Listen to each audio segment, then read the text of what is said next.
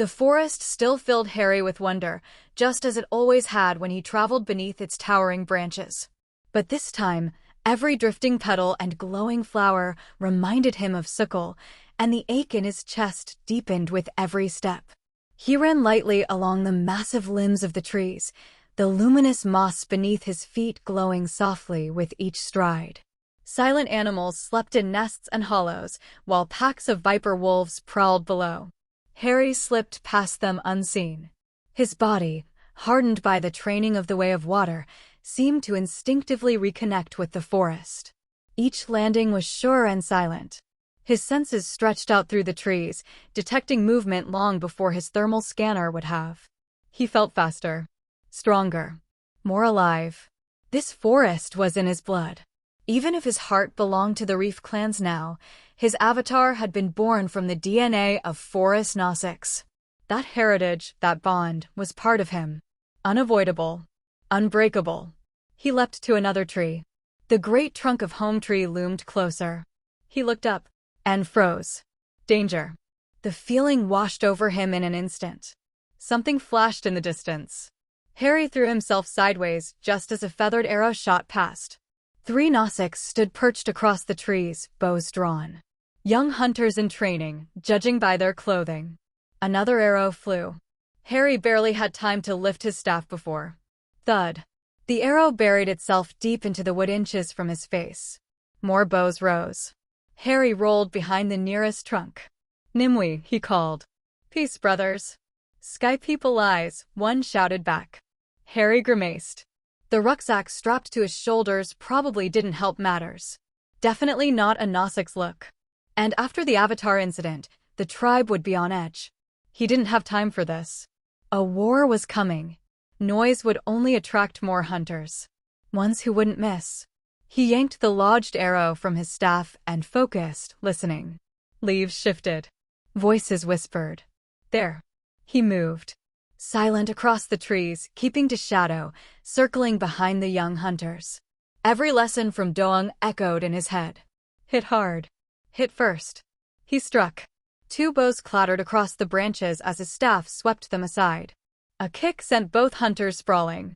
The third tried to aim, but Harry shoved the bow sideways, the arrow vanishing uselessly into the forest, before sweeping the boy's legs out from under him. Mud-splattered and stunned, the 3 stared up at him. Harry lowered his staff. Nimue, he repeated firmly. I'm not here to fight. I need to see a friend. They hesitated. So he tried a name. Aresar. That worked. The eldest blinked. Harry? Harry nodded. The Harry who gave Aresar a Traviari? Yes, but The Harry who enslaved a training partner? It's not enslaved, it's... The Harry who tried to drink the sea? Harry flushed. All right. Enough. They grinned. Mischief sparkled in their eyes. Definitely Aresar's relatives. When he asked to see him, they agreed at once and sprinted ahead through the forest. Harry followed, muttering under his breath about how clean his water was. You must release the Sky People, Harry said, standing before the Oloikton, Sahik, and gathered hunters.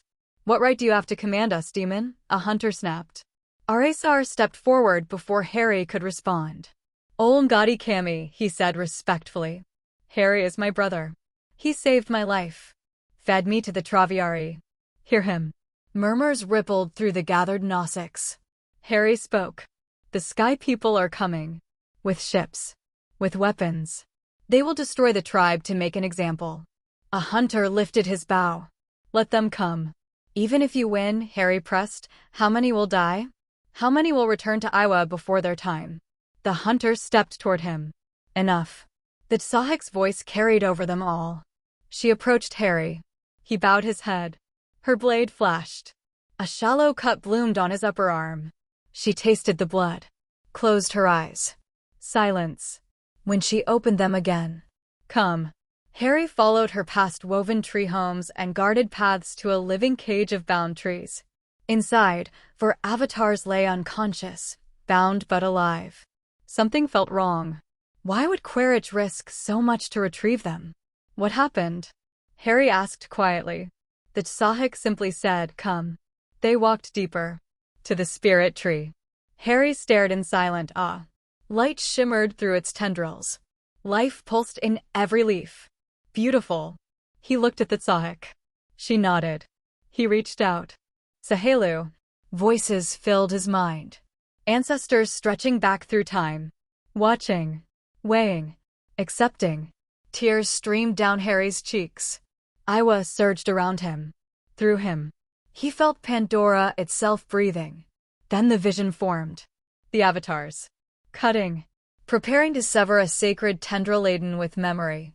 Harry broke the bond, stumbling to his knees. Shame burned through him. Did they? He whispered. No, the Tsahik said. They were stopped. But the attempt alone. He swallowed and bowed his head. I understand. She rested a hand over her heart. Iwa walks with you, young one. Let her guide you. Harry thought of war. Of loss. Of choices. If I make them promise never to return, he asked, will you release them? Can we trust their word? No, he admitted. But even a moment of peace is worth something. So be it, she said. Take them. They are banished. On pain of death. As he turned to leave, she stopped him. Remember, Harry. You are welcome here. He bowed deeply. Thank you, Tsahik. It's your decision, Director. Harry stood before the hollow tablet he'd propped against a nearby tree, the faint blue projection connecting him to Hell's Gate. I wish it were that simple, Mr. Moore, Selfridge sighed. There are corporate regulations that state, war or peace. Harry cut in. Those are your only choices. Continue down this path and you'll unite every Gnostics clan on the planet under one banner, your destruction. I'd like to see them try, Quaritch growled. He turned to Selfridge. Give me the order. I'll extract your scientists and leave those savages with a warning they won't forget for generations. Don't be ridiculous, Harry snapped. Their release is already secured. Any further violence would be nothing but murder. He saw Selfridge hesitate and pressed the advantage. Think about how this looks back on Earth. Your shareholders. Funding. PR. You can either be the man who negotiated peace with the natives, or the villain who butchered them. Negotiate. Quaritch spat, as if the word itself were poison. More like surrender. What's next? Dress like them? Roll in the mud. He leaned closer to the screen, eyes narrowing. You look cozy enough among them already. Let's hope you're not going soft. Selfridge ignored him. His attention was back on Harry. You said they'll release the avatars. What do they want? Food? Medicine? Shelter? Just tell me what the blue monkeys are asking for. They want none of that, Harry replied. Only your word. No one from Hell's Gate is to enter their lands again. If anyone is caught trespassing, they'll be executed. Selfridge nodded slowly. A cheap promise in exchange for avoiding a war. And excellent press. Very well. Inform their leader that I agree. Once the scientists are safely returned, I'll keep the military grounded. Harry inclined his head. As he cut the connection, he heard Quaritch muttering dark threats in the background. The crisis was over. But one question lingered. Why was Quaritch so determined to retrieve those avatars? Can't you at least remove the restraints? Rai groaned. The avatars sat tied together beneath the woven canopy of the Gnostic shelter. Their human drivers had already logged out once Harry secured their release. No, Harry said flatly. He hadn't even asked permission. Their discomfort was the least of what they deserved. What were you thinking? His voice shook with anger. I crossed half the planet to save you, only to find out you nearly started a war. It's just a tree, Willow snapped back. Just because the Gnostics believe their god lives in it, doesn't mean it has no scientific value. You should appreciate that better than anyone. Harry's fingers clenched around his staff. You don't understand, he said quietly. The damage would never have healed. That tree is sacred. Scanning it would have been disrespectful enough. Cutting it. He exhaled sharply. You're lucky they didn't slit your throats. Why? He demanded. Why do this? Rai spoke first. Grace's research shows electrochemical communication across root systems. Like neural synapses. We traced the signals to a nexus point. That's how we found the spirit tree. Of course they had. And of course they'd tried to cut it. You were going to desecrate Iwa's heart, Harry said, disgusted. Rai bristled. Everything here is sacred to them. You can't sneeze without offending some spirit. At the end of the day, they're still just trees. Another avatar chimed in eagerly. Look, we get that it was wrong. But this is a huge opportunity. Opportunity, Harry repeated. It's a miracle you didn't start a genocide, you. The Nausics word came out before the English one would form. Skzong. The man blinked. What? Idiot, Harry translated coldly. You could talk to them, the avatar insisted. Maybe convince them to let us take a cutting. Skzong. Harry kicked him. Enough. Willow snapped. When are we being released? These vines don't exactly meet UN facility standards. Harry ignored the attempt at humor. Soon. When the leaders finish their council, I'll escort you out of the forest. Willow hesitated. There's one more thing. Harry's jaw tightened. What? Our equipment. Selfridge will have a meltdown if we lose it. Could you retrieve it? Anything to get away from them for a while. Fine, Harry muttered. I'll ask. And as he turned away, his mind drifted back to Sukkel. Harry found Aresar first. His friend simply laughed and guided him up the great branches toward the clan leader. The Oloikton fed his Ikran in silence while Harry relayed the request. Take their demon things away, he said at last. We want none of it. Aresar led Harry back down, where the recovered equipment sat in a damp heap outside a shelter. Rain had soaked it through. Harry bent to lift one piece. And froze. A low, furious growl escaped him. In his hands lay a resonator. A powerful one. Built to detect unobtainium deposits from miles away. Not research tools. Exploration assets. Targeting devices. Forward scout tech. They hadn't just threatened Iowa. They'd mapped every tribe they'd visited. Every village. Every sacred tree. Lining them up like marks on a firing range. Aresar touched his arm gently. Harry? Harry swallowed. It isn't good. The Oloikton and Sahik were summoned. War hung thick in the air. The Oloikton hissed, baring his teeth. And still you ask us to free them? After painting a target on our home. I destroyed what I could, Harry said. I don't think their scans made it back to base. But yes, the others they visited may not be so fortunate. He hesitated. I no longer recognize my own people. The Sahik spoke gently. You tell us to warn the tribes. To prepare for what is coming. Yes, Harry said. They will smile first. Offer gifts.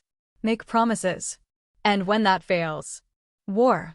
Hisses rippled through the chamber. I don't say this to start one, he continued. But to give you time. The Oloikton nodded slowly. We will convene the elders. For now, remove this poison from our land. Harry tore the resonator open and ripped out its circuitry. He hurled it into a fire. Fuel cells ignited, roaring into the night until only charred remains were left. The data was gone. For now. Escorting the avatars out of Nausics land proved exhausting. Harry had forgotten how clumsy humans were in borrowed bodies. Willow collapsed against a branch breathless. We need a break. Harry sighed and gestured for them to rest. He still couldn't reconcile the stumbling, wheezing version of Willow with the one who used to outpace him on the training circuit. They had thrown a fit over their missing equipment. Especially the resonator. Though they never named it, they refused to leave without it.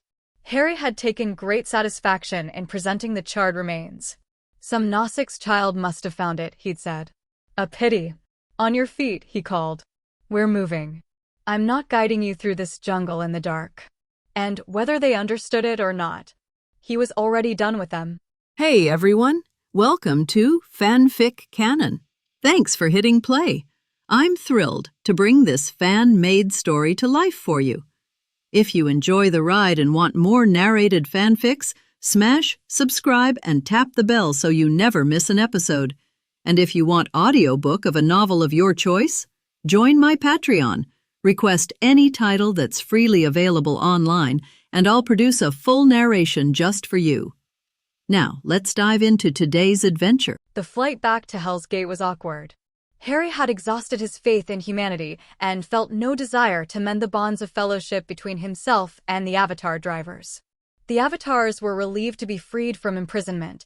However, much of their valuable research data, including the resonator, had been burned beyond repair, leaving a hollow feeling in their gut. Months of work ruined. Beep. His console flashed, and Harry saw it was a communication request. Swackle. His fingers quickly moved to accept the call, to immerse himself in her voice, see her enchanting face. It was all he needed and wanted. Who is it? Willow, sitting next to him in the cockpit, asked. Harry's fingers froze. He wasn't alone. He knew his relationship with the mining base was only deteriorating. Exposing Suckle to them was unthinkable. He could imagine Quaritch's glee at finding a pressure point to force Harry's hand. If he captured her. A shiver traveled up his spine. It was too horrible to think about. With an aching heart, he pressed the decline button and tried to look casual. He hoped Suckle would understand. Just a sensor reading from my home. It's nothing. Looking out at the jungle, trying to calm his racing heart, his mind buzzed with questions. Had they brought his lie? Would they investigate where that signal came from? What would he do if? A gust of wind sent a cloud of glowing seeds up into the sky ahead. Atokarina, Harry muttered in wonderment. They were the seeds of the sacred tree, the origin of the spirit truss, but also so much more. The Na'vi saw them as auspicious omens from Iowa, a direct communication. Even the most fearsome of beasts or plant life on Pandora respected the wood sprites and wouldn't dare to harm them. Taking a detour, Harry tried to avoid the cloud, hoping not to damage or interfere with their journey. As he did, he noticed one of the Atokarina leave the rest and float down. It rested gently on the glass of his rotorcraft, hopping up and down in the breeze. Bringing the plane to halt, leaving it hovering midair, Harry opened and stuck his hand out of the cockpit window. What are you? The avatars complained, not anticipating the sudden stop. With otherworldly grace, the seed glided through the air until it reached his hand. Hardly daring to move lest the moment be ruined, he whispered to Iowa. Ol Ngadi Kami. I see you. Since his visions at the spirit tree, he was starting to understand more about the great balance. A seed it may be, by Harry showed the reverence of talking to an elder. Are you talking to that leaf? Willow mocked. One of the avatars chipped in. Dude, what have you been smoking? Ignoring his ignorant passengers, are you lost, little one? Harry could see the rest of the seeds floating further ahead, descending like angles to the forest below.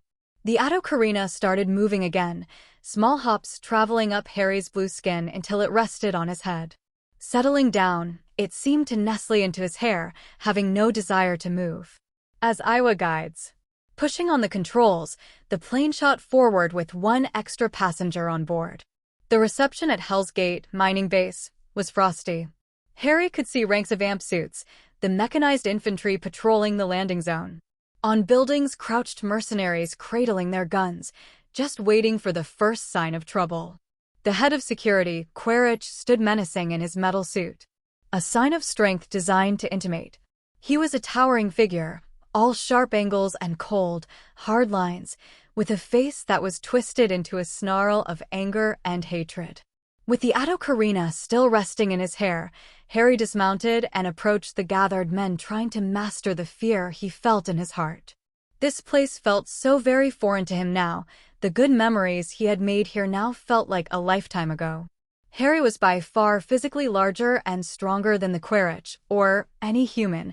However, he knew at this moment he was at their mercy. All his Na'vi training and skills would be nothing before this army. Placing his hand over his chest, he could feel his heart pounding in his chest so loud that he hoped the surrounding soldiers couldn't hear it. He only hoped his human background still carried enough weight to restrain Quaritch's more violent impulses. You seem to have succeeded.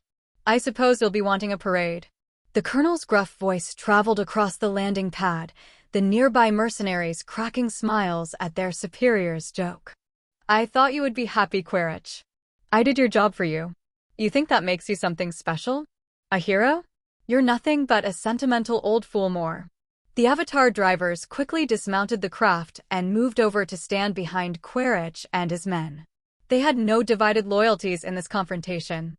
Better a fool than a killer. Quaritch's amp suit took a step forward. The metal joints hissed in mechanical coordination, the earth beneath their feet quivering from the force. A large metal finger pointed at Harry. You have courage. I respect that. Not many could stand before me to insult me like that. Even fewer ever walk away. Harry tensed, bracing himself for the fight that was surely coming. I pulled your file. Some big-shot scientist founded an impressive company. Do you honestly think you achieved all your wealth and prestige with no blood on your hands? That a new body washes away the sins of your past life? In the murder department, I'm a lightweight compared to you. I can't change my history, Quaritch. We can only fight for a better future. What is so wrong in wanting to protect innocence? Quaritch let out a laugh, his amp suit following his movements. Innocence? You think those blue monkeys are innocent?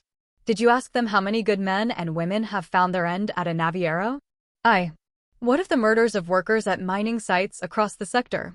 Just today, I was writing messages to families saying their loved ones wouldn't be coming home. Harry didn't know how to answer.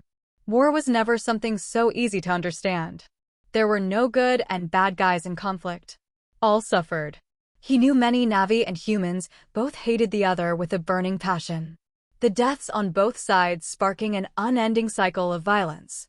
Alas, in war, all must choose a side. Harry had chosen his. An eye for an eye only makes the world blind. You slaughter Navi and uproot tribes, you can't blame them for defending their home. Before Quaritch could respond, a call went up from one of the nearby rooftops. A soldier in camo tried to draw the colonel's attention to his rotorcraft. Looking back, Harry caught a glimpse of blue. Shit. Skzong. Moron, Harry shouted. Get down. Now. His voice commanded the Navi in their native tongue. The figure quickly slid down the side with a sheepish look on his face. How and why he had remained hidden the entire journey was a mystery to him. Aresar, what are you? Bring a friend along, did you? The colonel's voice called out. Even with Harry's back turned, he could recognize the sound of amp suits raising their weapons. Whirling around, he called out the first thing that entered his mind. Nimue.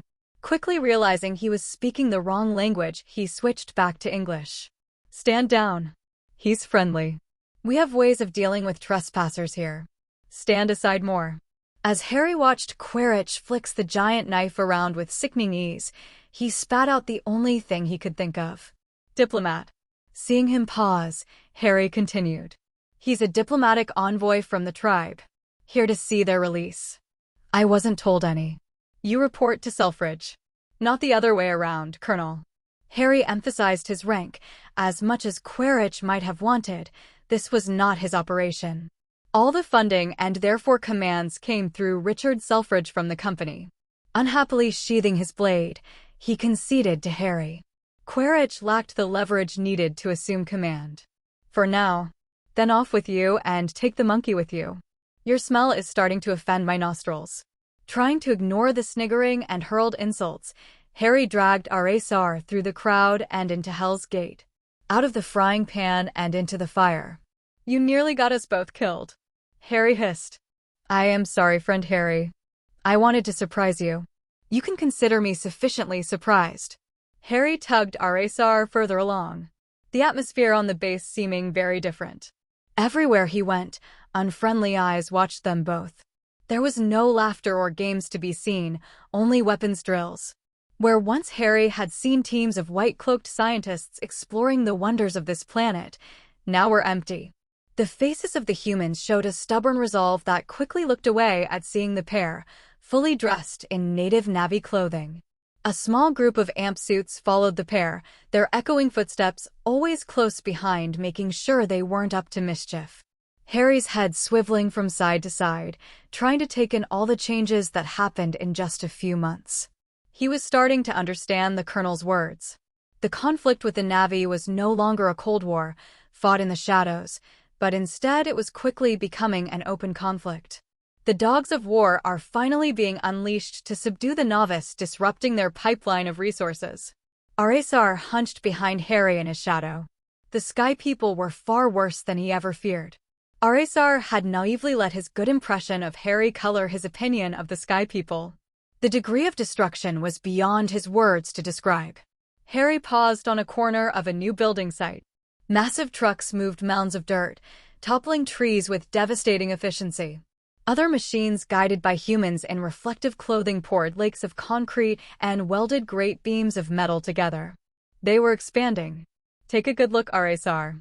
Bring word of this back to your tribe. Harry let Aresar watch the scale of construction for a quiet minute. This is the Earth I tried to escape. This is what they bring to Pandora. Why would they do this? Shaking his head, the insanity of humanity beyond his wisdom to explain. They are repeating the mistakes of a failing civilization, yet hoping for a different outcome. With a strong arm, Harry pushed Aresar forward. He had one final stop before he could leave this place in his rearview mirror. Permanently. You certainly look. Selfridge searched for a polite word to describe Harry's native clothing. Different. Going the distance to fit in with the savages. He was dressed in his leather loincloth with various tribal decorations. His most valued was the shell collar around his arm. It marked his acceptance in Suckle's tribe. I did not travel across oceans and forests to discuss fashion with you. You have delayed my final shuttle drop for several weeks. That ends now. Well, there have been some logistical challenges. I will expect it in 2 days. Harry brought his mask to his face and took a deep breath. Being in a simulated Earth's atmosphere was uncomfortable for Navi, but they could last several minutes compared to human seconds in Pandora's air. I will make the arrangements. Harry could see the gray circles under Selfridge's eyes, his cheeks starting to hollow and his clothes ever so slightly too large. He was collapsing under the pressure of his role. Trying to balance profits, science, and ethics was never an easy task. And what about? Selfridge waved a hand to Aresar, who was making a technician very nervous as he crouched over his shoulder watching his holoscreen. He is here to confirm the terms agreed. Harry tried to sound as officious as possible. And is he? Selfridge was puzzled. He dealt with several Navi, but this was very different from his expectations. Harry turned to Aresar, speaking in Navi. Tell me something. What are you asking? Not letting him finish, Harry cut him off before looking at Selfridge. He is satisfied. Quickly concluding his meeting with the director, he pulled away the curious hunter from the monitors and marched back to the rotorcraft, leaving a bewildered Selfridge sitting in his office. They needed to leave this place before Harry's misdirection was discovered, and they were both shot. So much for a fond farewell, Harry thought wistfully. It's so good to hear your voice, my Harry. An image of Suckle on the beach was displayed on his monitor as Harry and Aresar traveled away from Hell's Gate. Now free of eavesdroppers, except for Aresar, Harry had been able to finally connect with his lover. I can't wait to hold you in my arms again. He whispered affectionately. He could see Suckle start to blush, her eyes fluttering and her tail starting to fidget. Just the sight of her calmed his nerves. The threat of death and war from the Colonel somehow didn't seem so terrifying anymore. When are you coming back? The tribe has already started to pack. Pack? Harry was confused. Had they found a suitable island to house the tribe? Suckle knocked her head. I forgot you missed the council. Her eyes lowered and spoke in a quiet voice. The Mekayina clan has agreed to accept our request for sanctuary. The word weighed on his heart. He had only been amongst them for several weeks. If it wasn't for his rescue of Suckle, he wouldn't be counted among them. Now that family was no more. I'm sorry. It was such a human and insufficient sentiment, yet it was all he could say. When are you? We only got a response yesterday. It will be several days to prepare everyone for the long journey. I'm on my way, my love. I just have one more stop to make. I'll be there soon, and then I'll have a surprise for you. Harry was tired of the struggle. His romance with Suckle may have happened faster than he anticipated, far faster than a human coupling, but for once in his life, he felt free to be happy. Free to love. For that he would give up anything, the fancy equipment, the luxuries of his island home, his rotorcraft. If Suckle's tribe was joining the Mekayina, he would follow her even if he had to abandon everything he'd spent his human life building. A blue face tried to see over his shoulder. Harry, you found a Navi woman to take you? Does she know about the water? Stop bringing it up. Harry yelled. How dare the single Navi mock him for finding love? Wanting to take a closer look at his friend's mate, he clambered over the seats to move closer. As he went, his limbs knocked switches and pressed buttons. Alarms started to blare and the rotorcraft started to descend. Desperately trying to undo Aresar's blunders, a blue tail slapped his face. Aresar, seemingly to ignore the crisis, pushed his face in front of Harry's to get a better view. Pretty. Harry, what is that word you taught me? I remember. Hot. Pushing him down into a nearby seat, Harry was finally able to stabilize the plane. His cheeks inflamed with embarrassment, instantly regretting having ever taught Aresar English slang. Harry, who was that? No one, dear. Just one of the Navi friends I told you about before. Old gaudy Cammy, I see you. Aresar called out, finally remembering his manners. Sukal responded in kind, laughing at the antics of the younger Navi. Seeing his island ahead, he brought the conversation to a close. I'm about to land, my love. I will be with you as soon as I can. May you walk with Iwa, my Harry, until we are reunited. The island seemed much the same. The plants he had speciality cultivated now grew wild and tall. Checking the status of his drones on his holo tablet, most were now sitting idle after finishing their tasks. Harry could set up more jobs and transform a wider area, however he didn't feel the need to. The once barren island was now transformed with steep ravines becoming gentle slopes of wildflowers. Where the central trees remained on the island, rich soil had been painstakingly transported to one day give rise to a thriving forest. The ocean bay had been expanded with great stone protectors, forming a barrier to stop large waves and predators from entering. Underground, more had been completed. A whole scientific base constructed below the island's surface that could comfortably house 24 eager researchers. Where his other shuttle deliveries had been automatically used, or if not, the remaining space underground had become a large warehouse. Sitting below sea level, it was reinforced with metal alloys and was designed to hold his equipment until it was needed. The final shuttle, if Selfridge kept to his word, would come in the next few days. It was the most fragile and, in some ways, the most valuable equipment he had brought with him. What he was most keen on was the ion-powered quantum computer. It would enable him to make use of the ridiculous processing power even remotely, not having to be concerned about signal interference any longer. Harry didn't know how he felt about the final item on the upcoming shuttle manifest. It was a final card he could use if all else failed. Katie, his CEO, had insisted on it as an emergency precaution. A ship. It was nothing like the scale of the ones that regularly transported troops and material to and from the local system. It wasn't much larger than his plane, but was equipped with a prototype engine that would enable him to travel back to Earth. Do I want that? Harry mumbled. He was making a life on Pandora and found himself thinking of Earth less and less every day. He made the change on his tablet to move it to storage. He didn't see it coming in use anytime soon. Harry was about to lead Aresar down to the training droid, which seemed to be one of the primary reasons why Aresar had followed Harry to the island and refused a drop-off on the way when the Atokarina seat of the spirit tree moved. It had been silently with the pair in their adventure into Hell's Gate and didn't respond to any of the threats or show of force, but now returning to the island, it started to float away. Harry had to resist the temptation to capture it and pull it down, feeling strange without its presence resting in his hair. It started to float before his eyes before drifting away on unseen winds out to the bay. Its unspoken command to follow. Taking off, surprising Aresar who jogged after, the pair followed in the path of the seed. Seeing it float over water, Harry dived in. The water flowed over his body as if welcoming him home. After spending weeks every day learning the way of water, it was now where he felt most comfortable. Most at home. Aresar, not a fan of the sea, decided to halt his pursuit and observe the chase from a nearby rock. Harry swam further out, occasionally putting his head above water to track as he moved away from the main island towards the smaller surrounding outcrops of rocks or islands. Then the seed did something unexpected. It descended below the water.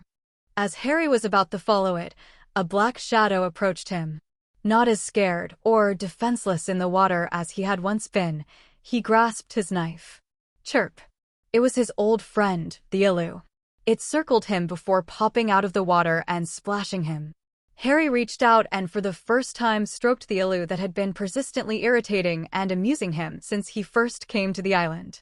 It's been a while, huh? Good to see you again, old friend. Chirp. Chirp. Well, I'm sure there have been plenty of fish you could have hunted by yourself. Chirp. Okay, I'll be sure to let you know next time. Laughing at the sheer absurdity of having conversations with sea creatures, Harry asked, "Do you think you could help me out?" Reaching for his braid and cue, he noticed the Ilu paddled back slightly. This wasn't one of the reef people's domesticated Ilu, who had been trained for generations to accept the bond. It was wild. "Trust me." The Ilu approached slowly, offering its cue to Harry. As the nerve fibers met, Sahelu was made. Adapting to the new mind, it being different than even his experience of other Ilus, he mounted its body before mentally commanding it to follow the seed. The seed shone with white light as it descended into the water. Harry wasn't sure what to do. It was clearly a seed, and therefore it made sense if it landed somewhere it could grow. But it was from a spirit tree from land. He didn't know if it could survive under the water. Taking a more scientific role as an observer, Harry followed and didn't interrupt its path. Several minutes later, the seed approached an underwater rock outcrop. Gliding around it, Harry tried to follow, but quickly lost sight of it. Looking down, he saw what seemed to be a tunnel. Guiding the Ilu closer, he steeled his nerves and followed. The tunnel was narrow with black rocks lining the walls that sparkled as rays of light hit it. Unobtainium. Going further in, he finally caught up to the Adokarina in a wide empty space. An underground cave system. Breaching the surface and replenishing his breath, he looked around in wonder. Beams of daylight descended from a fissure in the roof leading to the island above. The cave system was lit up by the refracted light that bounced off the unobtainium walls. The whole cave seemed to be made from the rare material. It was also the reason his scans hadn't detected this space. Unobtainium was difficult to detect, hence the need for resonators. However, Harry hadn't bothered as he had no intention of mining. The cave was under one of the secondary islands near his home, isolated and safe. Diving back down, his head and a heart full of questions, he saw something few Navi had ever had the privilege of seeing. The birth of a spirit tree. The seed seemed to melt before his eyes, a fountain of white light pouring into the sand. A single brilliant white stalk remained above the surface. Small but majestic. It was the first growth of a new spirit tree that would be at the heart of Navi tribes for generations. As Harry watched the miracle performed before his eyes, he wondered hopefully, could Sukul's tribes join him here? Harry decided not to share the whole story with Aresar, instead omitting mention of the seed's final destination. Luckily, Aresar was easy to distract by giving him access to the training room. Harry watched Aresar spar before taking his turn. It felt like a lifetime ago when he trained here. Since then he had learned much from both the Way of Water and his spear instructor Dong. The fight was surprisingly easy, Harry being able to dominate the droid with his increased strength and greater understanding of how to link his attacks together. The fight ended with his victory, however, still not satisfied, he increased the level. Aresar cheered on from the sidelines as Harry and the machine battled it out. Many of the tricks he had learned from the reef people were able to exploit an opening in the machine's fighting style. Grabbing the extended arm, he yanked the droid forward into his waiting fist. As he went to finish the match with a quick stab to the heart, he felt it by his ribs. A foam knife was pressed just under his ribs, angled up to pierce his heart. Dead, the machine declared victoriously. He had been so focused on his attack that he had left a gap in his defenses. He had forgotten to fully disarm his opponent and suffered for it. Perhaps Harry still had much to learn about combat. "Give me your hand." Taking the young hunter's blue hand, Harry pushed it up against the scanner. Beep. "Now your other hand." Repeating the same process and then using a small needle to take a blood sample. "Ouch!" Aresar yelped. "Why do you scratch, Harry?" Rubbing the blood onto the slide and placing it in the machine, Harry tried to explain the purpose of all these tests. "I'm putting you into my computer so to give you access to my home and facilities. You've seen how I have to put my hand on the screen to get in." At his nod, Harry continued. "Well, now so can you." "You mean I can train on that machine whenever I wish?" Aresar's eyes were wide. Now that he was a fully fledged hunter, with his own Ikran, he could easily travel to Harry's island at his leisure. "Yes, but also everything else. I've set things up to produce food crops, cultivate medical plants, and process them all for long-term storage automatically. If you ever need any of the supplies, you can use the interface I showed you before." Aresar was starting to look a little confused. Harry had done a whirlwind tour of how to use the equipment in his home, but he wasn't sure why. He had tried to explain how to use the defensive system, but gave up in the end. Knowing that Eraser's Ikran would accompany him, he had turned off the automatic turrets so as not to harass or kill innocent wildlife. I don't like those things, Harry. I will just ask you instead. Much easier. About that. Harry turned to look at his first Navi friend. I'm not sticking around. What do you mean, Harry? This is your home. Yes, but Sukal's home is far away. As much as I love it here, I love her more. Do you understand? You have found your mate. It is natural to be together. If you want, I can give you some advice. Harry leapt at his friend, trying to catch him to teach him some manners. Could they get through one interaction without Eraser trying to embarrass him? Unfortunately for Harry, Eraser was very nimble and dodged his friend's grasp every time. Choosing a different tactic, Harry tried to embarrass Eraser. I don't seem to recall you taking a mate after your hunter trial. Need some advice. I have plenty of time, Harry.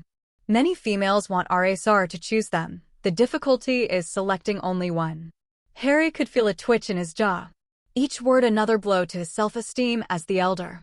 Putting his hand out, Harry and Eraser embraced in the traditional manner of the Navi. As friends. As brothers. I leave my home in your hands. Look after it. Now there is one more friend I promised to say goodbye to. Shaking his head at his friend's strange habits, he tried to give some more helpful advice. You know Ikran much better than Ilu. Ilu only goes in the water while Ikran flies high in the sky. Silly reef people always getting it wrong. The journey to meet up with Sukal was long, however every second brought him closer to returning to the serenity he had found among the tribe.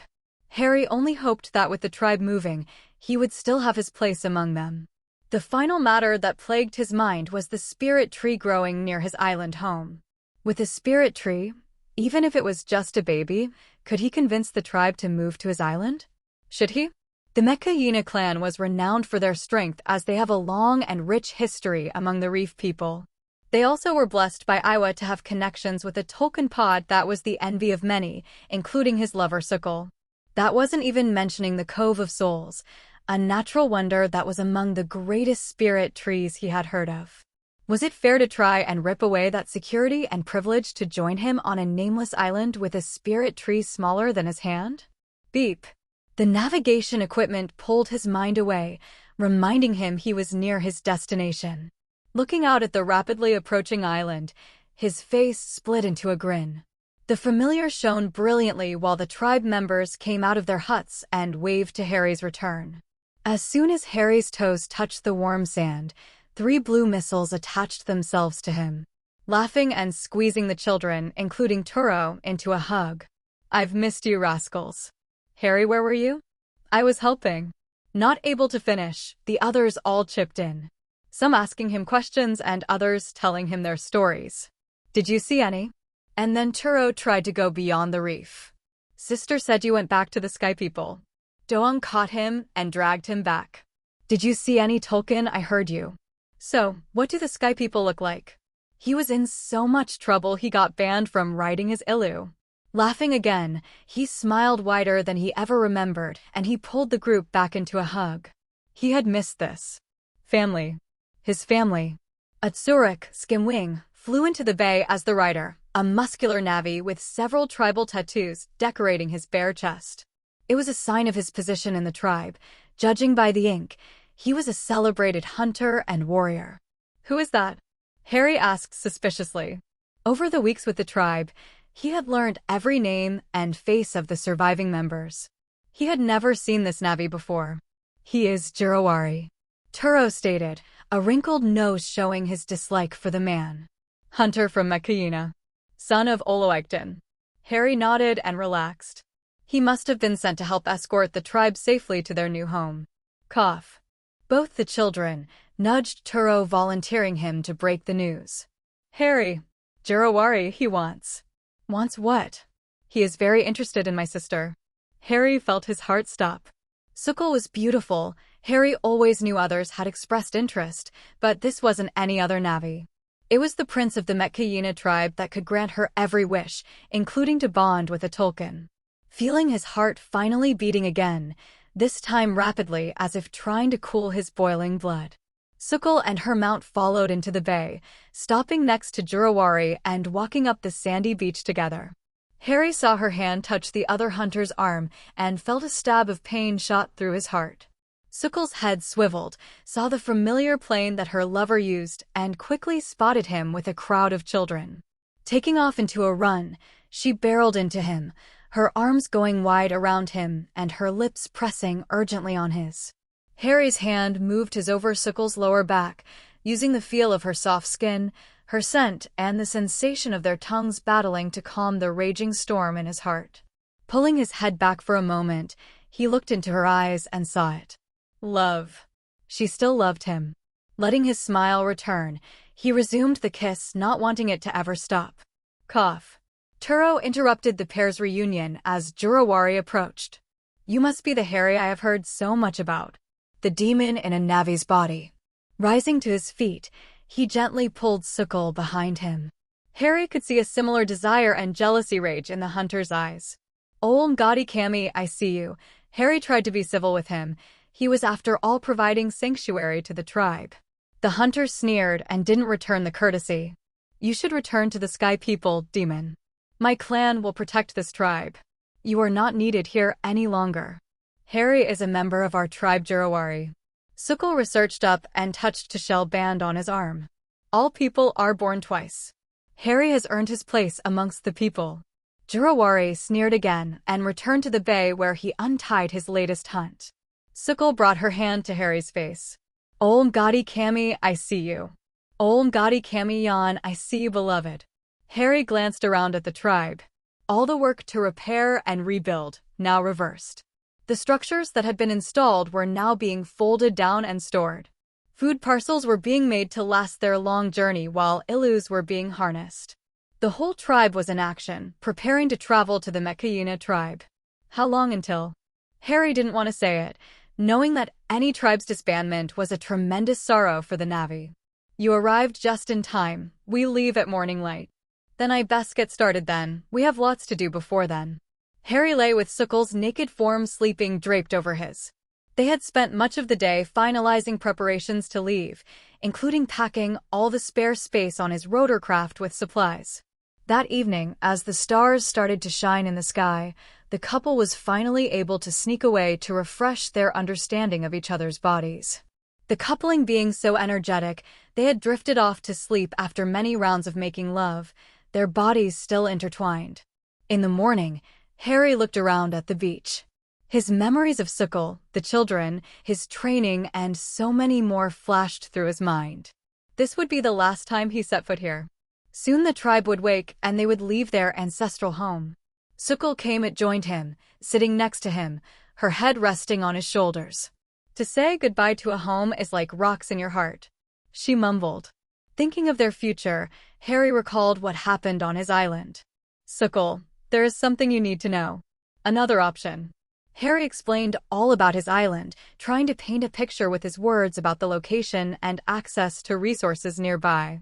Harry also described how had witnessed a spirit tree being planted underwater. Great Mother be praised.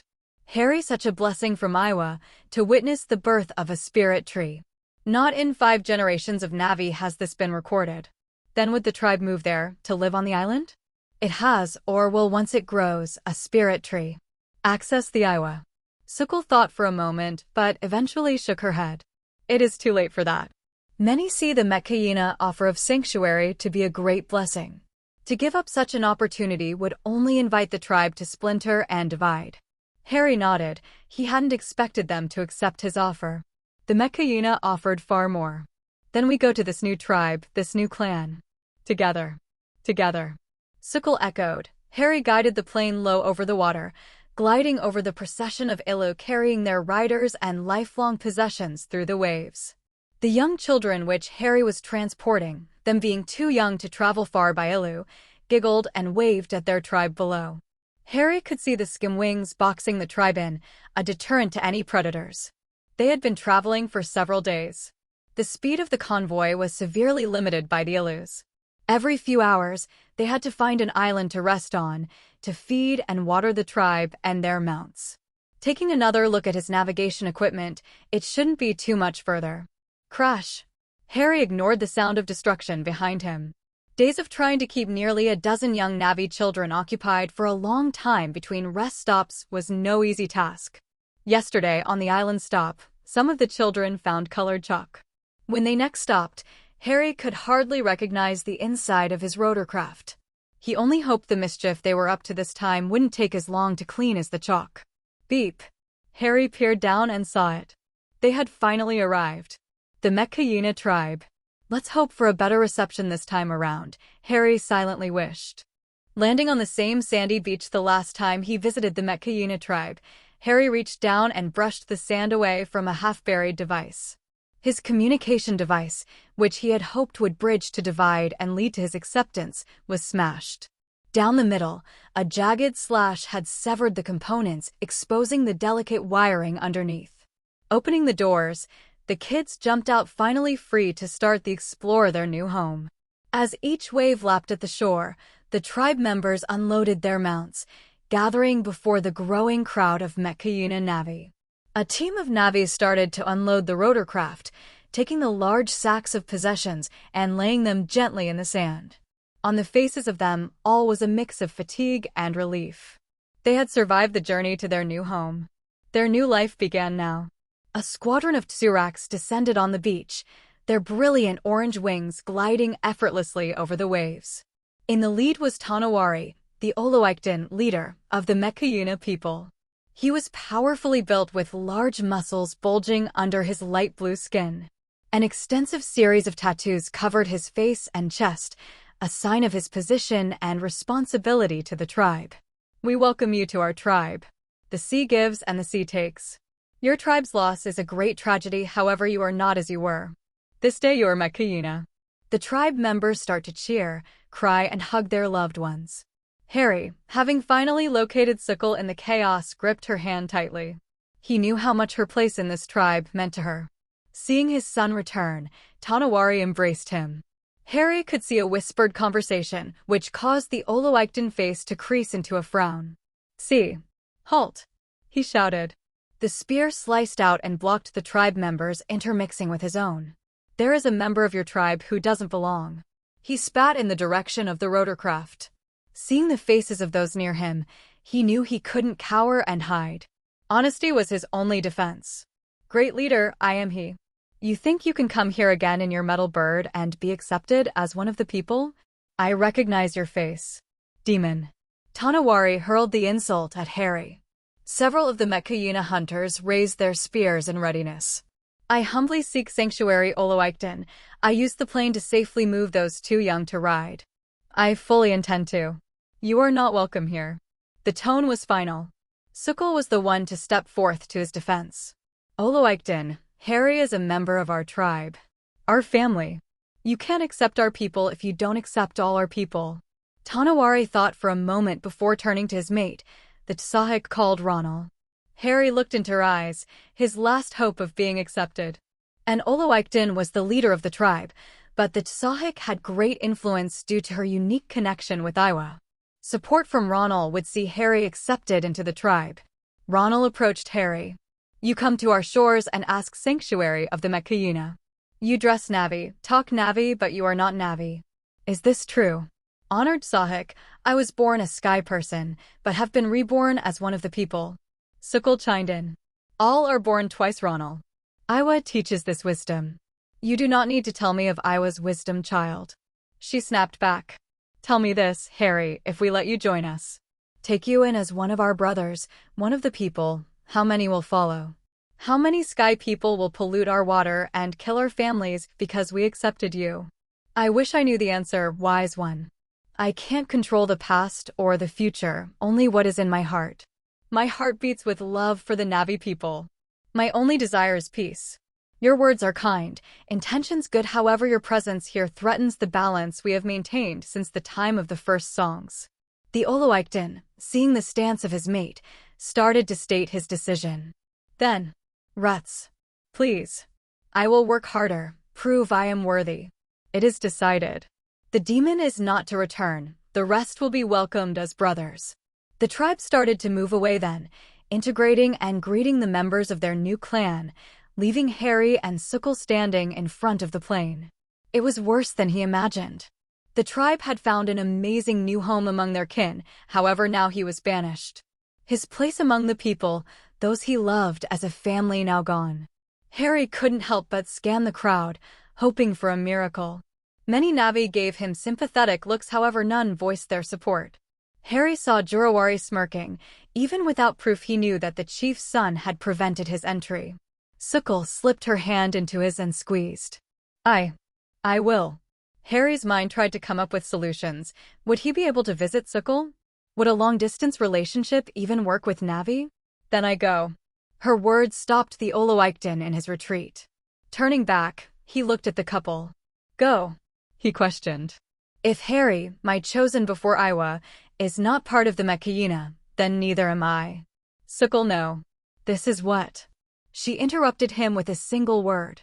A single promise they had made to each other. Together. Harry repeated it back to her. If Harry goes, so does Doang. The one-armed warrior walked over to stand beside the pair. Turo too. And me. Several of the Na'vi, notably several of those who he spent many hours patching up, and the orphaned children he'd entertained ran to his side. You would refuse the Mekayina offer? For him? A demon. He's not a demon. Turo shouted out. Sukkel quickly pulled her little brother back, not wanting to anger the tribal leader further. Sukkel. Harry whispered. The sight of the support, the love he had inspired in his Na'vi family warmed his heart, but he didn't want it this way. At the cost of dividing loved ones. This will splinter the tribe. I might be best if I. No, Harry. Not this time. She turned to look at the Oloikton and Sahik. Clans are a family who supports all its members. I know we cannot be part of yours if you don't accept Harry as one of the people. He has proved himself to us. Harry could see the Oloikton face tighten. This was a show of defiance to his will as the leader. And Oloikton was only the leader of the tribe as long as he had the people's respect and support. If he let them challenge his authority, others would try and challenge him to the coveted position. He locked eyes with Harry and gave his final verdict. The demon goes. If you follow, may Iwa guide you, but you will not be Mediakina. Now or ever. Harry tried again. This was their future they were throwing away. Sukkel. Without a word, she turned away from her dream tribe and back into the water. The other 11 members who stood with Harry followed her lead. Some principles couldn't be compromised. Some opportunities are not worth the sacrifice. On a small island just outside the Medikina's reef, the group stood trying to decide their future. Words are not enough. Harry started. You have given everything to follow me. I don't know what future I can offer you, but know that you all live close to my heart. Now and forever. One of the orphaned children, holding tightly onto Dung's legs, started crying. Where are we going to live now? Sukkel pulled the child into her arms and squeezed. There, sweetling. As long as we are together, we have a home. United we are strong. One pack. One tribe. Understand, little one? Sukkel looked at the other adults. Doang and one other, a young hunter called Nami, were fittest and part of the warrior class. The rest of the group considers of 3 children, Turo, Matak, and Veywan. Ixa and her mother Aksuk, a mated pair of Erla and Rangu who were both excellent fishermen, and finally Zian. Zian was previously a decorated hunter, however his age had meant he stayed behind on the fateful hunt and was then severely injured by the storm. Harry had amputated his leg to save his life, leaving Zian a cripple and never able to truly ride again. They all had their reasons to join Harry.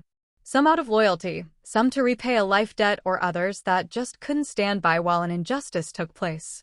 We have somewhere to go. Is that not right, my love? You mean? At her nod, he felt hope rise in his chest. I have a home. An island a few days away. It might not have everything the Metkiakan clan has to offer, but it has all we need. Seeing the spark of light return to the eyes, Harry gave them the best news. Even a growing spirit tree. The Na'vi looked around the island with a critical eye. Their Illumounts, once unburdened, had quickly made friends with his resistant rice bucket, while Harry guided them up the hill to where he had built his home. Once near the summit, they looked back. From that vantage point, they were able to see most of the island and even a few of the surrounding ones. "It will make a fine home, my Harry." DeYoung, seeing the Bay Area clear, asked, puzzled. "You don't make your home by the water's edge?" Harry couldn't but cough to hide his embarrassment. To reef people, the only proper place to build your home was by or even over the water's edge. When Harry had designed his home, he had no clue about the way of water or how reef people built their homes. And since he had decided to stay with Sukkel, it was never an issue. Now feeling embarrassed at his home, which was built much more in the style of the Sky People, he tried to make excuses, but they pushed on. DeYoung comments echoing in the wind, promising to show him how to build a Na'vi home. As they approached his house at the base of the large central trees, Harry saw a problem. The glass wall on one side was smashed. The insides of his home were a mess. Mud now covered much of the floor with items thrown on the floor. Leaves pulled at corners of his previously pristine living environment. Moving the children behind him, he pulled his knife and advanced. He didn't think he had to worry about burglars on Pandora. Following the trail of mud and grime, Harry and the other hunters descended the stairs with weapons drawn. The first thing they heard was high-pitched chanting. "Ee." Other voices joined the first. Moving down further into the base, approaching the training droid room, Harry started to recognize one of the voices. "Aresar," Harry accused. It seemed his Na'vi friend had invited several of the other hunters to his home to fight the droid, and from all the mess, decided to have a party at the same time. "Harry?" Aresar turned, hearing his friend's voice. It had only been a week since they said farewell, and he was back with a group of reef people. The machine quickly took advantage of his distraction and hit Aresar with a blow that sent him soaring to the other side of the room. "End program," Harry commanded, finally taking a good look at his friend and trashed home. Harry could see several familiar faces, including two who were part of the ambush that nearly took his life. Before he could explode in a lecture about the state of his home, Sukkel stepped forth and introduced herself. "Ol Gadi Kami, I see you." The young boys quickly responded with their own greeting, their blue cheeks blushing at Sukkel's exotic beauty. "It is good to finally see the friends of Harry. What have you done to my house?" Harry, don't worry." Lux tried to call his Ikran inside. "There was a little damage, fixed in no time." "Little damage? You took out a whole wall. And what's with all this mud?" "1 week, I was gone 1 week, and look what's happened. Now what you're going to do." "My Harry, enough." Sukkel's gentle touch on his chest started to extinguish the rage inside. "This is now our home, and these fine hunters are our first guests. We must be courteous. It is our way." "Yes, dear," Harry mumbled, following the old Earth tradition. "Happy wife, happy life." Harry controlled the drone to drive several metal pillars deep into the earth. He looked back at the hollow display in his underground lab to make sure the position matched his plans. These pillars extended around the bay of the island, both on the shoreline and over the shallows. The Na'vi would then be able to construct their traditional huts and walkways using those pillars. Sliding to a different display, he checked the output of his synthesizing machine. It was a fascinating piece of technology that had only been delivered to his home from the final shuttle. It worked similarly to older 3D printers, but was able to synthesize different compounds together to create a wider range of products. Since returning, Harry had dedicated their output to creating synthetic fibers that the group could use. Traditionally, Na'vi would harvest reeds and weave them together to create a strong but flexible material. The process would normally take several weeks and would need to be repaired throughout the year. This all led Harry to make a controversial decision about their future. He had tried following science, but was now a pariah from the rest of the humans. He had tried to embrace the Na'vi traditions, but was now similarly outcast. Only a small group of Na'vi followed Harry into his exile from both major camps on Pandora. Harry had to find a new path forward. A cultural hybrid. Part Sky People, part Na'vi. He would use his technology, continue his research, and even teach other Na'vi human knowledge while still following the spirit of Na'vi traditions. For their homes, Harry had used scans of Sukkel's and the Metkayina tribe to design a digital blueprint he could adapt to his island. Once the others got over their distrust of Sky People technology, they all were able to contribute and design their dream home. Their dream tribe. Doang and Zuyan wanted a specialized area to train hunters and warriors despite their afflictions. Granted. Together they designed an arena, slightly away from the main settlement, that stretched from the land out over the ocean. Harry had included several of the training devices that were used by the Sky People, including 2 more droids that he'd been hiding in storage from Aresar's greedy grasp. Wisely, Harry had also decided to build the infirmary nearby, already predicting the many injuries it would result in. Nami and Sukul, both hunters, wanted an area for their mounts, Skimwings or Ilu, to rest at night. Granted. On an extension of rock, a simple hut was built with platforms that the creatures could sleep on. Ixa, the cook, wanted a communal hall on the edge of the bay so they could gather like one large family. Granted. In the center of the settlement, they planned a great structure with several communal facilities, including an eatery, kitchen, and armory. Aksuk, the eldest of the group, had wanted a location to hold their ceremonial traditions. Granted. Harry had sent his drones to excavate the tunnel to the spirit tree and build a floating platform to mark the location. On the island, which the spirit tree grew under, Harry had designated that for their rituals, ceremonies, and celebrations. While trying to keep as much of the natural wildlife there untouched, Harry and Aksuk made plans to construct a sort of temple. It would serve as the spiritual hub of the group and be used to teach or worship Iwa. Urla and Rangu, the fishermen, wanted platforms from which they could cast their nets. Granted. With their help, they were able to resign many of the inconveniences in their old tribe by making dedicated places where they could cast their net into several areas where fish gathered. They also proved to be knowledgeable about shellfish and took the lead to seed much of the bay that they could later sustainably harvest. The children wanted a theme park. Refused. Harry had regretting showing them an example back on Earth, but had compromised to building them a large play area. It would have Earth games, but also obstacle courses, underwater challenges, and even resources to learn. Harry even had ambitions to one day start a school where they could learn and apply Sky People's knowledge to better care for and protect Iwa. The group had been working tirelessly for nearly 2 weeks. Setting up a permanent home, even when Harry had tasked his drones to assist, was no easy task. The methods the reef people used to make their homes were both complicated and simple. He was already manufacturing a replacement material that would feel similar while having greater longevity, but trying to build a machine from scratch to weave it was surprisingly difficult. Currently, several navvies sat on the beach with long lines of the synthetic material, expertly weaving it together as they talked and laughed with each other. The central hall was nearly complete, while several of the accommodations had also been mostly finished. The walkways that connected all the buildings were still far from completion, which often meant either having to take a detour inland or swim to your destination. The settlement had little technology integrated.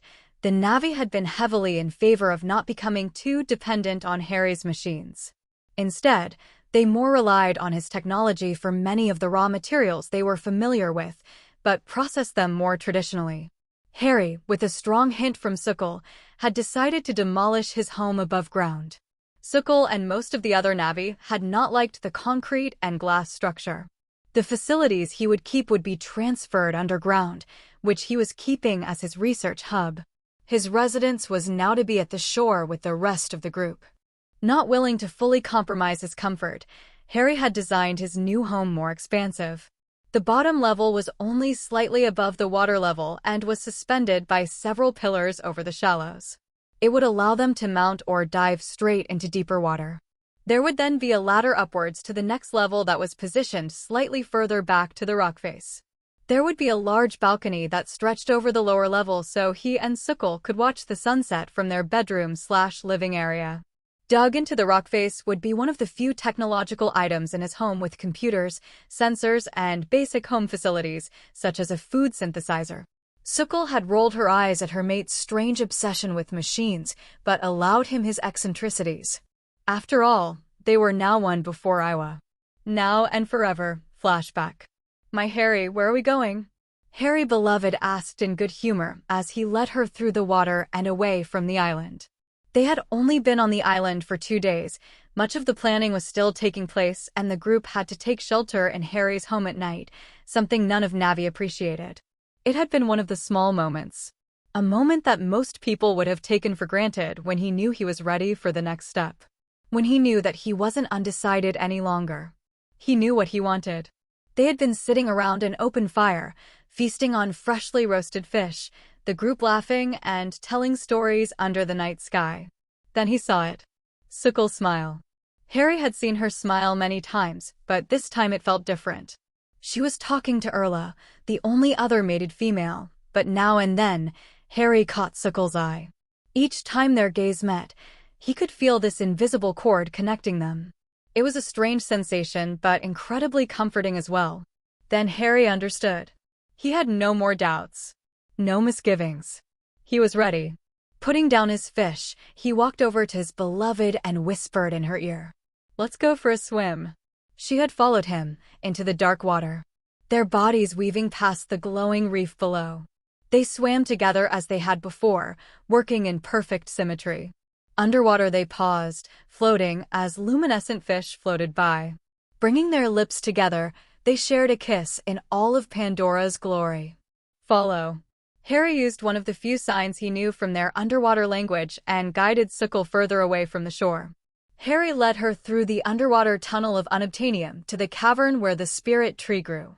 It had only been slightly over a week, yet the plant grew taller and healthier than he had ever expected. It had a thick stem rising about 4 foot tall with a single glowing tendril floating in the calm water. Harry let Sukal take in the sight before guiding her up to a natural ledge on the side of the cavern. "Iwa has truly blessed you, Harry. Never forgot that." Running his hands through her hair, he let the words that had been held caged in his heart for too long out. "Of all the people from all the worlds, you, my love, have captured my heart beyond any doubt. There is an earth phase. If I know what love is, it is because of you. I thought Iwa had turned her back on my tribe. On me. I was close to giving in, but then you saved me. I knew from that moment that our lives were entwined together by the Great Mother. When I saw you siding by the fire, I saw you as if for the first time. My eyes opened and my heart clear. Sukal, I may not be Navi, never to be like the rest of your people, but I know there is no one else who can claim my heart but you." "Harry, are you asking for?" "Yes, my love." Harry reached and took his braid, revealing his cue. "I have made my choice." Sukal's eyes started to water. Navi relationships were different than humans. When most committed themselves, Tsahelu was the first step before the physical mating. With them, they had copulated many times but never taken that final step. To be one before Iwa. Kolu katu a nolnavu oi pohu tirapavangso ao utral amakria. There's nobody I'd rather commune with under the tree of voices. Sukal took her own cue and joined their beings together. Harry had formed the bond with several creatures, however joining with Sukal was entirely different. Harry felt transparent. He could feel Sukal looking into him, through his very being into the innermost part of himself. There were no secrets, no deception. They bared more than their bodies, they shared their very souls. Harry could feel Sukal as he'd never imagined. He knew her as no other but herself. There was a sacred privilege that they both felt. Harry ran his fingers across her arms lightly. Flashes of pleasure erupted in both their minds. Every touch, every caress a torrent of pleasure amplified by the bond. Quickly stripping off their clothes, they mated as only those truly bonded could. Every sensation shared. They basked in the glow of their mutual love for many hours until their bodies were weary and had to separate their cues. Harry lay on the stone ledge, his braids separated from his lover's. He felt different. It was the sort of experience that shaped your very being. Despite not being physically bonded anymore, Harry still felt an attachment, a lingering echo of their Tsahelu. From that moment they were not two lovers. They were a mated pair. Mated before Iwa. Bonded now and forever. Their bonding was now complete and unbreakable. It was only now that Harry could understand why infidelity wasn't an issue for the Navi. With the bond, there were no issues that couples couldn't overcome. By sharing everything of themselves and receiving everything from their partner, the only outcome was endless waves of love. In the most vital part of Harry's being, he understood one absolute truth. There was no other woman that could challenge Sukal's position in his heart.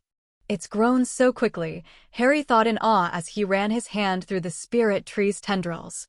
Sukul was beside him, looking at the gift from Iowa with equal wonderment.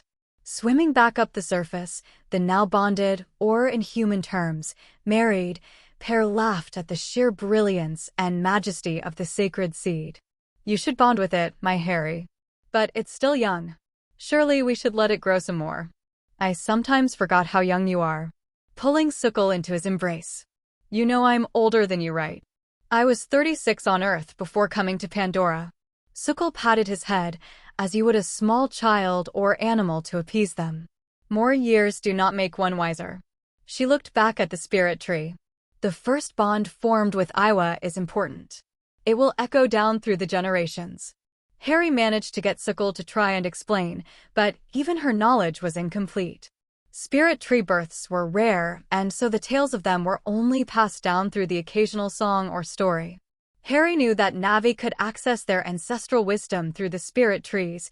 He had experienced it when he made the bond with Araysar's tribe. To be the first to bond to a spirit tree was essentially establishing himself as the founder of a Na'vi clan. All the following Na'vi who connected to Iowa through the tree, all of his descendants, would be able to access his knowledge and wisdom. He would become a spiritual guardian, living eternally with Iowa. Seeing his wife's unwavering gaze, he swam back down, reached for his braid and made the bond with the single tendril. Harry was quickly immersed in that blanket of light and love that constituted Iowa. He felt like a bird looking down on Pandora, able to see beyond this cave to his small community making a home on the island. The struggles of making a whole new home balanced with the joys of coming together as a family. Even further beyond, Harry could start to see the signs of the great balance the Na'vi preached so much on. The delicate life of a newborn nenator, the killing of a hexapede to feed a clan, and the death of a Na'vi being buried in the roots of a great tree. All connected. All in balance. Harry marveled at the scenes before him, trying to understand the message from Iowa. It was death, but it fueled life in endless cycles of destruction and rebirth. The images of Pandora faded. Harry looked around, his feet submerged in the gentle lapping water. Mist clung to the water, obstructing his vision. Across the water, shadows moved. Harry waded out, trying to find the mystery concealed from him. Further, he went into the water. Alone in the darkness. Moving away from the light of Pandora. Suddenly a single beam of light hit his eyes. Soon, more started to pierce the mist until Harry recognized them. Stars. Harry was looking at the distant night sky, beyond Pandora, where he had come from. I understand, Great Mother. Harry whispered reverently. He had been shown the path, now it was up to him to walk it. Pulling himself from the dreamlike state and returning to the ledge where had only recently pledged his undying loyalty to Sukul, he tried to process all the wild thoughts running through his head. Turning to stare deeply into his wife's eyes, Harry tried to explain his encounter, but no words came out. He settled with something simple. Simple, but Harry could feel the currents of history gathering. Iowa had guided him to find a name for his new family. For his clan. I know my purpose now, my love. Sukul swam towards her mate and pulled herself up beside him. From this day, we are refugees no longer. We will be the bridge that connects our two worlds. The Tasemka clan, Skybridge, is born today. Ouch! Sukul ignored her husband's pain as she continued to repeatedly stab him with a large needle-like thorn. The lovers had returned from their coupling and had decided on the new name for their clan for their home. It was barely an hour later when Sukul had sourced the thorn, ink, and a special tool that looked like a hooked chisel. Stop wriggling. Illa infants stay stiller than you. Well, maybe you show. Ow! Harry was unsure about the whole procedure, however it seemed Sukul was determined. Her mate had named and there founded a new clan. That made Harry the Oloikton leader, and so he had to have the traditional markings of the reef people to show his position. Sukul had traced the tribal pattern in charcoal along his left arm and over his shoulder. As Sukul worked, using the tools to force the ink harvested from sea creatures under his skin, she explained about the tattoos. The great swirls represented the way of water that connects all things. They were mixed with triangles to represent the strength of the earth and his heritage from the forest. Sukul used thick black lines to encase the symbols that were symbolic of Iwa's eternal love for all life. Finally, Sukul had drawn 11 small stars, one for each of the Navi willing to follow Harry away from the Mekayina tribe to an unknown future. Sukul had planned on using dots as is more traditional, however Harry had made his one demand of the whole process to make them stars. A reminder of where he came from. A reminder of his task given by Iwa. They would be the Tasemka clan, the very bridge between Pandora and the stars above. After many hours of work, Sukul had wrapped his arm and chest with a blue seaweed that would help his body heal and make the ink permanent. As Harry left their home to go to their regular communal meal, Harry noticed a different atmosphere. Where he walked, the others, who he had grown to know as family, all offered him signs of respect. They gently bowed their heads and murmured honorifics. Olam Gadi Kami Oloikton. I see you, leader. Iwa Gaha Oloikton. May Iwa be with you, leader. The Navi didn't seem sad at the change, but rather he saw a new spirit in their eyes. Hope. To a Navi, being without a tribe was to be cut off from all family and Iwa. They were no longer wanderers eking out a living on an alien's island. They had an Oloikton. They had a clan. Taking his seat at the head of the table, the last few Navi shuffled in. Harry picked up his bowl of broth and barbecued fish, ready to start eating as was their custom, when Sukul kicked him under the table. Locking eyes, she silently indicated to the rest of the group, even the children, that were sitting waiting for him to speak in stony silence.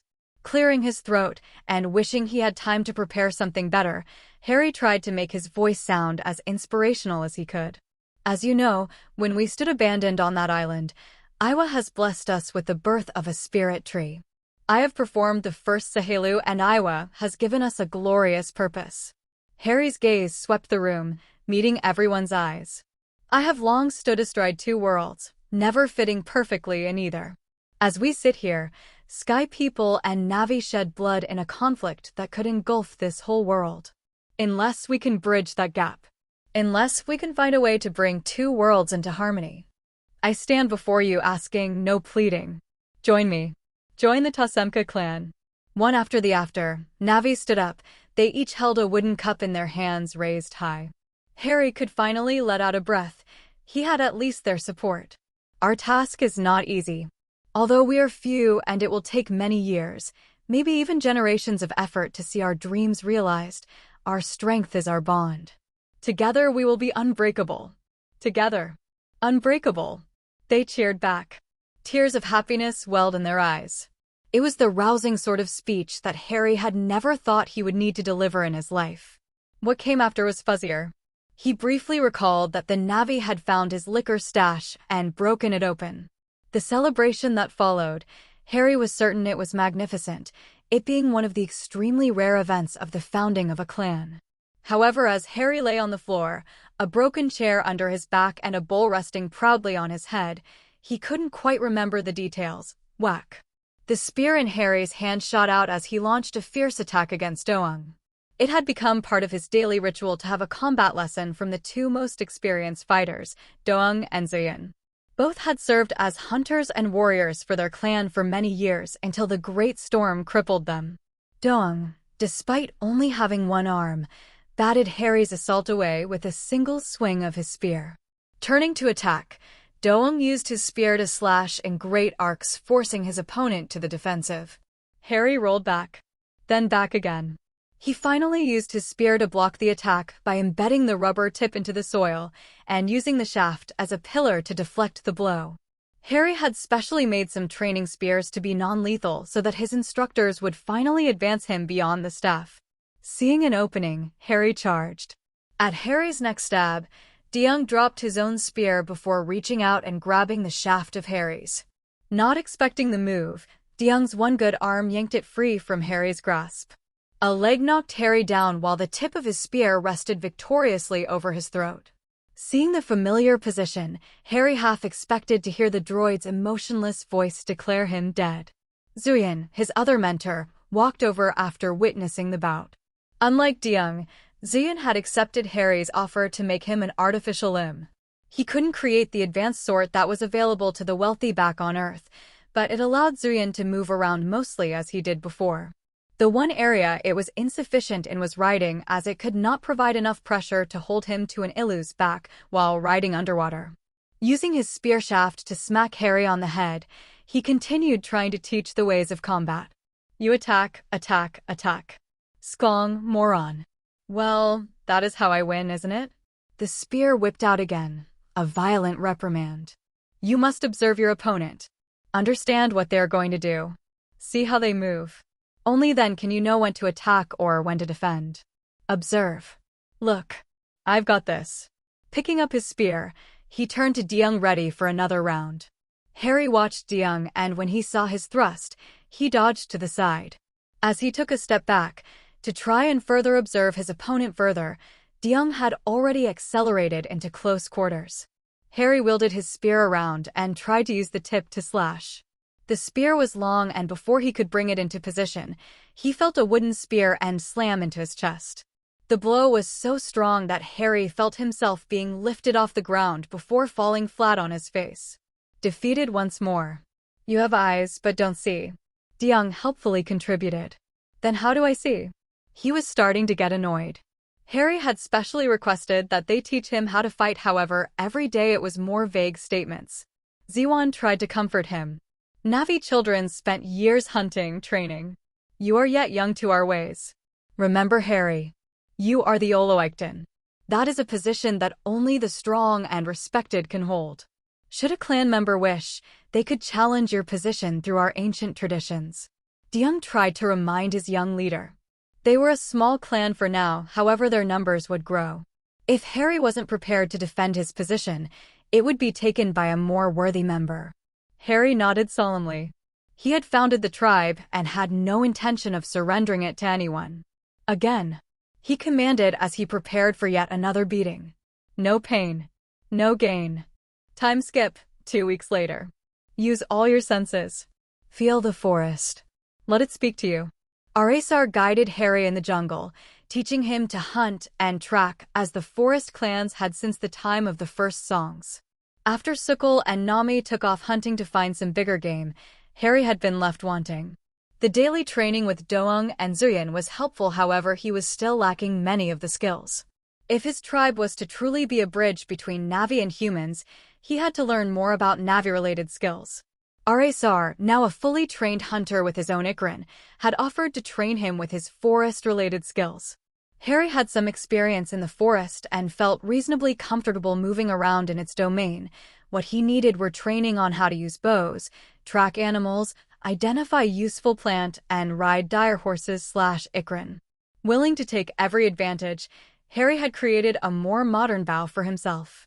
To not upset any of the Navi, Harry made the exterior to mimic the sky tree wood which most bows were made from. The insides were made with carbon nanotubes, designed to be extremely strong and have a greater draw weight to enable his arrows to be far more lethal. Harry knelt down and brought his face close to a track in the mud. Taking a deep breath, he was able to faintly smell the distinctly earthy musk of a hexapede. They were Pandora's equivalent of deer, although blue with yellow stripes and bred in great numbers, making them a staple food source of tribes and predators. They had 6 legs with small skulls that were protected by colorful fans that gave them an incredible hearing radius to detect threats. Making careful steps, Harry sneaked closer. His prey was drinking at a stream, unaware that 2 Navi were hunting it. Aresar silently moved beside Harry, his bow ready in case the first shot failed. Using sign language, which was at least similar to the underwater language, Aresar instructed him to shoot. Rising slightly, Harry placed an arrow on his bow and started to draw. Snap. Harry's motion of drawing his bow had rustled a tree branch above him. The hexapede immediately looked up at Harry. It bleated a warning, sending the nearby herd retreating into the jungle before following. With practice, he was accurate on stationary targets, however rapidly fleeing animals were significantly harder to hit the vital sections to ensure a clean kill. Trying to correct this aim on the move, he released his arrow. The colorful feather flew through the clearing. Thud. The arrow embeds in a tree on the opposite bank. Thud. Crash. Harry looked and saw a colorful arrow sprouting from the animal's chest. The arrow angled just right to slide through the ribs to the heart. A clean and quick kill. Aresar may be a young hunter, yet he was gifted, which is why Harry felt no shame in asking the younger Navi to train him. The pair jumped over to the kill. Aresar reciting the traditional words out of respect and thanks. Your spirit walks with Iwa. Your body stays behind to become part of the people. Aresar also offered some wisdom to his friend. You aim at prey. That is why you miss. Where else should I be aiming? You must aim not where the prey is, but where it is going to be. Harry glanced down at his bow. Even with his modifications, there was a delay between releasing the drawstring and the arrow hitting the target. It was a vital difference between bows and the guns that he had become more used to using. Taking a vine rope, Aresar hung the corpse from a branch before making a small cut along the neck. Blood pooled on the forest floor, dyeing the glowing moss with a shade of red. Won't that attract other animals? Predators? Harry asked his mentor. Aresar nodded. When possible, you can carry your hunt back unbled, much safer. This animal is too large, we need to reduce its weight. All hunts carry risk. This you must learn, Harry. And if a predator was close? A venator. Aresar gave such a calm smile, Harry wanted to throttle him. We run. With that shocking revelation, they retrieved their arrows before Harry was given the glorious task of hauling the animal back to the tribe. Their hunter training had ended for the day. Returning home to the island empty-handed again wasn't something he enjoyed. None of the clan offered an ill comment or condescending looks, but there were times when Harry felt like a failure. He was meant to be awakens, chieftain. He was meant to look after and provide for his tribe. Instead, the meat he ate was from the fishing team or the regular hunts. On a more positive note, the clan was starting to come together. There were some tensions at the start when Harry kept using his technology, which still held the stigma of coming from the Sky People. They would never embrace everything, but in those small ways that technology could improve their lives, while still honoring Iwa and their Navi traditions, he started to see a shift. Harry was able to use his technology, materials, and automation to help build homes, craft daily necessities, grow crops, and synthesize medicine. Slowly, but surely, they started to embrace some aspects of technology as they found a medium between convenience and environmental impact. The greatest example was Sukul. With Harry's role as the awakens, it was traditionally his mate's position to be the Sahik. Sahiks were the spiritual guides of the tribe with a special relationship to Iwa that would lead the clan through ceremonies and held their own authority that few could question. In addition, the Sahik was the clan's primary healer as they held knowledge about all the plants and potions that could be created. That knowledge was something jealously guarded, even between neighboring clans of Navi, and is only passed down through the line of Sahiks. While Harry fundamentally disagreed with the hoarding of knowledge as a new tribe, they had no foundation to learn from.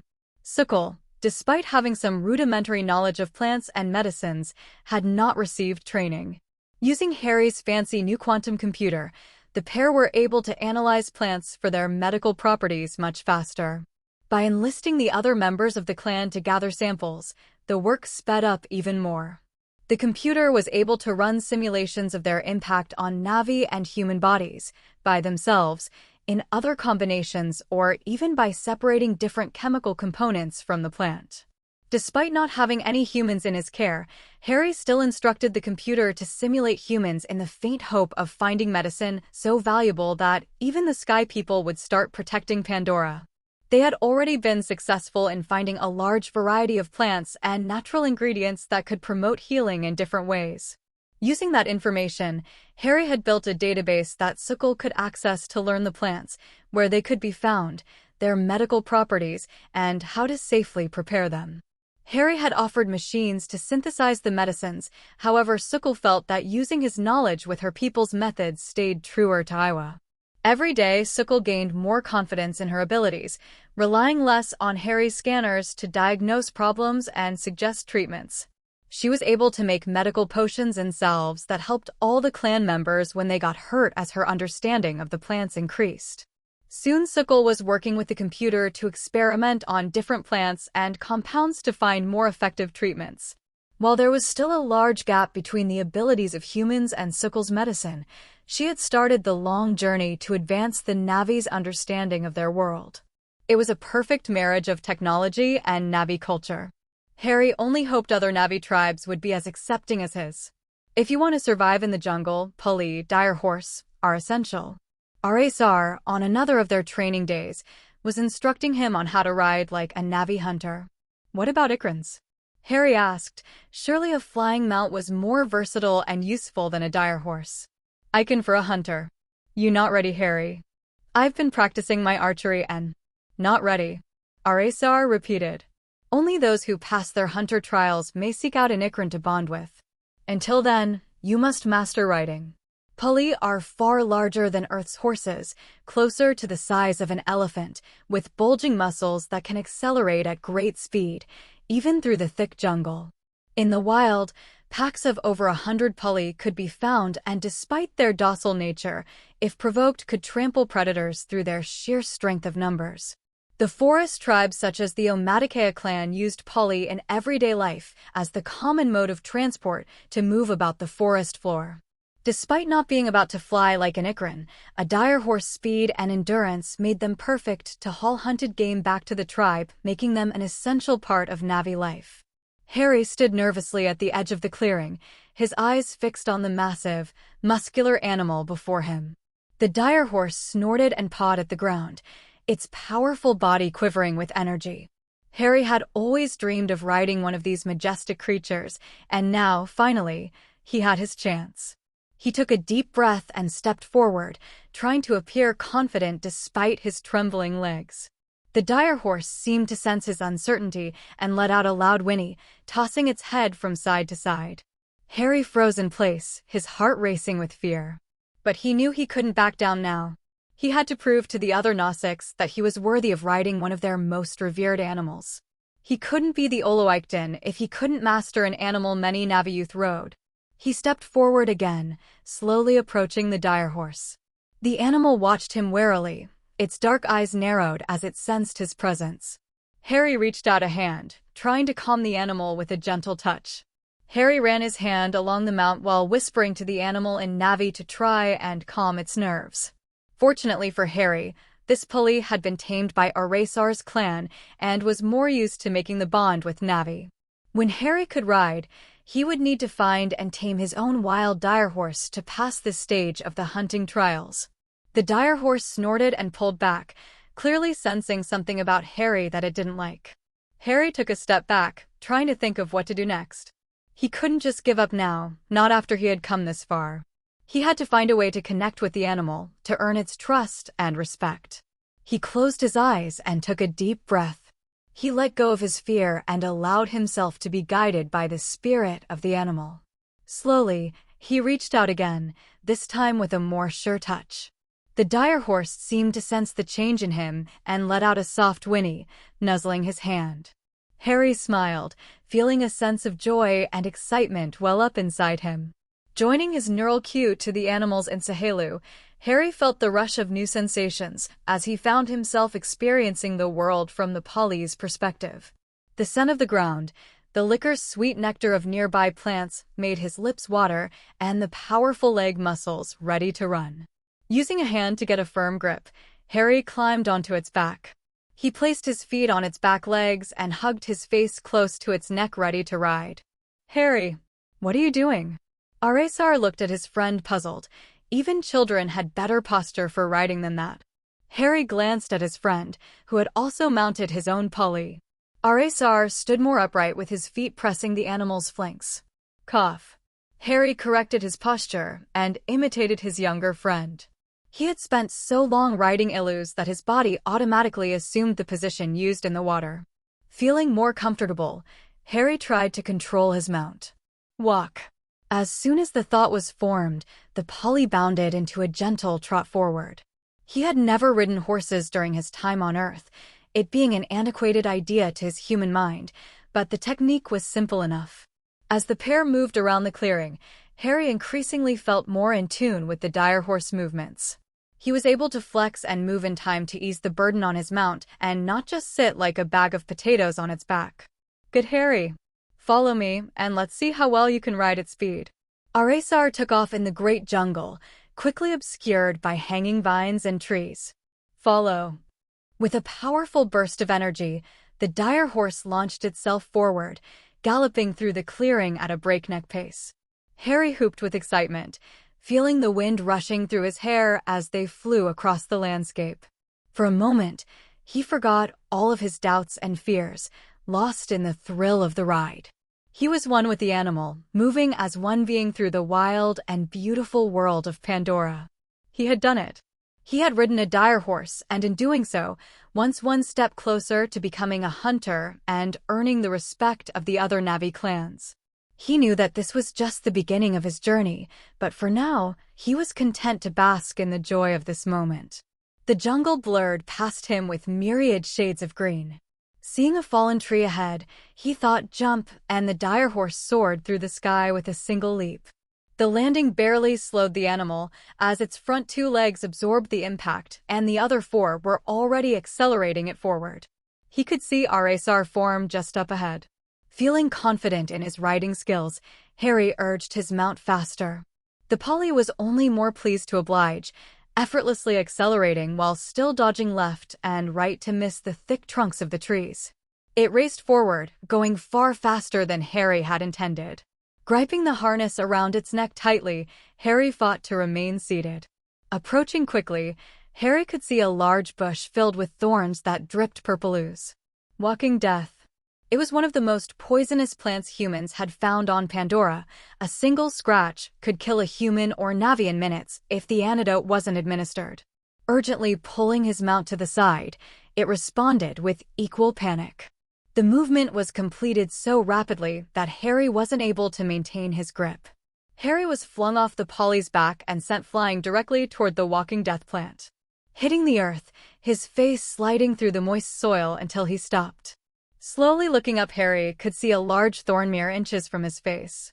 Retreating with the utmost care, Harry moved away from the plant and silently thanked Iwa for his salvation.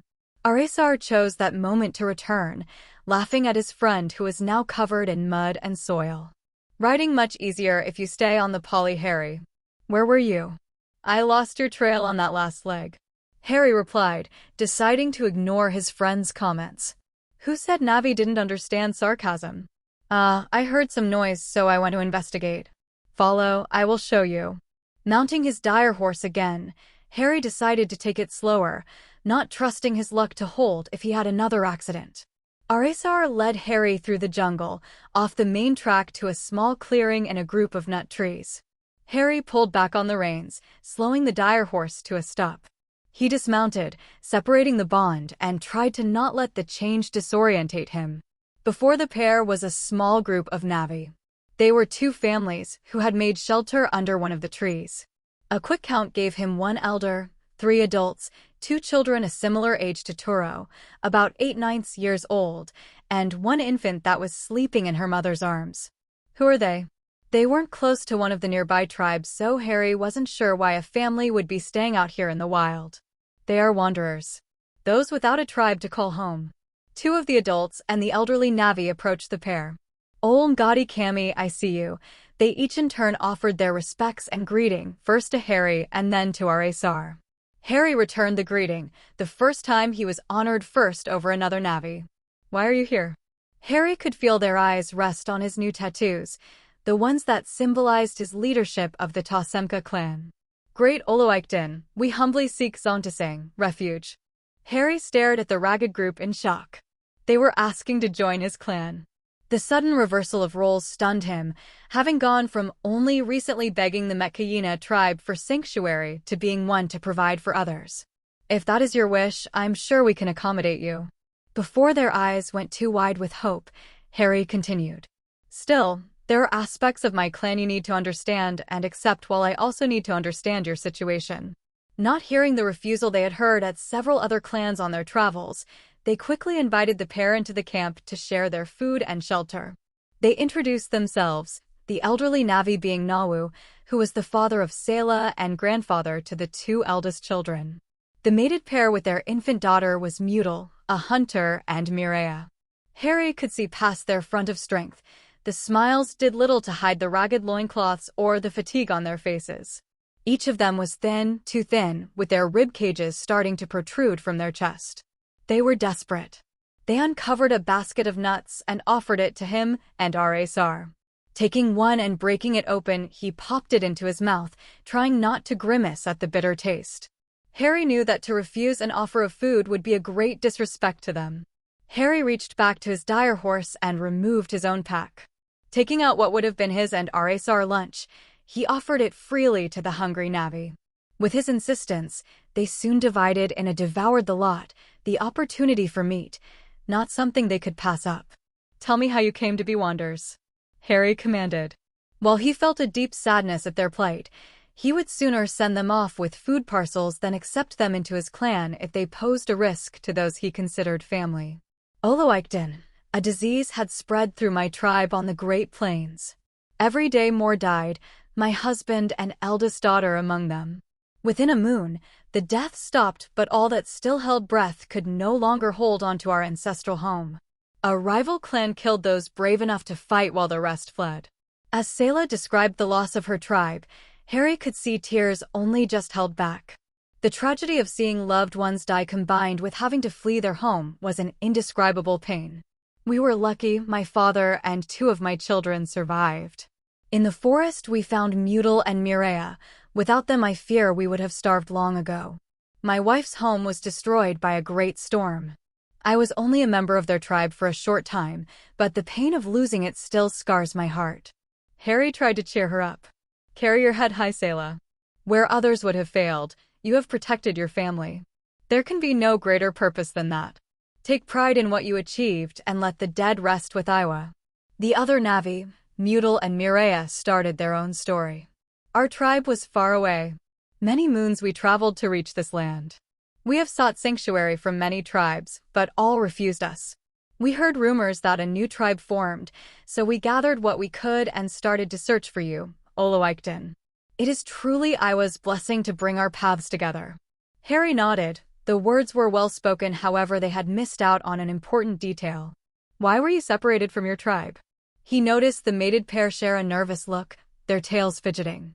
Finally, Mireia, who still nursed the infant, mustered the courage to answer.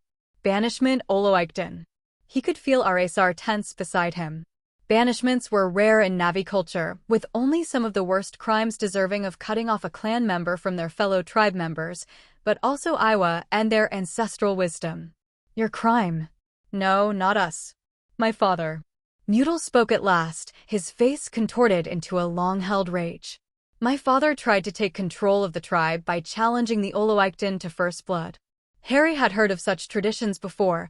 Doang was frequently reminding him of it as one of the most common ways a Navi could dispose of Harry through a contest to draw first blood. The winner became the Awakens.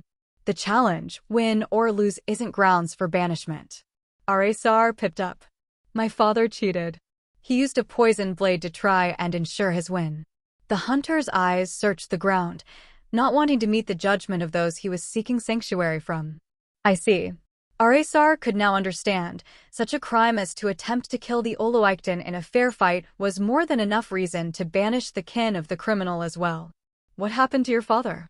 Harry couldn't help but ask. He had no desire to harbor such a criminal in his clan. "Dead.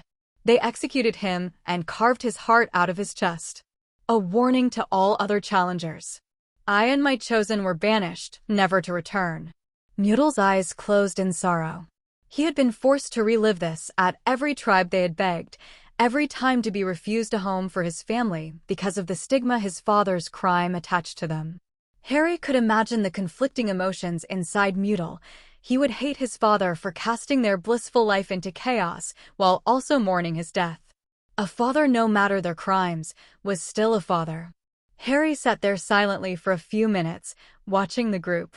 He could tell that his silence unnerved them, but this was a significant decision. Most tribes were very picky about those they accepted, if any, from outside their clan. When they did embrace their wandering kin, they would be those that were similar to their own people.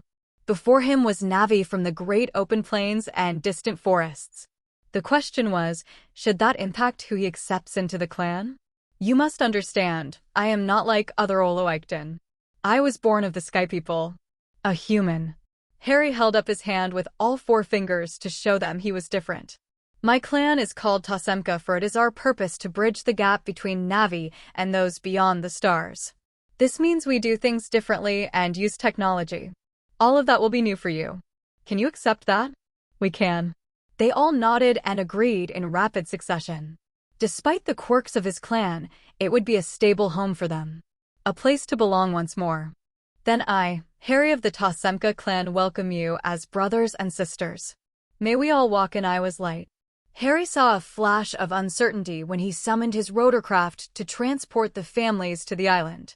That was quickly washed away when they could see the island from the air, able to fully take in its beauty.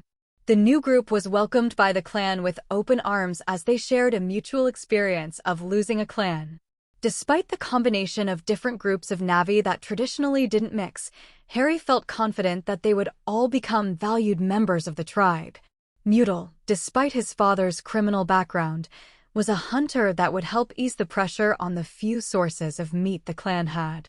He would need to be trained to hunt in the water, rather than the forest, but Harry also saw the potential to expand the hunting teams along the mainland shore. Mutal would need an Ikran, or use the rotorcraft, but it would be the first step to bridging the gap between different Navi groups. Something that should be far easier than his ultimate goal of uniting human and Navi cultures. Turo and the other children guided the newcomers through the different buildings in the village and introduced them to all on the island with such enthusiasm that Harry thought they might have been tour guides in a past life. Soon the shouts of childish games could be heard throughout the village as the group of orphans accepted the new additions into their fold.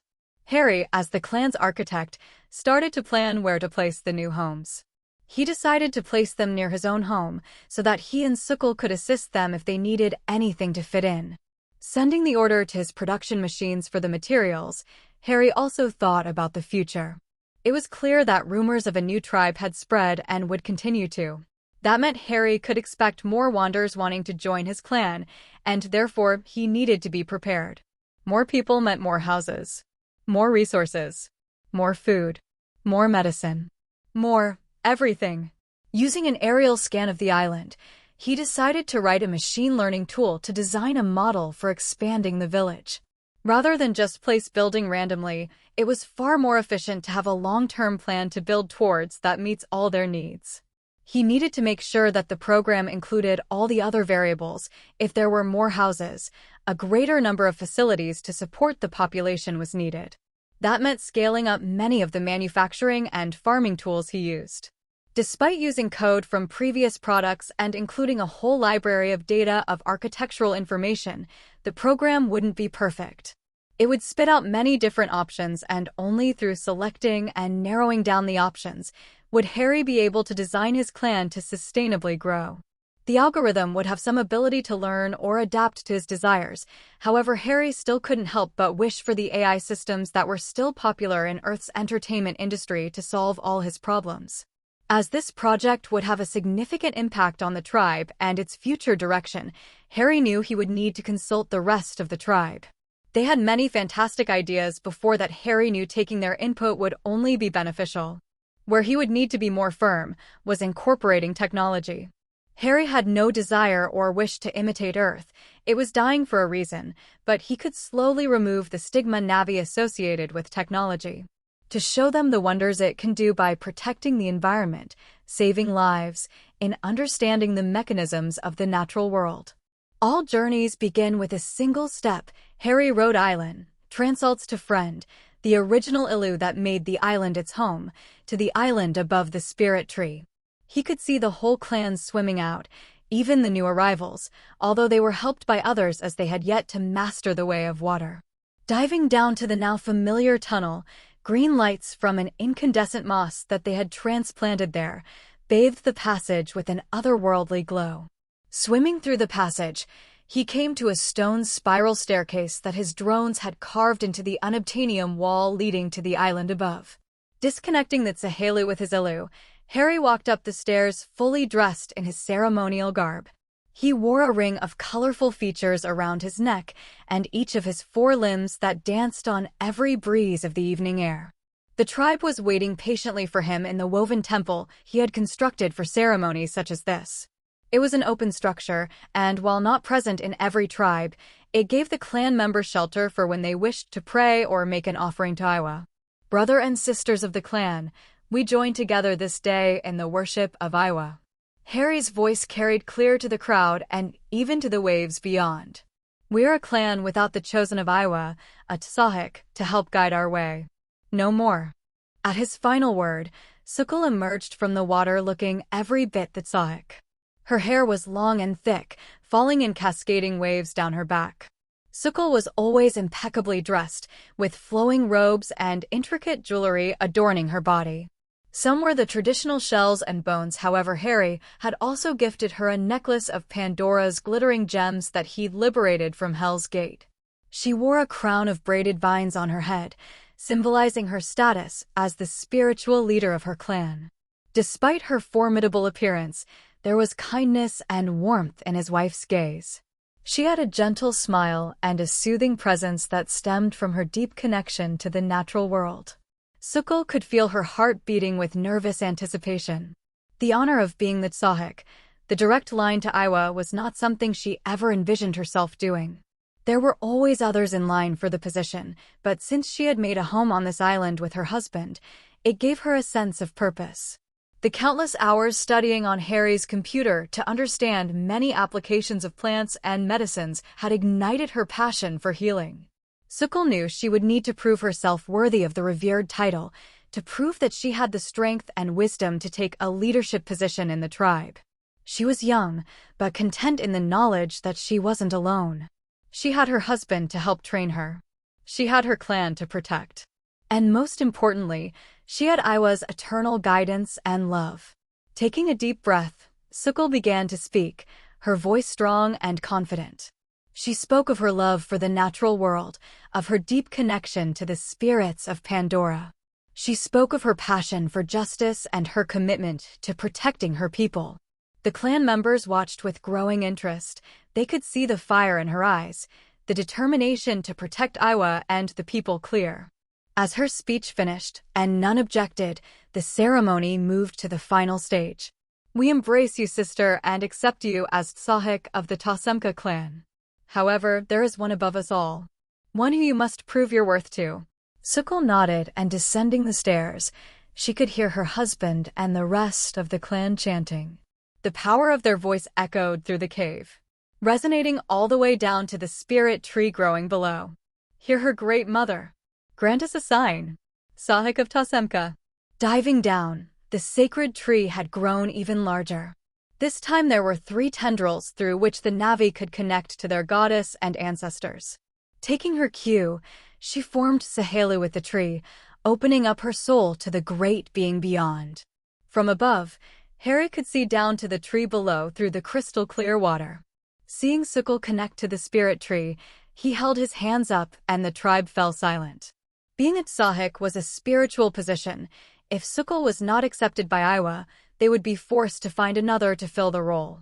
They waited quietly, tension building with every second. What's that? Turo, Sukul's younger brother, broke the silence, pointing towards the spirit tree. There was a slight golden glow emerging from one side of the cave. As the brother of the proposed Tsahik, he had been given a place of honor at the front of the tribe. I'm not. Before Harry could finish, he stopped himself. A swarm of golden fish flooded into the cave with regal brilliance. Their golden light shone so brightly that those Navi looking down had to shield their eyes as they swam around in great loops. Iwa has spoken.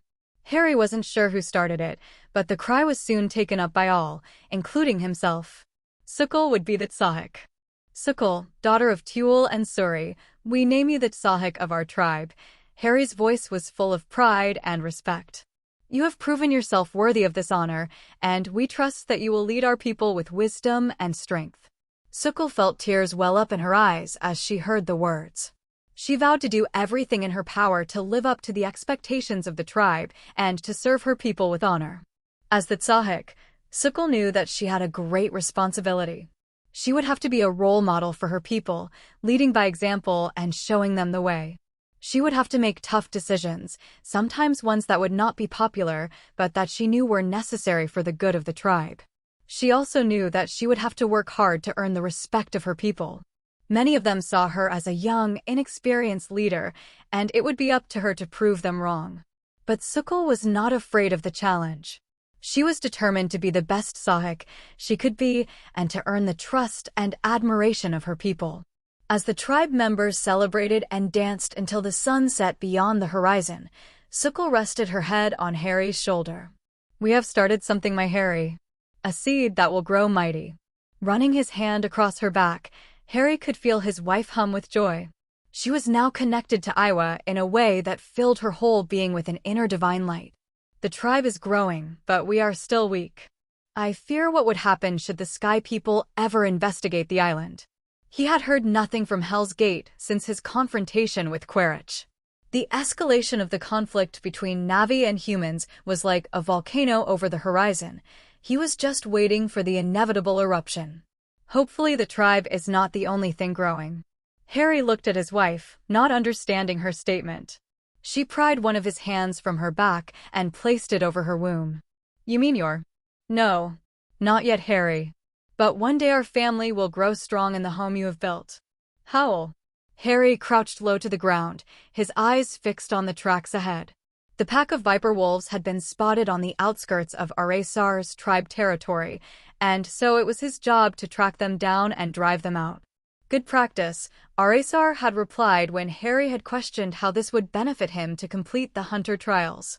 He moved stealthily through the dense undergrowth, his Na'vi senses heightened as he learned to embrace his instincts. He could feel the presence of the animals all around him, hear the rustle of leaves and the snap of twigs underfoot. As he drew closer to the pack, he could hear their growls and snarls in the distance. He knew he was getting closer, and he prepared himself for the confrontation ahead. He burst through the brush into a clearing, just in time to see the pack of viper wolves attacking a herd of the village's dire horses. The animals were locked in a fierce battle, with the wolves snapping and snarling at the horses' legs and flanks. Harry felt a surge of rage and protectiveness at the sight. He knew that the dire horses were vital partners to the Nausicaa, and he couldn't allow the wolves to harm them. This was the reason they were tasked with convincing the predators to move further away or become nourishment for the tribe. He let out a fierce war cry and charged at the pack, brandishing his bow drawn full with an arrow ready to let fly. The wolves turned to face him, snarling and baring their teeth. Harry felt a moment of fear as he faced off against the fierce beasts, but he pushed it aside and focused on the task at hand. One wolf, larger than the rest, charged at Harry. Lunging forward into a barrel roll to escape the razor teeth and claws, Harry lined up his target. With surprising calm, Harry fired his arrow. Whoosh! Thud! The stone arrow hits its mark, silencing the snarling beast with a single quick kill. Drawing another arrow, he faced the rest of the pack ready for the next attack. Baring his teeth, he hissed.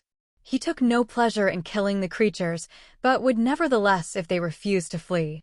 The pack hesitated for a moment, then seemed to sense that their leader was down. They turned and fled, disappearing into the forest with a chorus of yelps and snarls. Harry let out a sigh of relief and turned to check on the dire horses. They were shaken but seemed to be unharmed, and he took a moment to calm them before starting to lead them back to the safety of the village. "I could have used your help." Aresar smiled at his friend's silly notions. "You must learn to hunt without help. And should Viper Wolf prove too difficult for the mighty Oloikton, then he should retire." Aresar took great pleasure in being more skilled than a tribal leader, even if the said leader had only been on Pandora for a few months. As Harry walked, he couldn't help but feel a sense of pride and accomplishment. He had protected a tribe. It might not have been his tribe, but he had contributed and proven himself to be a valuable member of the clan. Harry could feel the time for his hunter trials, and the taming of an Ikran was fast approaching.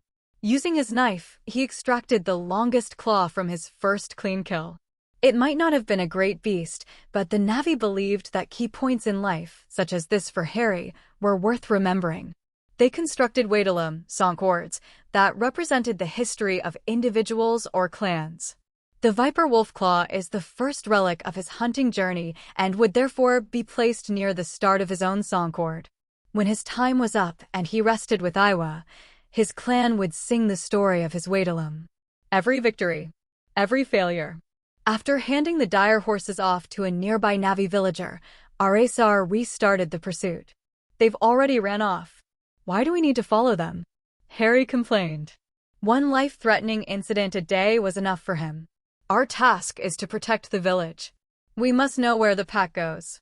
If they make a nest near the tribe, we have to drive them out further. Accepting his fate, Harry followed. To be as stealthy as they could, the pair left the pulley, dire horse, at the village, choosing instead to pursue on foot. Aresar left Harry to track the pack through the scents and signs of the forest. Fortunately, the pack of over 20 creatures caused enough impact on the ground and bushes to give them a clear path to follow. Harry followed them further out, into parts of the jungle he hadn't seen before. Hearing their high-pitched yapping further ahead, Harry readied his bow. Crawling over a branch to safely observe the animals, Harry was shocked at what he saw. Thanator. The pack of viper wolves circled the Thanator, their eyes narrowed with determination. They knew that this was a fight to the death, and they were not about to back down. Harry could see the large hollowed tree with a bed of leaves behind the Thanator. It was the animal's home. It seemed the pack, being kicked out of their previous home, had chosen to challenge this Thanator to its territory. The Thanator roared, causing a flutter of birds to escape in colorful streaks through the sky. Baring its large fangs, it swiped at them with its massive claws, trying to keep them at bay. But the wolves were too quick, darting in and out of reach and snapping at its legs and flanks. The battle raged on, with the pack of viper wolves and the Thanator locked in a fierce struggle. The wolves snarled and snapped at the massive predator, trying to tear at its flesh with their razor-sharp teeth. The Thanator roared and swiped at them with its massive claws, trying to fend them off. The Thanator was larger and more powerful, but the wolves were faster and more agile. The Thanator also seemed restricted somehow. It didn't go on the attack, but rather defended the hollow tree. It's injured. Harry nearly jumped in fright, so focused on the fight he missed Aresar crouched beside him. Taking a closer look at the Thanator, he could see the operculum of animals, scared over blocking its full breathing potential. The operculum was the nostril-like opening on many of Pandora's creatures that allowed them to intake greater volumes of air. If an animal's operculum was injured, it would struggle to survive as it would be weaker and therefore easier prey. Now that Aresar had pointed it out, he noticed a fragility to the mighty creature that still instilled fear in him from his near-death experiences with it. The Thanator saw an opening and lunged forward, its jaws open wide. It snapped at one of the wolves, its teeth narrowly missing the animal's throat. The wolf yelped and retreated, trying to evade the Thanator's grasp but failing. Holding the wolf in its mouth, it shook it violently so that even the two Navi could hear the crack of the spine breaking. Spitting out its victim, the Thanator looked at the rest of the pack, daring them to attack further. As Harry watched the epic battle, he couldn't help but feel a sense of déjà vu. While Thanators were not the most populous creatures of Pandora, there were several that could be found in each great forest. However, this one was familiar. Harry remembered how he had shot at Thanator months ago on an expedition for the mining base. He never saw the injury he inflicted. Trusting his instincts, Harry knew he was responsible for this one injury. If the Thanator wasn't injured, it could dominate the pack of viper wolves with ease, but injured, it was a losing battle. Both sides taking heavy blows, the Thanator made a fatal mistake. It lunged forward again, trying to catch one of the wolves in its claws. But the wolf was too quick, evading the attack and leaping onto the Thanator's back. It sank its teeth deep into the beast's neck, trying to bring it down. The Thanator let out a pained roar, attempting to shake the wolf off. But it was too late. The rest of the pack closed in, tearing at the beast with their teeth and claws. The Thanator let out a final, pitiful cry and collapsed to the ground, its life force extinguished. The pack of viper wolves stood over their prey, panting and covered in sweat, their victory clear despite the several dead wolves. They let out a chorus of triumphant howls, signaling their dominance over the forest. Seeing one of the viper wolves approach the hollow, Harry heard a small bark and froze. The Thantor couldn't have fled, it was protecting its cubs. A squeal broke the silence as the viper wolves discovered the young Thanators. Knowing that he should respect the balance of the forest, Harry swung down on a vine to land in front of the cubs. He used his bow to knock the closest wolf away while he drew an arrow and hissed at the pack. They snarled back, clearly remembering their earlier encounter. Locked in a stalemate, one of the wolves finally barked at the others, and they retreated into the jungle. This time not going far, their red eyes still visible through the brush. They might have balked at another fatal encounter with Harry, but they weren't willing to give up their prize, the Thanator. Reaching down and retrieving the cub, he held it close. It immediately started gnawing on his blue fingers. The teeth, while sharp, weren't developed enough to break his skin. The scrunched face like a puppy told Harry that they were only a few days old. Harry glanced down at the forest floor. He hadn't been fast enough. Out of the two cubs, one had died before he could knock the wolf away. He was too late. Still holding the wriggling cub, Harry approached the mother. "I'm so sorry. May you walk with Iwa and find peace." He touched the creature's face, his fear now replaced with respect. Something so vicious and deadly as a Thanator also possessed the love and a willingness to sacrifice its own life. It deserved his admiration. Reaching into the animal's mouth, Harry used his knife to quickly remove a large fong. Normally, it was a Na'vi tradition to take a trophy of special hunts to display their strength and value to the tribe. Despite Harry playing a vital, if unknowing, part in the Thanator's death, he took the tooth not as a trophy, but as a solemn reminder. A reminder that all life mattered and should be protected. Such love for family was the foundation of his clan, therefore Harry intended to attach the tooth to his awakens ceremonial outfit. As later generations took charge of the clan, the fong would be passed down. A generational lesson in what they were fighting to protect. Closing his eyes and trying to feel the spirit of the animal, he gave his bow in recompense for his actions.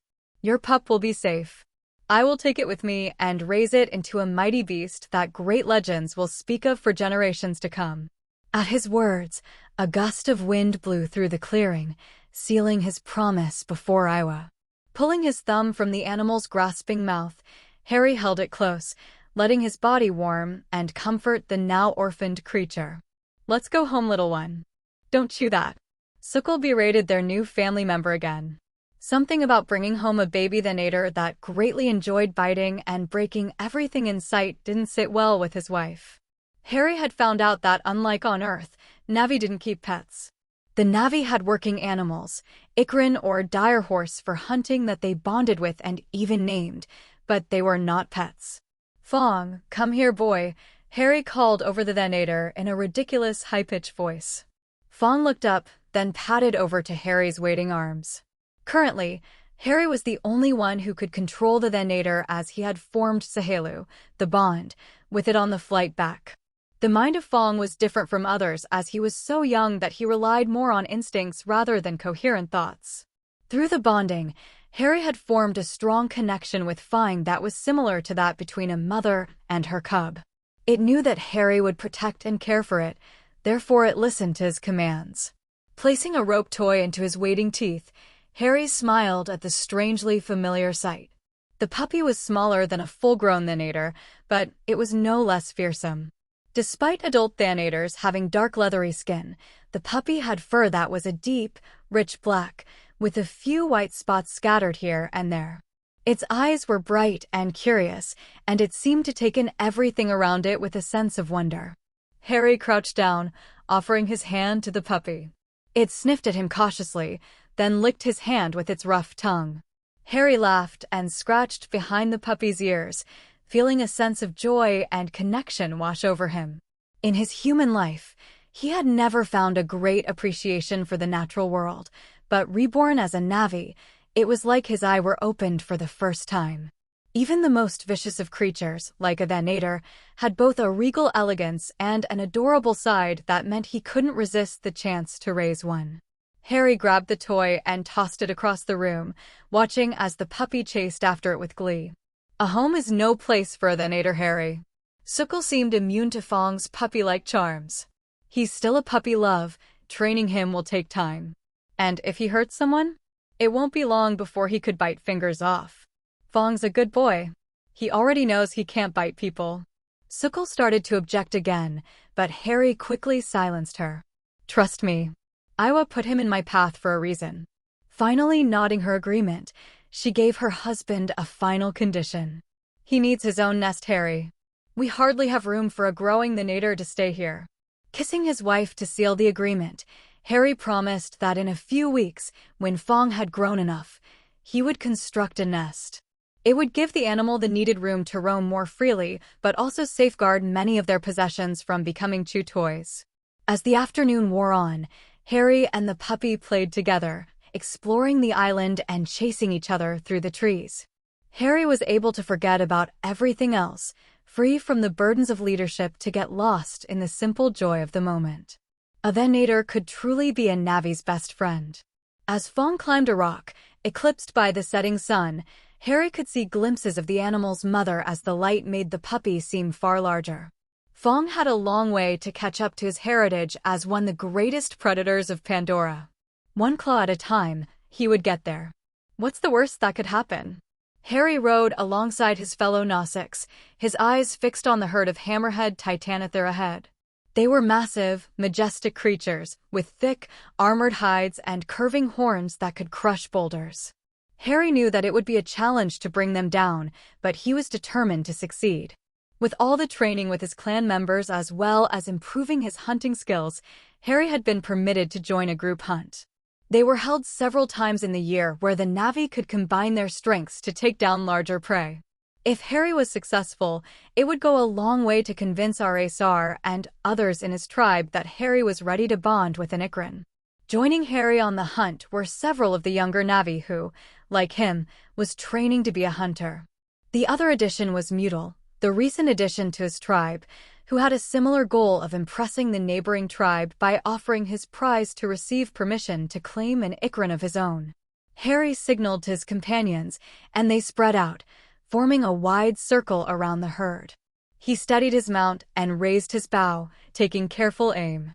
He could feel the Titanothere's presence all around him, sense their movements and intentions. He knew that he had only one shot, and he couldn't afford to miss. Even with Harry's enhanced bow, the hammerhead's armor was too thick to penetrate, leaving the only option to go through the sides or neck. Riding up alongside the herd, Harry could hear the animal's cries of distress. Several of the hunters behind him had already made their move, sending arrows and spears into animals' flanks. Some clattered uselessly against their armor, while others found their marks, extinguishing their mighty life. The Nausicaa moved with precision and efficiency, taking down one Titanothere after another. They worked together seamlessly, each one knowing their role and working to bring down the prey as quickly and humanely as possible. He could feel the shocks through the ground as the great animals fell to the ground, tripping their fellows who were similarly in rapid retreat. Harry passed by several suitable targets, however he didn't fire, instead choosing to ride further up the herd. He was an awakens. He couldn't just hunt like the others, more was expected of him. The Alpha Bull. It was the dominant member of the tribe that led all the others. While the hammerheads already reached over twice the size of an earth elephant, the Alpha was even larger. Seeing the challenge in Harry's eyes, the Alpha Bull swung its giant armored head at the rider. Without a moment of thought, Harry pulled his dire horse to swing further away. A tree that had been close by was reduced to splinters by the animal's attack.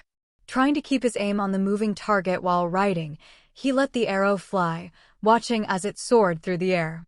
Thud! It had struck the beast in its chest. Letting out a pained cry and stumbling, its legs collapsed beneath it. A great cloud of dust and earth was shot into the sky as the behemoth skidded to a dead stop. Seeing their alpha fall, the rest of the herd panicked, breaking formation and fleeing in all directions. The Navi, who had not yet found their prey, chased the scattered animals with arrows and hunting cries. Harry slowed his mount and returned to his prey. Taking his spear, Harry approached the animal cautiously, even wounded such as creature could kill. With a single thrust to the animal's vulnerable underside, Harry finished off the wounded Titanothere, ending its life. Feeling the rough hide beneath his skin, Harry whispered his prayer of thanks to the animal for its sacrifice. The Na'vi moved quickly, taking care to remove the valuable horns and meat before moving on to the next target.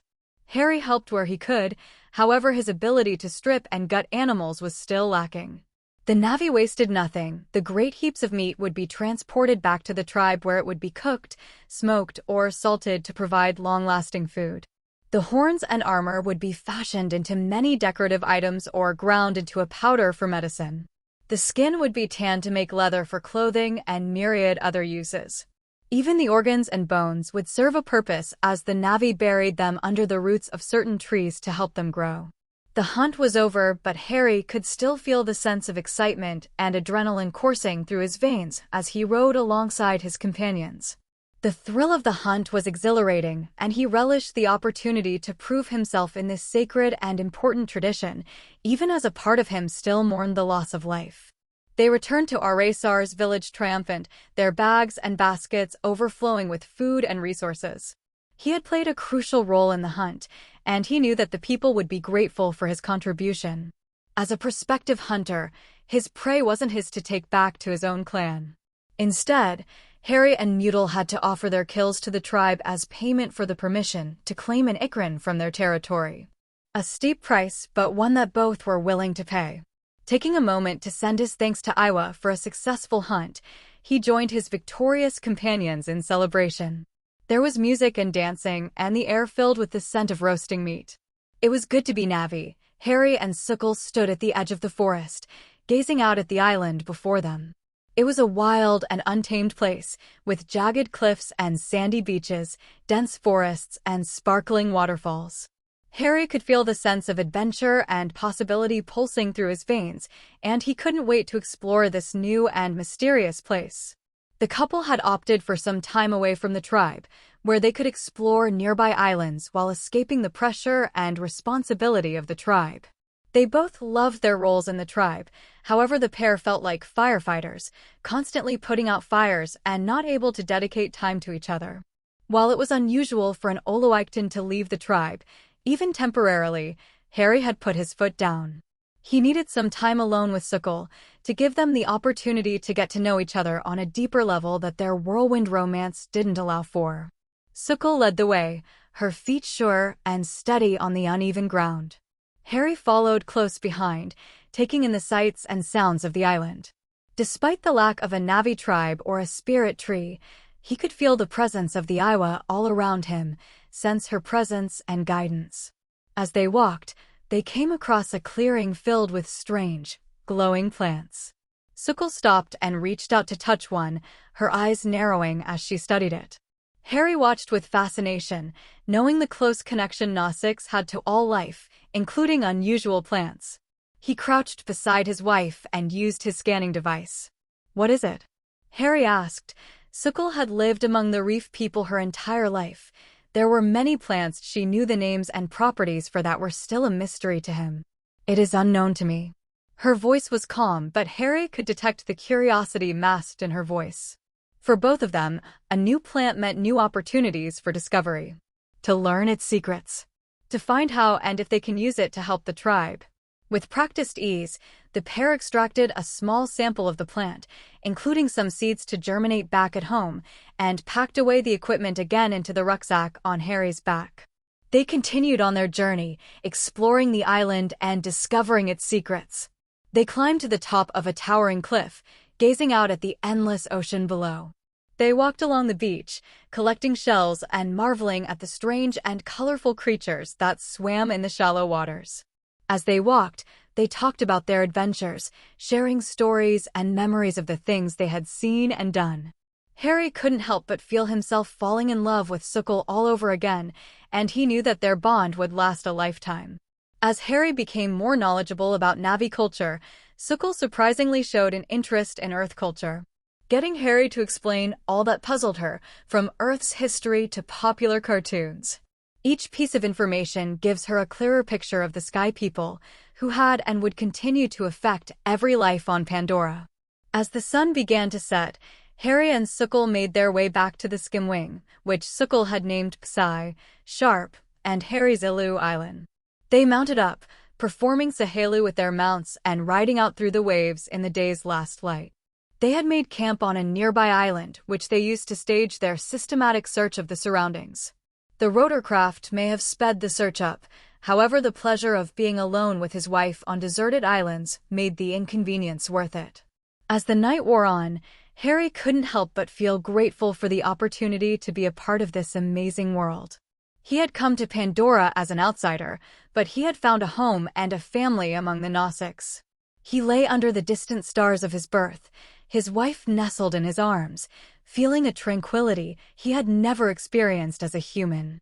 He knew that he still had much to learn and many challenges ahead, including protecting his clan from his former species, but he would be ready for whatever the future held.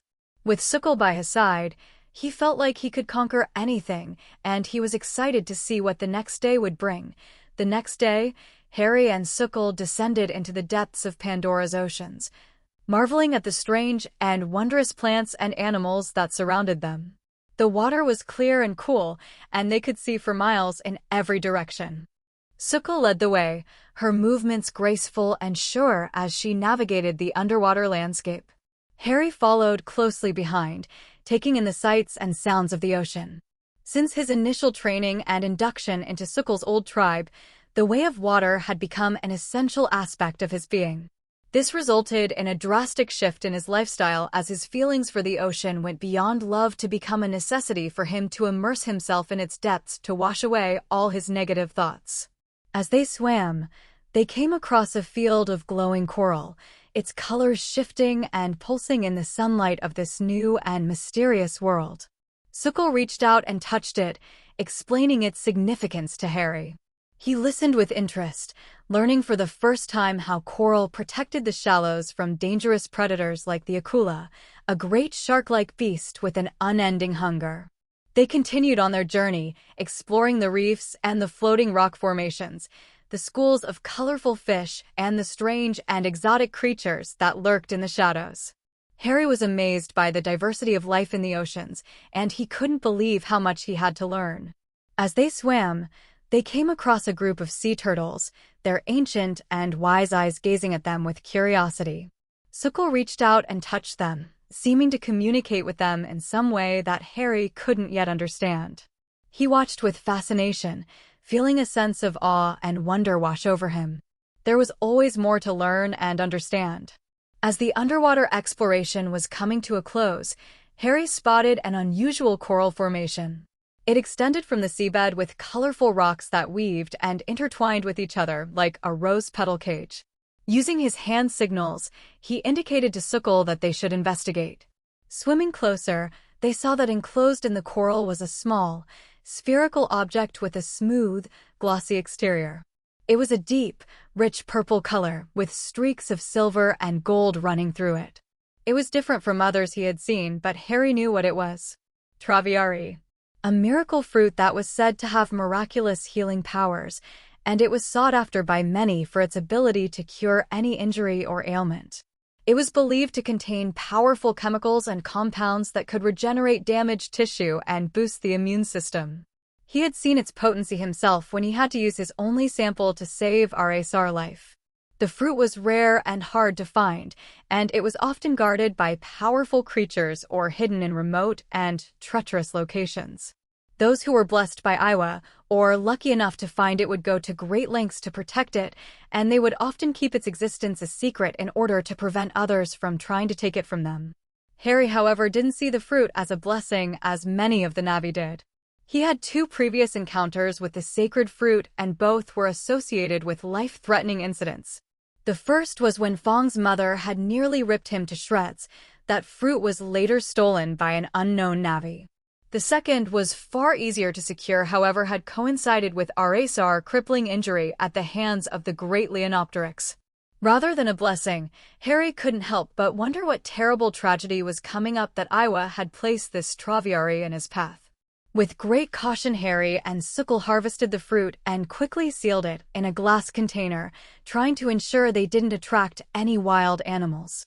Having secured their prize, they made their way back to the surface, scientific curiosity balanced against the feeling of impending doom. Emerging from the water, they found they were not alone. A herd of overloaded Ilu was landing on the beach with several reef Navi trying to maintain order during the inevitable chaos. Hearing the voices, they stopped and listened. Even with Sukkel's excellent local knowledge, she couldn't recognize the clan. Sukkel gestured for Harry to follow her, and they made their way cautiously towards the group, making sure it was clear they were unarmed. Seeing their eyes fixed on the pair, Harry and Sukkel stopped and waited, unsure of what to do. The other Nausicaa seemed friendly enough, but they didn't know them, and they didn't want to take any unnecessary risks. One of the Nausicaa stepped forward, introducing himself as Tatut. He explained that they were a group of wanderers, traveling from village to village in search of a new home. They had heard of Harry and Sukkel's clan, and they were hoping to join them. Harry shared a shocked look with his wife. The fame and allure of their clan were greater than expected. The Tasemka clan would be growing again soon. Harry stood in the arena, his eyes fixed on the spear in his hand. He had been practicing for weeks, taking his studies in combat even more seriously than his academics during his human life. He had come a long way, however Harry was humble enough to admit that he had much to learn if he wanted to become a skilled warrior worthy of the title of awakens. Harry and his opponent faced off, their eyes locked in a fierce and intense gaze. They both knew that this would be a hard-fought battle where they had to display all of their skills. Harry's spear instructor, Doang, stood to one side to watch the confrontation. Doang had often been Harry's sparring partner, and despite his disability, he was quick and agile with his one good arm enough to dominate Harry. Over the weeks of training, combined with his growing skills as a hunter, Harry had finally started to hold his own against his teacher. To increase the difficulty, not willing to let his student coast on his achievements of beating a cripple, he had sought the services of Tatut. Tatut had only recently been accepted as a member of the tribe, with his group of wanderers, which had brought the tribe's numbers up to 43. A staggering growth, but one that Harry's forethought had ensured went smoothly to get the new Navi members acclimatized to the Tasemka clan. Tatut was a hunter in his prime, successful enough to provide for and protect his group through dangerous waters. He would not be an easy opponent, but Harry knew that there was much he could learn from him.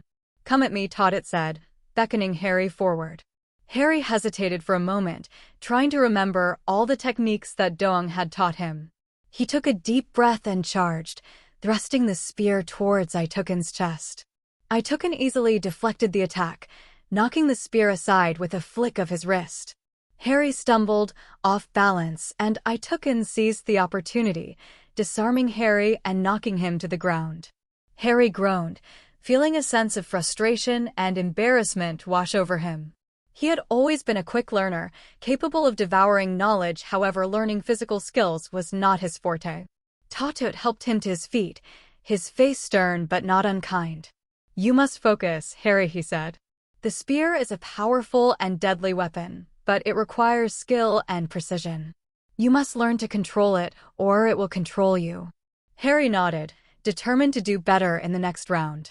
The two warriors circled each other, their spears at the ready. Harry could feel the tension and adrenaline coursing through his veins, and he knew that he had to stay focused if he wanted to win.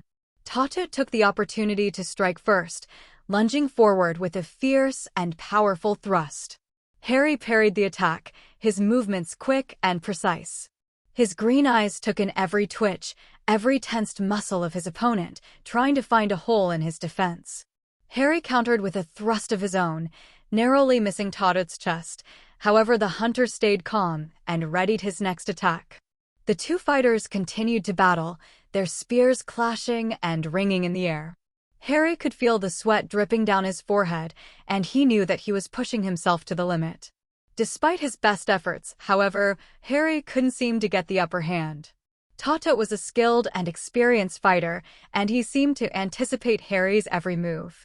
As the battle raged on, Harry began to wonder if he would ever be able to defeat him. He was starting to tire, and he knew that he couldn't keep this up much longer. Leaping back, Harry disengaged from the fight. He needed to try something else. Something different. Thinking back to his training droid, he remembered a move from an Asian martial art. Seeing an opening for a split second, Harry took his chance. Lunging forward, he stabbed the spear towards Tatut's feet. As the hunter dodged the strike with ease, Harry continued his attack until the spear was wedged into the sand of the training arena. Using his spear as leverage, Harry swung his body around on the pole, his whole body flexing with hidden strength, as his foot flicked out and caught Tatut in the chest. The hunter, surprised by such an unfamiliar attack, was sent hurtling to land in a heap. While Tatut groaned in pain and clutched his body painfully, Harry took full advantage and advanced on his opponent. Before Tatut could refocus, Harry had his spear resting under his chin. Victory! The cheers and celebrations that erupted made Harry jump, not realizing how many of his fellow tribe members had been watching. Harry couldn't help but feel a sense of pride and accomplishment. He had faced a formidable opponent and come out victorious, and he knew that he had earned the respect and admiration of his fellow warriors. Reaching down a hand, Harry pulled Tatut to his feet, looking deep into his eyes. They were darker than Harry's, and despite the injury and loss, contained no malice. It was a good fight.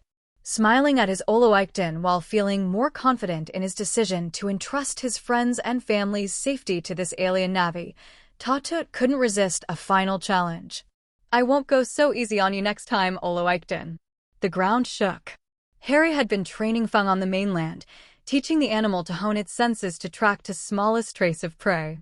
It had only been several weeks since Harry took Fang into his home, however he was already the size of a viper wolf, making him more than capable of hunting smaller prey. Fang whined and retreated into a nearby hollow of a tree. The normally vibrant jungle that hummed and echoed with the sounds of life was silent. Harry felt winded, as if he was mourning the loss of a close friend. Not having experienced such sensations, Harry quickly called to Fang, who required several bribes to follow, before retreating back to the rotorcraft. He needed to find out what had happened. Earthquakes on Pandora were not uncommon, as all planets had fault lines and tectonic stresses. However, Harry knew the area they were in was at the center of a large tectonic plate, making it the least likely place to feel a quake. That meant it was something else. Something powerful enough to shake the very Earth hundreds of clicks away. That scared Harry. In his plane, he could examine the instruments and sensors, however he couldn't detect anything that would cause such an impact. His only guess would be a meteor strike, however his sensors and the satellites of Hell's Gate that he had hacked into would have notified him. Making the quick trip back to his island, Fang's drooping head rested on his lap, upset that their hunting trip had been cut short. When they had landed, Fang ran off at seeing the ever-growing group of children running up the hill to the play park Harry had built. It was a large area with a single tall tree in the center, with a variety of obstacles, training tools, slides, swings, and games to name, but a few of the opportunities hidden within. While Fang would always be Harry's, the children embraced the animal and used their endless energy to tire each other out. A win-win for Harry and the children's parents. Pushing a wall of hanging vines aside, Harry entered the concealed entrance of his underground lab. The computer there had far more capacity, and he hoped to find answers to his questions. Seeing all the nearby sensors he had placed around his clan were green, he let out a breath and tried to calm his racing heart. "The clan is safe. Sukul is safe." He repeated the mantra to himself over and over until he started to believe his own words. His fingers resumed typing, rapidly changing the holoscreen to an orbital view of Pandora. Hell's Gate may represent some of the worst of humanity, but its infrastructure still was useful. Zooming into a live image of his home, or at least what he had programmed the satellite to see, was displayed. When Sukul and her people had agreed to live on his island, he had created an automated program that scrubbed satellite footage of his tribe off the humans' computers, making their secrecy his greatest defense. Using his hands to navigate the controls effortlessly, he started to scan the surrounding forest. He needed to find the cause of the quake and the unnatural terror in his heart. He scanned over many areas of forest, all green and thriving as normal. Aresar's tribe living in a sky tree was fine, and he could spot no abnormalities. Harry even went as far as to scan over Hell's Gate. The mining site was still a colossus, marking the landscape like an angry infection. He could see the stacks of smoke billowing from the refineries, polluting the air with their poison. Harry was about to continue looking in other areas when he noticed something was missing. Mercenaries. When he had been forced to visit previously, The base was teeming with military activity, with every camo-dressed soldier wielding their heavy guns. Now he saw none of that. Clicking a few buttons, he zoomed in on the image of the airfield. Normally, the fleet of rotorcraft was on the great slab of concrete. Now it was empty. Harry felt the sinking feeling in his heart worsen. Trying to think of possible targets, his mind racing, Harry remembered Jake Sully. They had been acquaintances, maybe even friends, however their paths diverged. Harry had left to find his peaceful retirement and acceptance among the Na'vi. Jake's avatar had been accepted into the Omaticaya clan, the clan closest to the base, so both sides could learn more about their respective people and culture. Controlling the screen to locate Jake's clan, Harry fell to his knees, unable to endure the shock and horror of what he was seeing. Home Tree, the majestic and ancient tree that had stood at the heart of the Nosix village for countless generations, was a sight to behold. Its massive trunk rose up into the sky, its branches stretching out like arms to embrace the world. It was a symbol of strength and resilience, a beacon of hope and inspiration for the Nosix people. But on this fateful day, Home Tree had met its end. The air was filled with the sound of machinery and the roar of engines as the humans hovered over the apocalyptic scene of destruction, safely nestled in their ships. Home Tree lay dying, its great branches broken and twisted, its leaves withering and fading. No longer reaching upwards, but fallen prone, crushing the forest beneath its weight. All that remained of Home Tree was a shattered and broken stump, a testament to the power and greed of the humans. A great fire still blazed on the shattered trunk where the humans' weapons had broken the tribe's ancestral home. Waves of black smoke billowed into the air, scaring every leaf and life with a brush of darkness. Even from the satellite, Harry could see some blue figures trying to avenge their home, fighting with all their might, but they were no match for the humans' superior technology. Their arrows and spears bounced harmlessly off the metal and glass, leaving little more than scratches. Most of the Na'vi scrambled to escape, running for their lives, faces filled with fear and desperation. They had lost their home, their place in the world. The death toll was incalculable. The humans had destroyed the home of a tribe, where many of the women, children, and elderly all resided. Only a few lucky Na'vi would have escaped. The Omaticaya tribe had been decimated. It would take generations, if ever, to fully recover. Harry felt tears run freely down his face. The death. The destruction. It was far worse than he feared. Watching the scene of a clan as renowned and revered as the Omaticaya, Harry felt a new sensation. Something unfamiliar.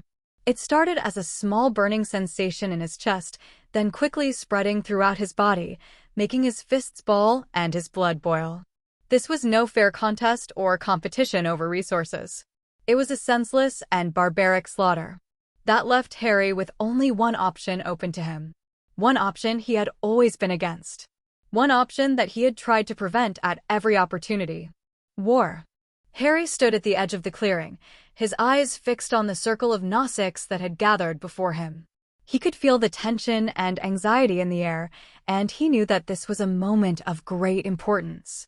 The Nosix were preparing to perform a tribal ceremony, a ritual that had been passed down for generations.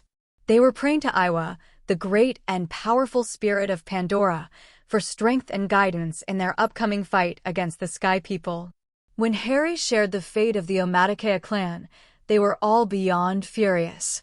Most of the members of his tribe were from the Great Reef, but despite their differences from those of the forest, the destruction was unacceptable. Home Tree had long been a symbol of Iwa's power, making a tree so impossibly large that houses one of the few great clans whose history was known throughout Pandora. We are Iwa's stalwart defenders. When the great balance is threatened, there can be no response except war. Sukal's somber voice echoed out over all the clan members. Even the children, normally so full of life, were quiet and downcast. Harry stood in front of a group of 8 warriors, fully armed and with eyes full of violence. This was their war party. There had been more, including many who lacked the fighting skills of the hunters, who had volunteered to join the war they all knew had been started. Harry had chosen only the most gifted and experienced and limited his numbers to those that he could transport in his rotorcraft. He had selected Doong and Zuyin, who despite their missing limbs were fearsome warriors with great experiences. Harry also brought along the majority of the hunters, including Nami, Mutal, Tatut, and 3 more who had only recently joined the tribe. The point of contestation was Sukul. She had demanded to go, not willing to let her husband go to war without her. Harry had tried to convince her, reminding her of the sacred responsibility she took up as Tsahik. Eventually, they both compromised.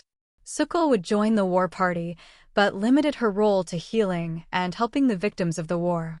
There would be enough dying and in need from the destruction of Home Tree, let alone any other future conflicts. As the fighting would be on land, many of the tribe mounts like Skimwings were useless. Further, Harry and Mutal had yet to tame an Ikran, making the rotorcraft their only means of transporting the group. The only upside was that Harry was able to load several containers full of medical supplies, emergency rations, and automated drones to help the now-displaced Omaticea clan. There was also the Traviari, a miracle fruit that could heal almost anything, a great blessing in times of a vicious war. Wear these markings with honor. You may wield the blade, however you are not alone. Iwa walks with all of us, guides our aim, and cleanses our hearts. Every member of Tasemka stands behind you, brave warriors. Defend the people. Defend the great balance. Sukul spoke out again as she held a shell full of yellow paint. She moved from member to member, marking them ready for war with her paint-covered fingers. The paint drew simple lines arcing from the brow, down and across the cheeks with a single marked their chin below their lips. The paint was made of a mixture of plants and mud that, when dried, would dye the skin. The paint would take many weeks to fully wash off, a sign for all of the commitment to their cause. As Sukul finished painting the war party, other tribe members approached, each with their own shell, with a variety of colors that they then marked their loved ones with symbols and sigils. Turo came up to Harry and, without a word, used his black paint to draw a swirl over Harry's heart. More came, each adding their own mark until Harry's chest and back were covered with the well wishes of his tribe, his family. The ceremony ended with a great cry of triumph and joy, and Harry knew that the Nausicaa were ready to face the Sky People and defend their land. He felt a sense of pride and determination fill him, and he knew that he was ready to fight alongside his fellow warriors.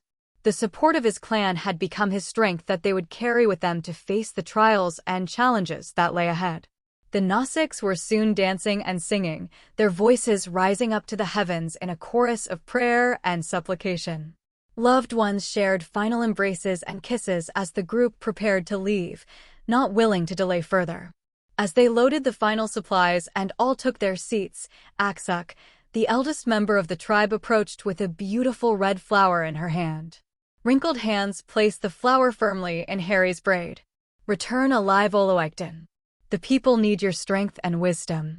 Giving Aksuk and the other members of the tribe a final glance, he stepped into the cockpit and started the engines. The time for peace was over. The time for war was just beginning. Beep. Beep. Harry's eyes fell on the monitor in the cockpit. They had been flying at their maximum speed towards the Omaticea clan for several hours. They were still approximately 2 hours out from the smoldering wreck of Home Tree, where Harry hoped to find some of the survivors and offer his assistance. Seeing the attempted contact from Hell's Gate, Harry was immediately suspicious. Had they discovered their war party already? Taking a quick glance at the scanning equipment, making sure a squadron of enemy rotorcraft wasn't going to appear over the horizon, he turned his attention back to the message. It was unusually coded, not coming from the main broadcast frequencies, but from old subsystems that most wouldn't know existed. Deciding that whoever it wasn't Quaritch or Selfridge, Harry accepted the call while making sure the camera only captured him and not his fully armed war party. Harry. Max, a scientist that Harry had only met a few times, appeared on the screen, clearly relieved to have reached him. Harry knew he could trust Max. He had been responsible for tipping Harry off about Quaritch preparing to wipe out a tribe to retrieve captured avatars. Max? Why are you calling me? Home Tree. You need to. They have. I couldn't stop them. Please. His incoherent babbling made little sense, but Harry understood the gist of the problem. I know, Max. I saw the images. Harry's voice was flat, the image of the devastation permanently scarred into his brain. Do you know about Jake? Was he there? Did he survive? Max quickly explained how Jake and his research team of Grace Augustine and Norm Spellman had been captured by the Colonel's men and held prisoner. With the help of their pilot, Trudy, they escaped the base and hoped to reunite with the Omaticea clan. Harry nodded. Jake was a former Marine and tough bastard. Quaritch would have his hands full trying to handle him. That's good news. Max, stay in touch if there are any more developments. Researching to shut off the communication, Max yelled out in panic. Wait. What's the matter? They escaped surely. Harry, you don't understand. Quaritch has declared threat condition red. He has taken control of all the on-world assets. Selfridge is powerless. Quaritch knows Jake's not going to go down without a fight. He's recalled all the mine workers to gear up for another attack. Feeling his jaw set, Harry spoke not as a scientist, a husband, or a human. He spoke as an Oloicton. When this war is over, Quaritch will tremble with fear before the Na'vi. Adding in Na'vi, he has woken the slumbering beast and now must contend with its fangs and claws. At Harry's declaration, the war party chorus of yells filled the rotorcraft, making Max flinch in shock. That's not all. I heard some of the soldiers boasting in the mess. As Jake was escaping, they say that the Colonel managed to hit Grace with his pistol. They found the remains of Hometree still smoking. Gray ash filled the air and covered the jungle in a blanket of unnatural gray. Every breath they took only allowed more ash to enter their lungs, giving them all a ragged cough. Harry's heart ached as he saw the destruction that had been wrought on this wonder of Pandora. He knew that Hometree had been a symbol of the Gnostics' strength and resilience, and he could not believe that it had been brought down so easily. The Na'vi, who were able, had been evacuated from the area. Harry used his scanners to see a large group of tracks leading deeper into the legendary floating Hallelujah Mountains.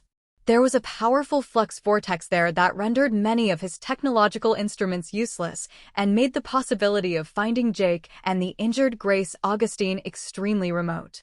Landing in the former home of the Omaticea clan, Harry and his war party used his thermal senses, drones, and Fong's superior nose to find any survivors. He knew the Na'vi would have had to flee quickly, without the opportunity for a thorough search. Harry and the other Gnostics picked their way through the wreckage of Hometree, their hearts heavy with grief and their eyes scanning the debris for any sign of life. The air was strangely still, as if the world had become deaf. Standing before the consequence of humanity's greed, Harry could almost hear the cries of the wounded and the dying echoing all around him. There was nothing that could justify this. The team searched for many hours, moving as quickly as they could, desperately trying to find survivors. What they found was death. Corpses of young, old, and everything in between was hidden in the growing piles of ash. When they did find the dead, they buried them in the roots of nearby trees, saying a short prayer to Iwa before continuing the search. Occasionally an Ikran would cry out as they circled overhead or divided low to search for their bonded rider. When they found their partners forever silent, Harry was shocked at how the animals' sounds reminded him of grieving loved ones. It reminded Harry how interconnected life on Pandora was. Even the animals built emotional connections that rivaled that of humans. Not all was lost. Harry and his clan members managed to find a few fortunate survivors still hanging on the life. Bark. Fong altered the team to another Na'vi. Harry moved closer and, using his hands, wiped the mound of dirt from a blue face. It was a young child, a girl of no more than 10 years whose arms had been deeply burned. Pressing his ear to her chest, Harry heard a faint intake of air. She lived. Taking his medical pouch off, he started treating her. Rubbing a natural lotion of her burns to stop the internal damage and injecting some compounds into her blood to open up her airways. Calling over to Nami, Harry helped them move his patient onto the rotorcraft before calling out to Fong. Good boy. Despite the chaos and the danger that surrounded them, Harry and the other Gnostics remained determined and resolute. They knew that they had to find every survivor, no matter how difficult the task was. Enough had died already. The search continued, with the war party able to rescue a total of 14 Omaticea members, all of whose lives now rested on a knife edge. The number of survivors was minute compared to the dead, however, every life they saved restored a small part of his hope. Harry knew that the Gnostics had been through a great trial, but he also knew that they would become stronger for it, and that they would rise up and rebuild their home. The Na'vi were nothing if not resilient. Finally, after what seemed like an eternity, the search was over. This was only the first step of their journey. They had to return the wounded to their loved ones and convince the Omaticea tribe to accept his aid against his former species. Easy, right? The floating Hallelujah Mountains were a marvel to behold.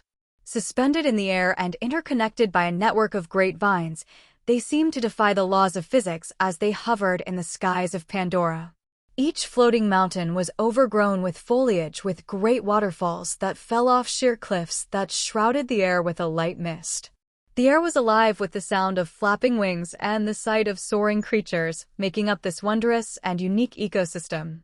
The mountains were a place of great beauty and mystery, a place where the spirits of Pandora were said to dwell. It was not something that could be put into words, but experienced. The strange tingling sensation across your skin, or the feeling of being watched by the very trees themselves. Whatever the reason, the Na'vi were sure of one thing: Iwa's presence was stronger here than at any other sacred site. The floating mountains were also a place of great danger, where hordes of creatures such as Ikran made their nests, protected against human technology thanks to a strong flux vortex. The Na'vi made pilgrimages to the Hallelujah Mountains to complete their hunter trail, something Harry knew would be in his near future, where they had to climb the great peaks. Using the vines that networked between the islands of rock to find the nests of the Ikran to tame one. A single mistake, a single slip could, and had, sent candidates plummeting to their death far below. Harry knew that the science behind the mystery, the unobtainium achieving magnetic resonance that suspended the huge rocks permanently in the sky, but it still amazed him. The waterfalls are replenished in a cycle of condensation that transports the water vapor from mountain to mountain, renewing the process in the epitome of the great balance. They stood as a testament to the power and majesty of Iwa, and they would always be a source of wonder and inspiration. But to the humans of the RDA Corporation, the floating mountains were nothing more than an obstacle to be overcome. They saw them as a hindrance to their mining operations, and if not for finding more accessible deposits of unobtainium, they would have brought the mountains down regardless of the impact. Beneath the mountains, the jungle was thick and lush, filled with a variety of plant and animal life. Hidden in a rock formation, where stone bent and arced across the sky like roots from the world tree, lay their destination. It was a holy site not only for the Omaticea tribe, but all Na'vi as one of the oldest living spirit trees in existence. The Na'vi told tales of the tree since the time of the first songs when the world was young and the Na'vi first embraced the guidance of Iwa. The Tree of Souls. The last refuge of the once great Omaticea clan, the Tree of Souls loomed large in the distance as the rotorcraft approached, its massive trunk and branches visible even from a distance. From the air, the tree looked like a colossal, organic structure, its intricate, interconnected branches stretching up to the sky, creating a natural canopy that seemed to merge with the surrounding jungle. As the rotorcraft descended closer, the intricate details of the tree became more apparent. The branches were covered in a thick, velvety moss, which seemed to glow with subtle, luminescent light. The trunk was rough and gnarled, and it was dotted with small openings and cave-like structures where Na'vi could place objects of worship. The tendrils fell from every branch like a never-ending stream of pink rainfall that bathed the area in an aura of power. Ikran screeched and circled the rotorcraft with their bow-wielding riders, ready to unleash waves of attacks on Harry and his clan. The Na'vi shouted out challenges and threats as Harry lowered the plane slowly into the outer territory of the Tree of Souls. If not for Bluefaces and native-dressed members, Harry was sure they would attack. In hindsight, taking a plane which was similar to those that just slaughtered their clan members and destroyed their ancestral home wasn't ideal. Landing and moving as slowly as he could, disengaging from the craft while keeping his hand-ups to avoid angering the Omaticea hunters, Harry indicated for his war party to follow his lead. As the passengers disembarked, they could see that the tree was surrounded by a variety of different types of plants and animals, from small, delicate flowers to towering, ancient trees. The tree seemed to be the center of an entire ecosystem, and it was clear that it played an important role in the life of Pandora. In the distance, the passengers could make out more signs of the spiritual significance of the tree for the Gnostics. They could see offerings and totems placed at the base of the tree, and they could see the Gnostics praying and meditating near the tree. Their cries calling out for Iwa's mercy, Iwa's protection, and Iwa's retribution on the sky people. An Ikran, larger than the others still circling threateningly overhead, divided down until its sharp claws dug into the earth. The animal opened its fanged mouth and screamed at Harry, who tried not to flinch away when he saw its tongue salivating. A hunter dismounted and swung down the animal's back with the ease that only experience could grant and approached Harry with angry eyes. Harry observed the Navi for a moment. He was young but held himself with regal confidence. He stood taller than Harry and was deeply muscular with long blue braids that hung down his back. The three great claws of a great Leonopteryx tauric were displayed in an intricate collar that represented his position. He was the awakens. Nimue, peace, brother. I bring aid to help your people.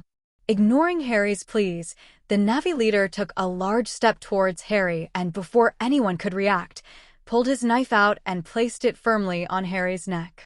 Hiss. Harry's clan members drew back their lips, letting out an animalist hiss of fury. They palmed their weapons and stood ready to fight. Harry took a single long breath, trying to ignore the pain of the small cut on his neck and the droplet of blood he could feel beating up. He put his hand out and, using the underwater sign language, signaled for them to stand down. I am Harry, awakens of the Tasemka clan who make our home far to the west in the Great Islands. Still seeing the red-hot rage in the Navi's eyes, Harry continued. I and my clan offer you aid to help your wounded. We offer you our spears and bows to protect the people. Protect Iwa's land. At the mention of the deity, Harry could see a slight wavering. There was an understandable suspicion about his party, arriving using Sky People technology. However, the offer of vital aid in their time of need, combined with the common cause in Iwa's service, was not something easily refused. Eventually, the knife was retracted and proper introductions could take place. The young Navi was Tsute, who had only just inherited the mantle of awakens. Harry had heard of the previous leader, Itukan, from his previous research of the tribe and understood him to be a great and well-respected leader. His death and transfer of power to his successor would be a great test for the tribe, especially in a time of peril such as the RDA assault. Harry bandaged another splinter wound and applied some colorful plant extracts to stop any infections. He had set up an infirmary slightly away from the Tree of Souls at the insistence of Emoat, the Tsahik, to keep all Sky People's technology out of their holy site. Sukul worked beside him on another patient, injecting a serum to slow blood loss while she stitched close a gash to their arm. There were many patients, more than they could handle by themselves. Fortunately, Emoat and her assistants had already been working on the most severe cases before their arrival, meaning most were not in critical condition. Tatat led the war party out to hunt to provide the displaced Navi with some much-needed meat, while Doung and Zuryan stayed behind to help organize the infirmary. Having both been very familiar with Harry's medical practices, being on the receiving end of his scalpel, they knew at least some fundamentals to reduce pressure on the pair. Fong stood guard at the door and growled menacingly at any Navi who looked on with fantasies of attacking the alien Navi inside. Walking over to another bed where a small monitor beeped regularly to the young Navi's heartbeat. It was the young girl he had found in the wreckage of Home Tree.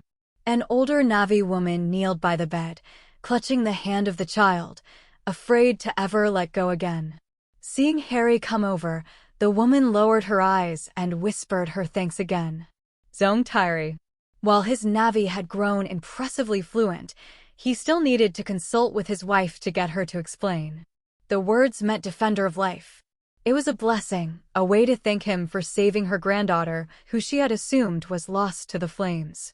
Harry felt flattered by the compliment. However, something odd started happening. He would be working on a patient, mending a broken bone, sewing closed a wound or amputating a limb when he would hear those words muttered under their breath. Zong Tyri. He had tried to ignore it, however the name spread. When walked through the camp to check on patients, he would hear it.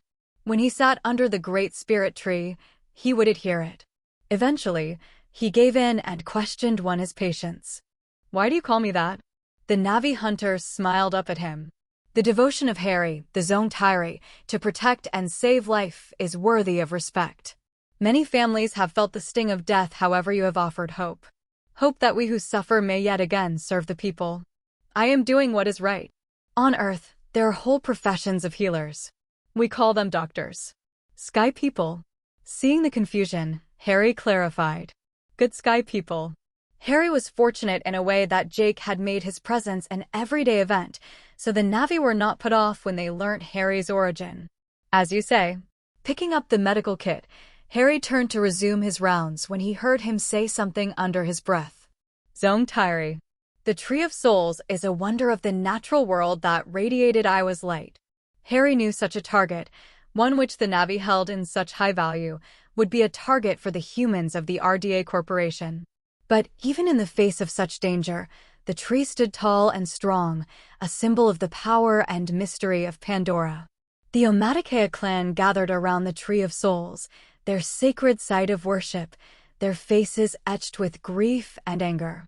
The memory of how the humans had attacked their home, destroying everything in their path, the countless dead still haunting their spirits. Tsute, the clan's leader, stood at the front of the group, his head bowed in prayer. He lifted his hands to the Tree of Souls and began to chant in the Gnostics language, his voice raw with emotion. The others joined in, their voices blending together in a mournful melody. Emoat stood beside him, tears streaming down her face. She too lifted her hands to the Tree of Souls, begging for guidance and strength. The Tree of Souls seemed to glow in response, its branches reaching out to the Omaticea as if to embrace them. To one side stood another Navi woman. She was a beauty that could even rival Sukul, although Harry quickly suppressed that thought. In his eyes, Sukul would always be the most beautiful. Harry knew who she was even if they had never met. Neytiri. He hadn't been amongst the Omaticea for 24 hours, yet he had still heard the love story between Jake and Neytiri.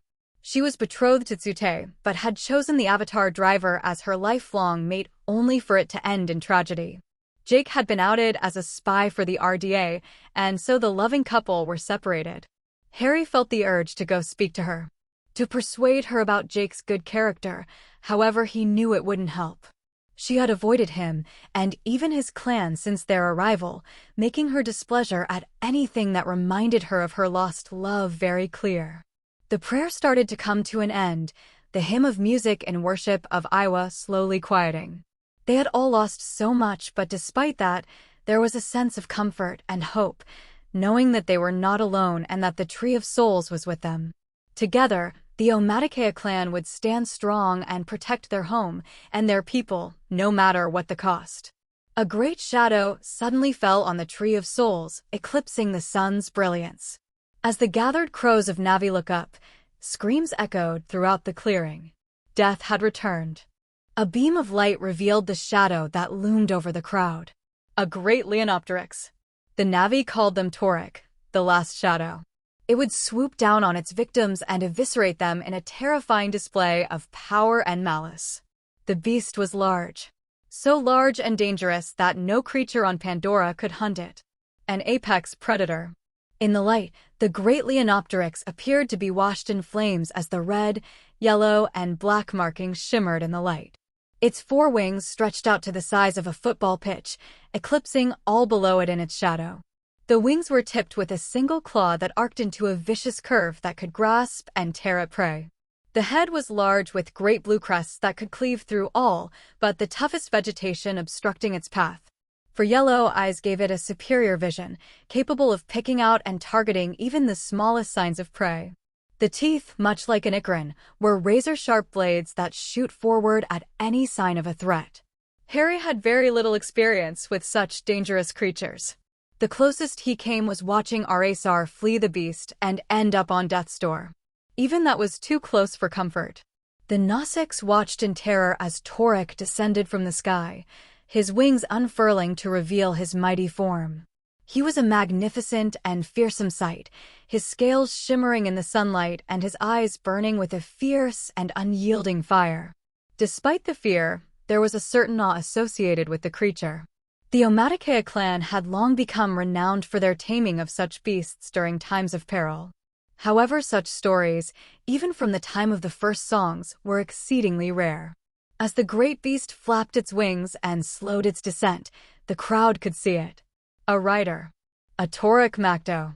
As Torok Makto landed, the Nasics fell to their knees, bowing their heads in reverence and respect. They knew that this was a being of great power and majesty, and they were humbled in his presence. The animal reared its head and roared to the sky, silencing all the buzz of the forest. He had arrived. Seeing the figure break the bond and leap down the animal's side, running his calming hand over the yellow hide, they could recognize the figure. Jake Sully. Outcast. Traitor. He had existed where the eye did not see. No longer. Jake Sully was Torok Makto, a great and powerful Navi that could ease the suffering of the clan. As Jake approached the Tree of Souls and the leaders of the tribe, the other Navi cleared a path for him. The Nasics had heard stories of Torok Makto, the one who partnered with the mighty beast that had saved their ancestors in times of great need. They had never thought they would see him in person, and they knew that this was a moment of great significance, something that would be passed down for countless generations. Jake walked down the path, his eyes focused on only one. Neytiri. Every footstep brought them closer, the sound of the feet on the earth echoing through the silent crowd. I see you. Neytiri whispered, her heart still racing in her chest. I see you. Jake loving whispered back. Their hands touched and sent shivers down each of their spines. They had been apart, at odds, for too long. Jake's hands caressed Neytiri's face, drowning in the love they both shared. Harry stood to one side of the crowd, his clan members by him. They had been part of the ceremony, asking for Iwa's guidance, and now it seemed the Great Mother had answered. The Hada Torok Makto. Seeing the reunited couple, Harry slipped his hand into Suckle's and gave a gentle squeeze. He hoped such a reunion with his wife would never be needed. I was scared, Jake. For my people. Neytiri's eyes firmed with resolve. I am not anymore. Jake nodded to the love of his life. He was there to fight for the people. To stand against the reign of terror that the Sky People brought and protect that which he had grown to love more than his heritage as a human. Harry could respect that. It was why he was here after all.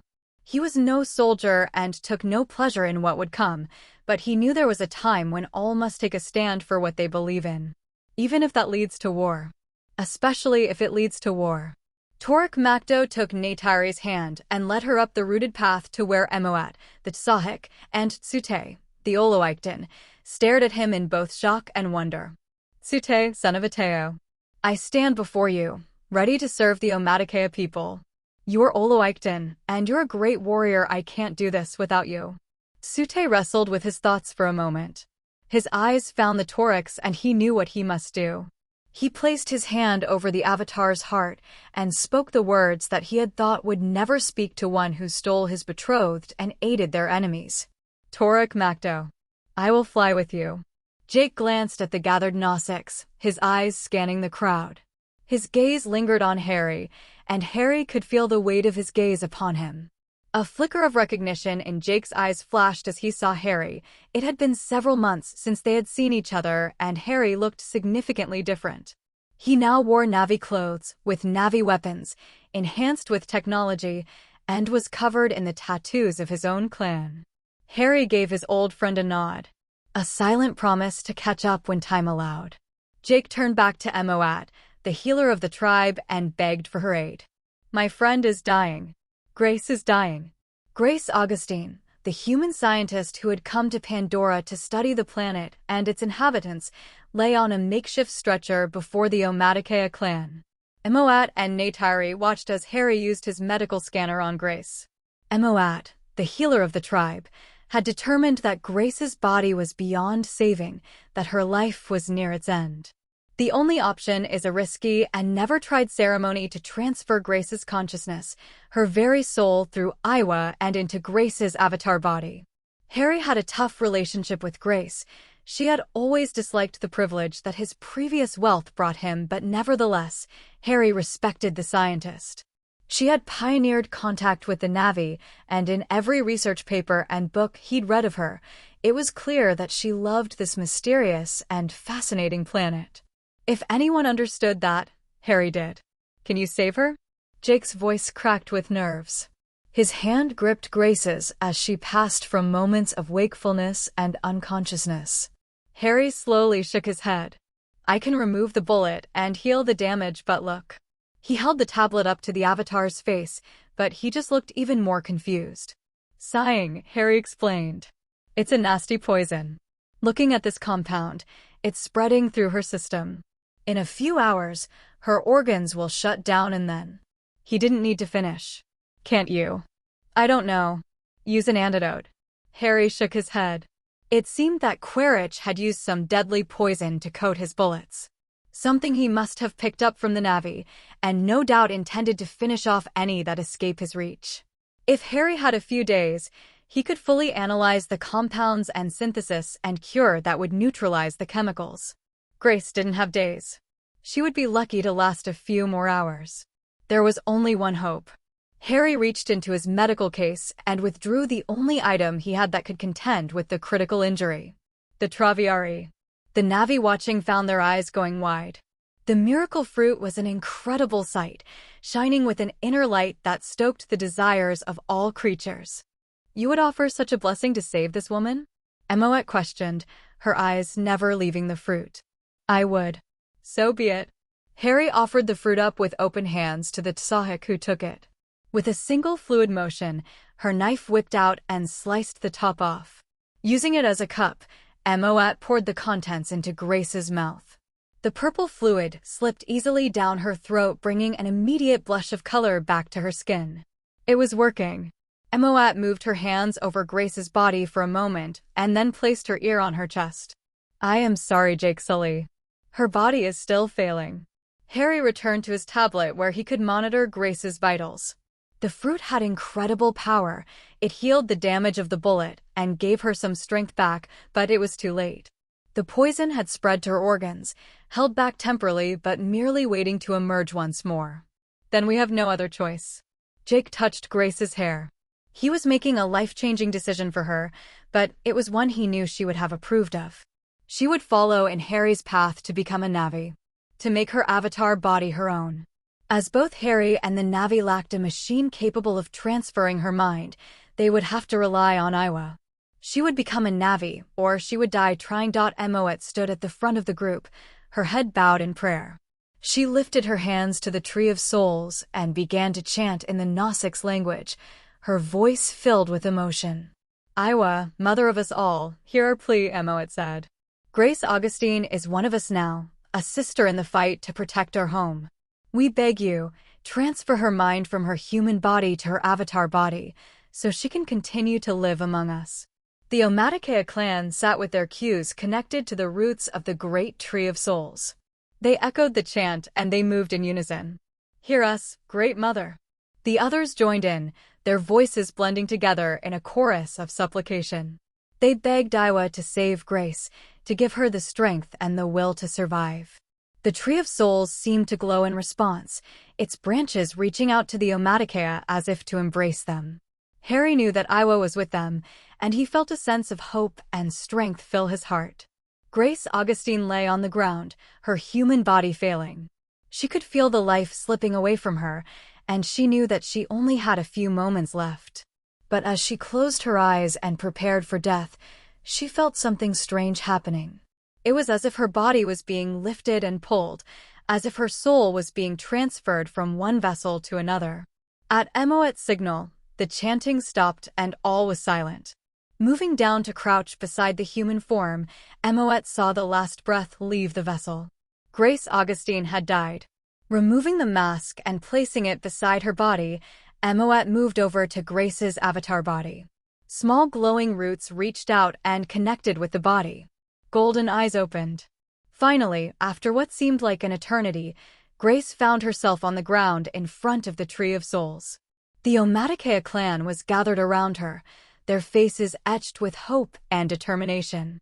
Her human form may have died, but now she existed as something else. Something more. Neytiri and Jake stepped forward. "Grace, can you hear me?" she asked. Grace nodded, feeling a sense of disorientation. "What happened?" she asked. "Iwa has transferred your soul from your dying human body to your avatar body," Neytiri explained. "You can now live among us permanently."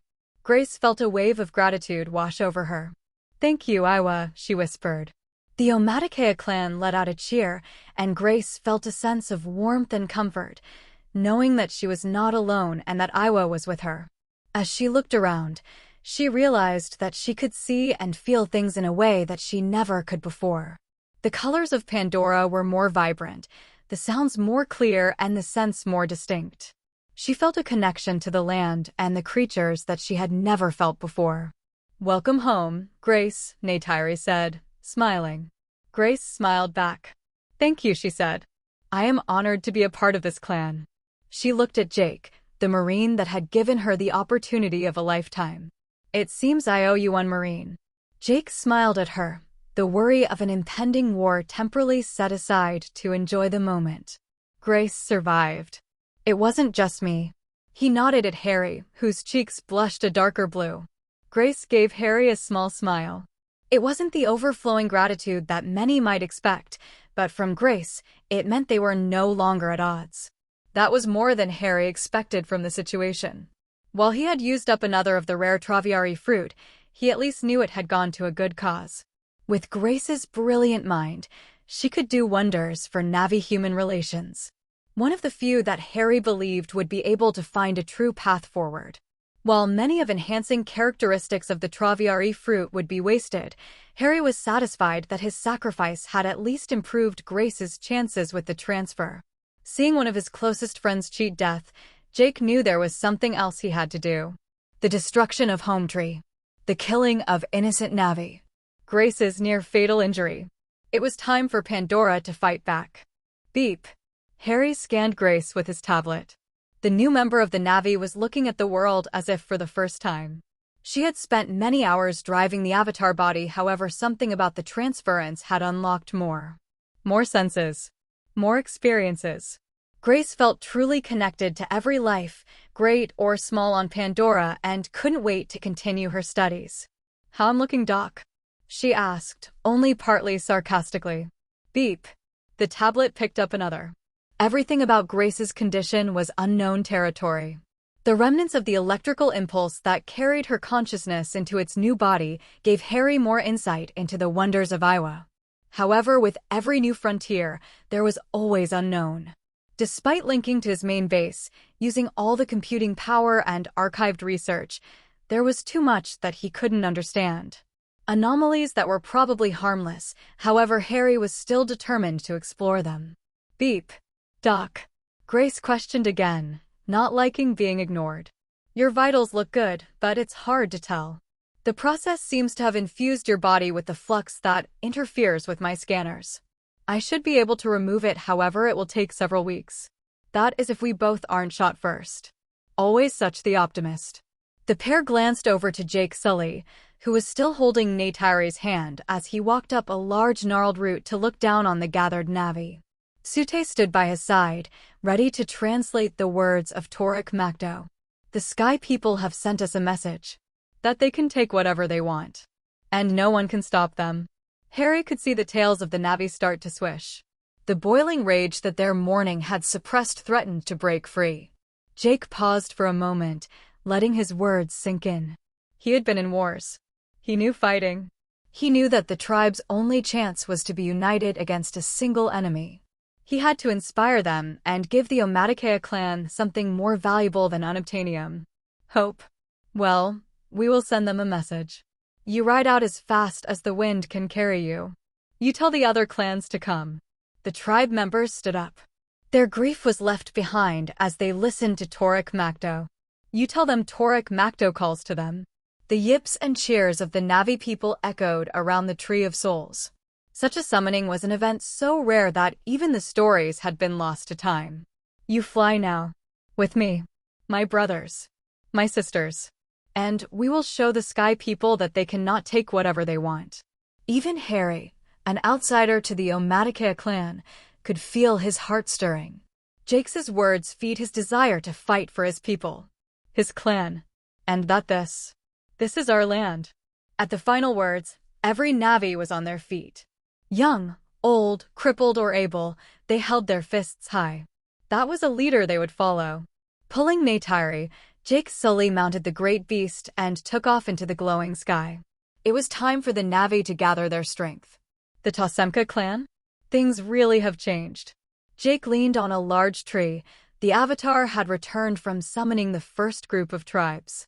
He now wore the hunter's leather crown on his head, filled with the sharp teeth of animals that the outer tribes had gifted him. A sign of respect for Toruk Makto. This world has changed both of us.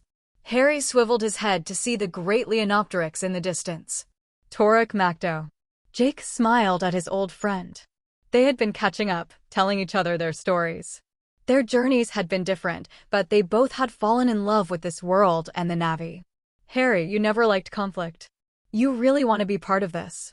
The Navi were gearing up for a war. A war that would decide the dominant species of Pandora.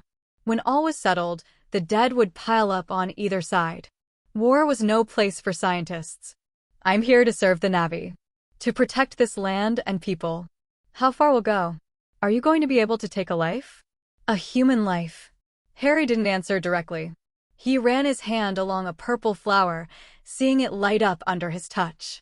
Fawn, who had been sleeping by feet, perked up and rubbed his head against Harry's legs. Smiling down at the Venator, Harry itched the animal under its chin that had quickly grown to his waist height. They have gone too far. If we don't stop them here now, they will run over this world, bringing death and ruin. Harry met Jake's eyes.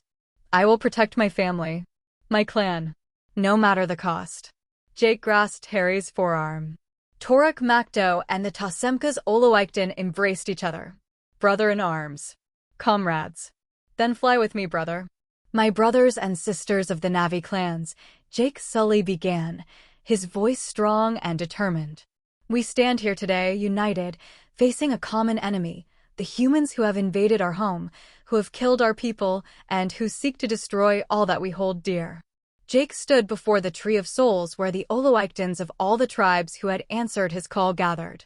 But we will not stand idly by and watch as they destroy our world. We will not let them succeed in their quest for greed and power. We will fight, and we will win. The humans may have superior technology, but we have something they do not: the strength of our bond with Iowa, the spirit of the land, and the power of our connection to each other. We are the true protectors of Pandora, and it is our duty to defend it. I call upon all of the Navi clans to gather together and join this fight. Together, we are strong.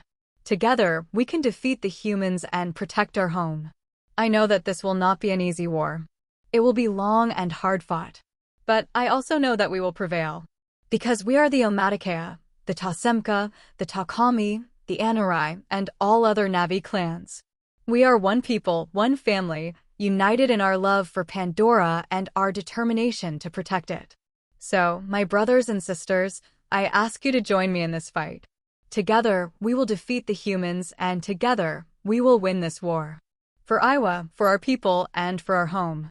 One of the tribal leaders, a wise and respected elder named Sile, looked at Jake with a critical eye. He was known for his skepticism and his reluctance to get involved in the affairs of other clans, and Jake knew that he had his work cut out for him. Sile frowned, his eyes narrowing.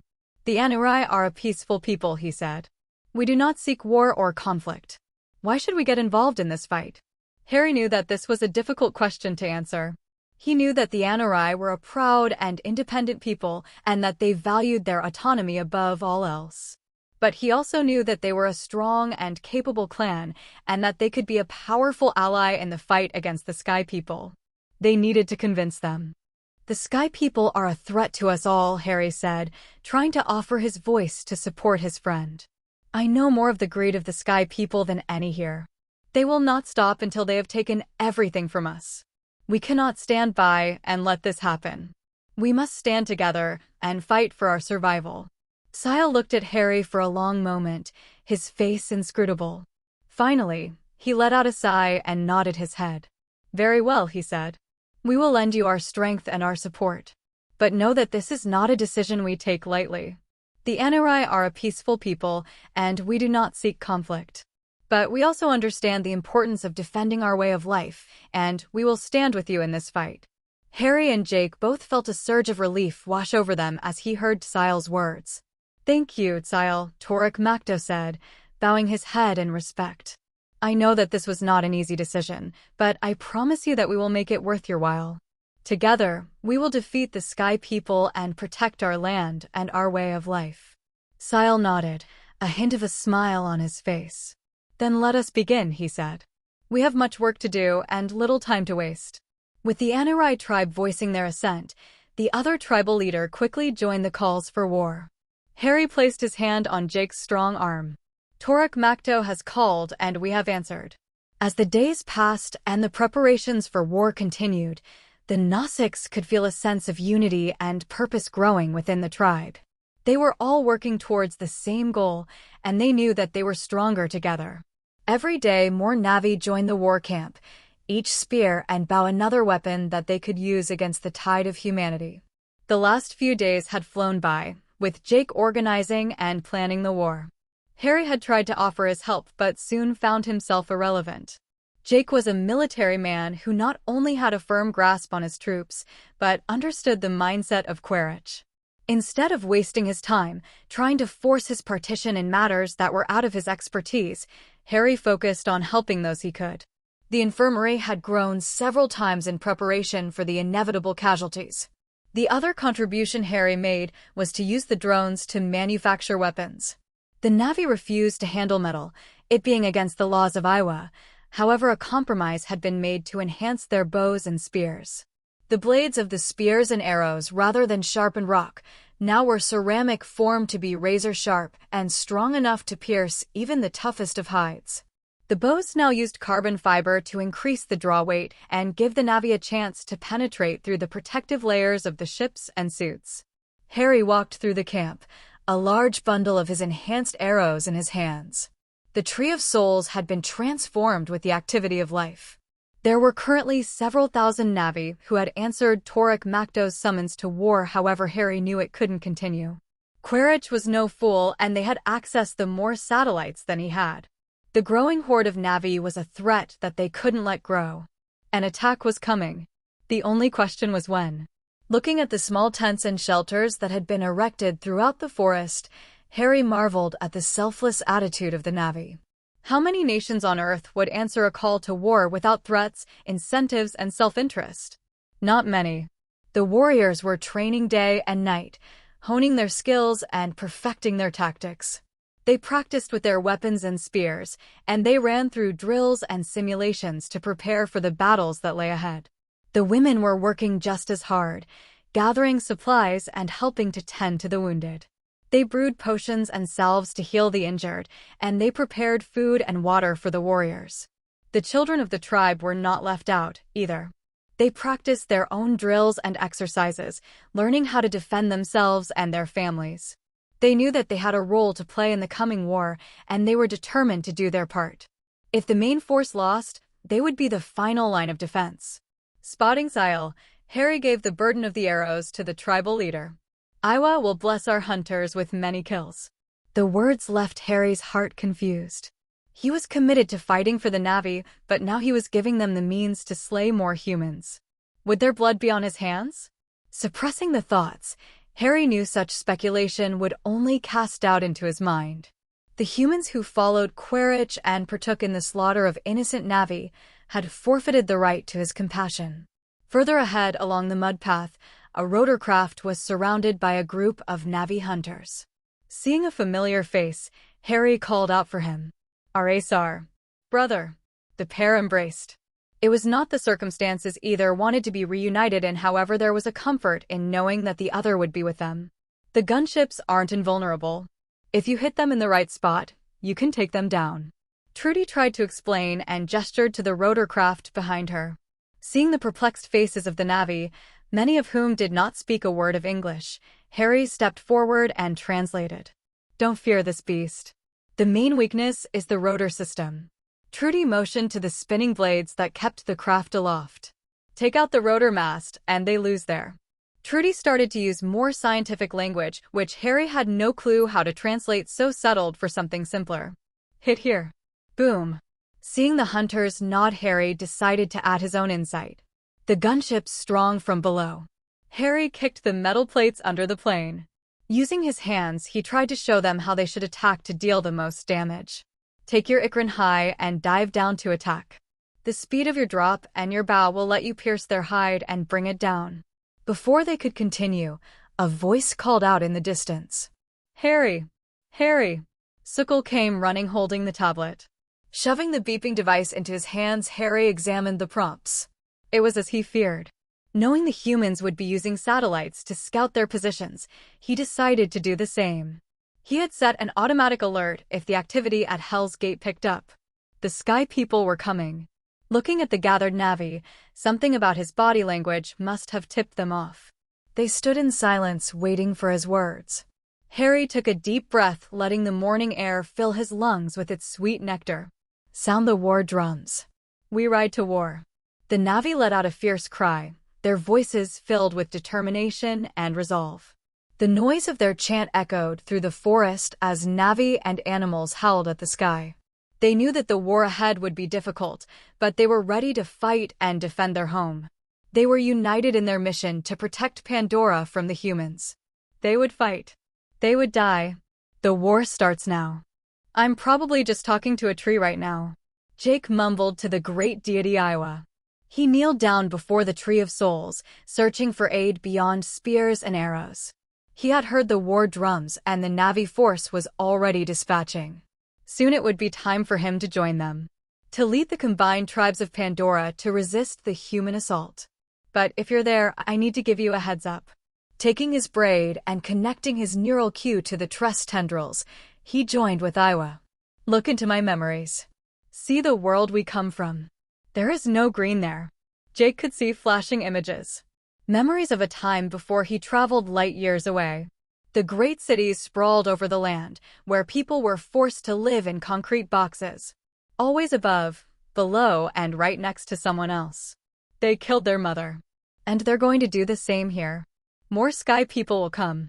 They will come like a rain that never ends. Images of his time in the military flashed through his mind. The devastation they were willing to cause to their own planet and people. Entire cities were leveled with devastating attacks from orbit. Fleets of ships capable of moving between stars. The great network of humans that spread and multiplied through the galaxy like a virus. Look, you chose me for something. I will stand and fight. You know I will. In Jake's heart, he knew what he said was true. His entire human life, he had never felt he belonged as he does amongst the Na'vi. Never felt love like his bond with Neytiri. He let out a long sigh. Better than any of the Na'vi, better than Harry. Jake knew what they were up against. Logic said they didn't stand a chance. I need a little help here. As he spoke the words, he felt smooth hands run over his shoulder. He glanced around to see Neytiri smiling sadly at him. Our great mother does not take sides, Jake. She protects only the balance of life. The couple watched the glowing Adokarina gliding through the branches. Their beauty and majesty were just one of the reasons they need to fight. Taking a slow kiss with his wife, Jake looked out at the remains of their war camp. It had become almost eerily quiet. The absence of several thousand Na'vi and their mounts made the whole situation seem unreal. As if they might blink and the threat of the Sky People would be just a nightmare they could all wake from.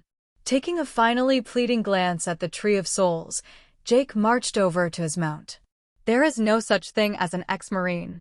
You may not wear the uniform, but you never lose the attitude. He may fight for a different side now, but Semper Fidelis, always faithful, remained his guiding principle. Only now he wasn't fighting on the behalf of a corporation whose main concern was share price. Jake fought for Pandora. For the Na'vi. For Iwa, Harry sat in his personal rotorcraft, hidden amongst the trees that topped one of the floating mountains. He had loaded and prepared every weapon he could. He knew that while his prowess with a spear or bow had made great strides, making him a capable warrior even amongst the high standards of the Na'vi, he was most valuable here. Surrounded by the tech and weapons that most Na'vi wanted nothing to do with. In the cockpit, he could cause far more havoc amongst the human ranks than stripped of his tech. It was one of the reasons why he made his clan embrace aspects of technology. Why limit themselves? The exterior looked different as well. Both Harry and Tootie both had their ships painted with blue stripes, making a clear distinction between allies and enemies for the Navy. The automated turrets whirled gently, tracking moving objects, ready to unload a rain of bullets at the touch of a button. He had also equipped some larger missiles that he had far more destructive powers. Unfortunately, the chosen battlefield was the floating mountains, where the flux vortex made most targeting systems useless. He had spent several days to create a workaround for his turrets to function semi-automatically, but the missiles would have to be shot using a line of sight. Around Harry's neck was a fabric collar with a bone conduction mic. It was a nifty piece of equipment that Jake had liberated from Hell's Gate during their escape that allowed remote communication. It wasn't overly complicated and in hindsight would have been incredibly useful for his tribe. Harry had already scanned it and sent the plans back to the base to produce some copies for himself. He had been assigned the aerial unit perched among the mountain waiting to descend on the human fleet of aircraft. Sukal had remained behind with many of the non-combatants and was preparing the infirmary for the inevitable waves of casualties and injuries. The rest of his clan, lacking Ikran mounts, had joined the land troops where they had borrowed Pali, dire horses, from the Omaticea. He sat waiting. In the flux, his scanners were useless and therefore he, like the rest of the Navy, was reliant on scouts to spot the incoming enemy. Every second of inaction seemed to stretch on, making his heart pound so hard in his chest that he was worried it would give away his position. Harry tried to take deep breaths, going over the controls for the weapons in his head to try and slow his racing thoughts. Enemy sighted. The voice of Jake came through the speaker in one of his ears. Harry peered out of the cockpit window attempting to see them, but the fog concealed all. He would need to trust Jake's instructions on when to attack. Feeling his hands start to sweat, he quickly wiped them on the chair. In both of his lives, he had never been a warrior. As a human scientist, he frequently worked with the military, designing weapons, armor and tools, but never thought he would be the one to wield such weapons. To be the one to pull the trigger. He had seen footage of war. The carnage that technologically advanced weapons can cause. Now he would be one of those killers. One who will take life in order to protect it. Some might call that foolish. Harry called it duty.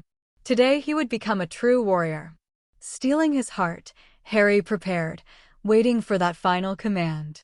The command to take to the skies and rain death down on those who thought themselves above the Navy. To bring Iwa's justice to the Sky People. Whatever the result of the battle was, Harry knew it would change this world. For better or worse, he didn't know. Then, over his thumping heart, he heard it. The word that made his skin tingle with fear and excitement. Fly.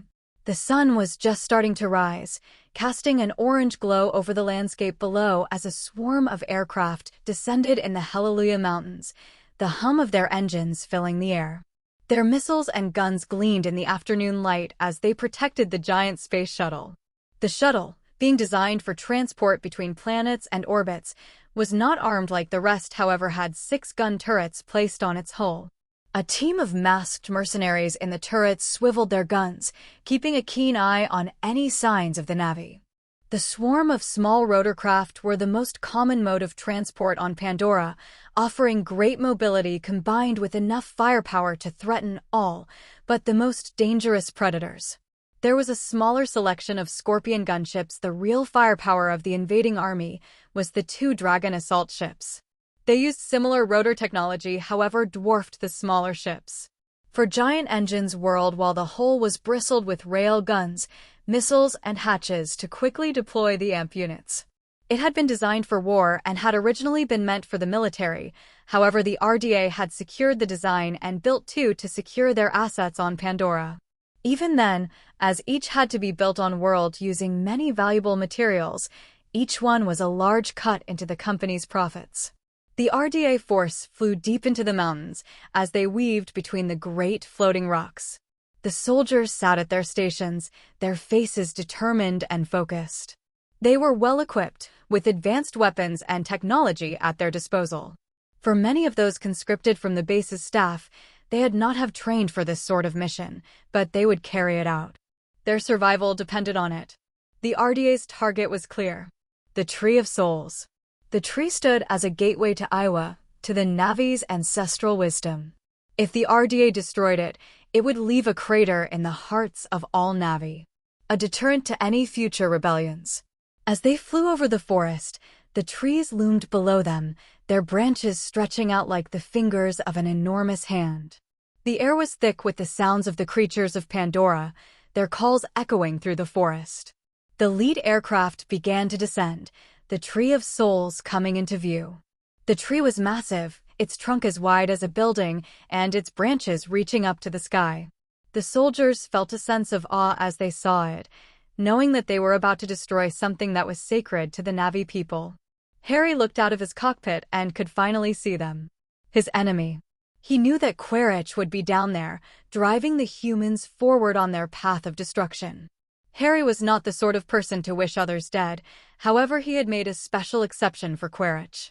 There would be no peace as long he still had breath in his body. Seeing the tide of greens and blues of the flock of Ikran peeling off the mountains to dive down on the humans, Harry moved the tiller to join them. Even his cockpit, he could feel the war cry of the Navi vibrate through the air. He lent his voice to the chorus and charged with all weapons ready to unleash death. Bows flexed and a wave of arrows soared down from the hunters. Each arrow hardened and made sharp from Harry's tools, letting them pierce the protective glass of the planes.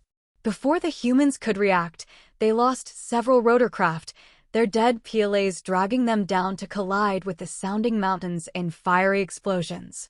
The Navi warriors, riding on the backs of their fierce Ikran creatures, swooped down upon the RDA invasion force like a storm. The air was filled with the sounds of their war cries and the beat of the Ikran's wings as they descended upon the enemy soldiers. The RDA forces, caught off guard by the sudden attack, scrambled to defend themselves. They fired their weapons into the sky, trying to take down the incoming Navi and their mounts. But the Navi warriors were well-trained and skilled, expertly maneuvering their Ikran to avoid the hail of bullets. They swooped down, their weapons at the ready, and descended upon the enemy forces. The Navi warriors were a blur of motion, their weapons slicing through the air as they attacked the enemy soldiers. The Ikran screeched, their talons raking across armor and flesh as they tore into the RDA forces. Selecting his target, a Scorpion-class ship whose guns had forever silenced several of the attacking Navi, Harry pulled the trigger. Bullets erupted with a fury from his turrets, their armor-coated rounds easily piercing the small amount of metal protecting the human PLAs. Before his eyes, the plane glided out of control, rapidly descending to explode in a ball of flames on the canopy below. Harry looked at his hands in shock. It had been so. He searched for the word to best describe his feelings. Easy. He had aimed and pulled a trigger. That was all it took to end a life. A life that would have parents, loved ones, friends, and perhaps even children. Taken by a pull of a trigger. Shri. An Ikran scream pulled him from his spiraling thoughts and back to the battle. Now was no time to mourn. Now was the time to continue the fight. The Navi far outnumbered the humans, however now their surprise attack had been sprung, they lacked the advantage. The rotorcraft descended again, its weapons firing upon the RDA forces. The enemy soldiers, already engaged in battle with the Navi, were taken aback by the sudden appearance of a new attacker in a familiar form. They scrambled to defend themselves, their weapons blazing as they tried to take down the incoming rotorcraft. Harry quickly dodged a missile attack, letting it explode harmlessly on the mountains behind him. It seemed his takedown didn't go unnoticed. 3 ships peeled off the main fleet to engage him with vengeance in their eyes. Harry quickly tapped on his screen, designating all 3 as targets before pulling the trigger. A hail of bullets quickly took down one of the ships, however the others seemed to think better of waiting to be hit. One launched salvos of missiles, forcing Harry to weave between the explosions. The air filled with explosions, and even the avoidance systems built into his plane couldn't avoid them completely. Boom! The rotorcraft shook as a missile detonated a little too close for comfort.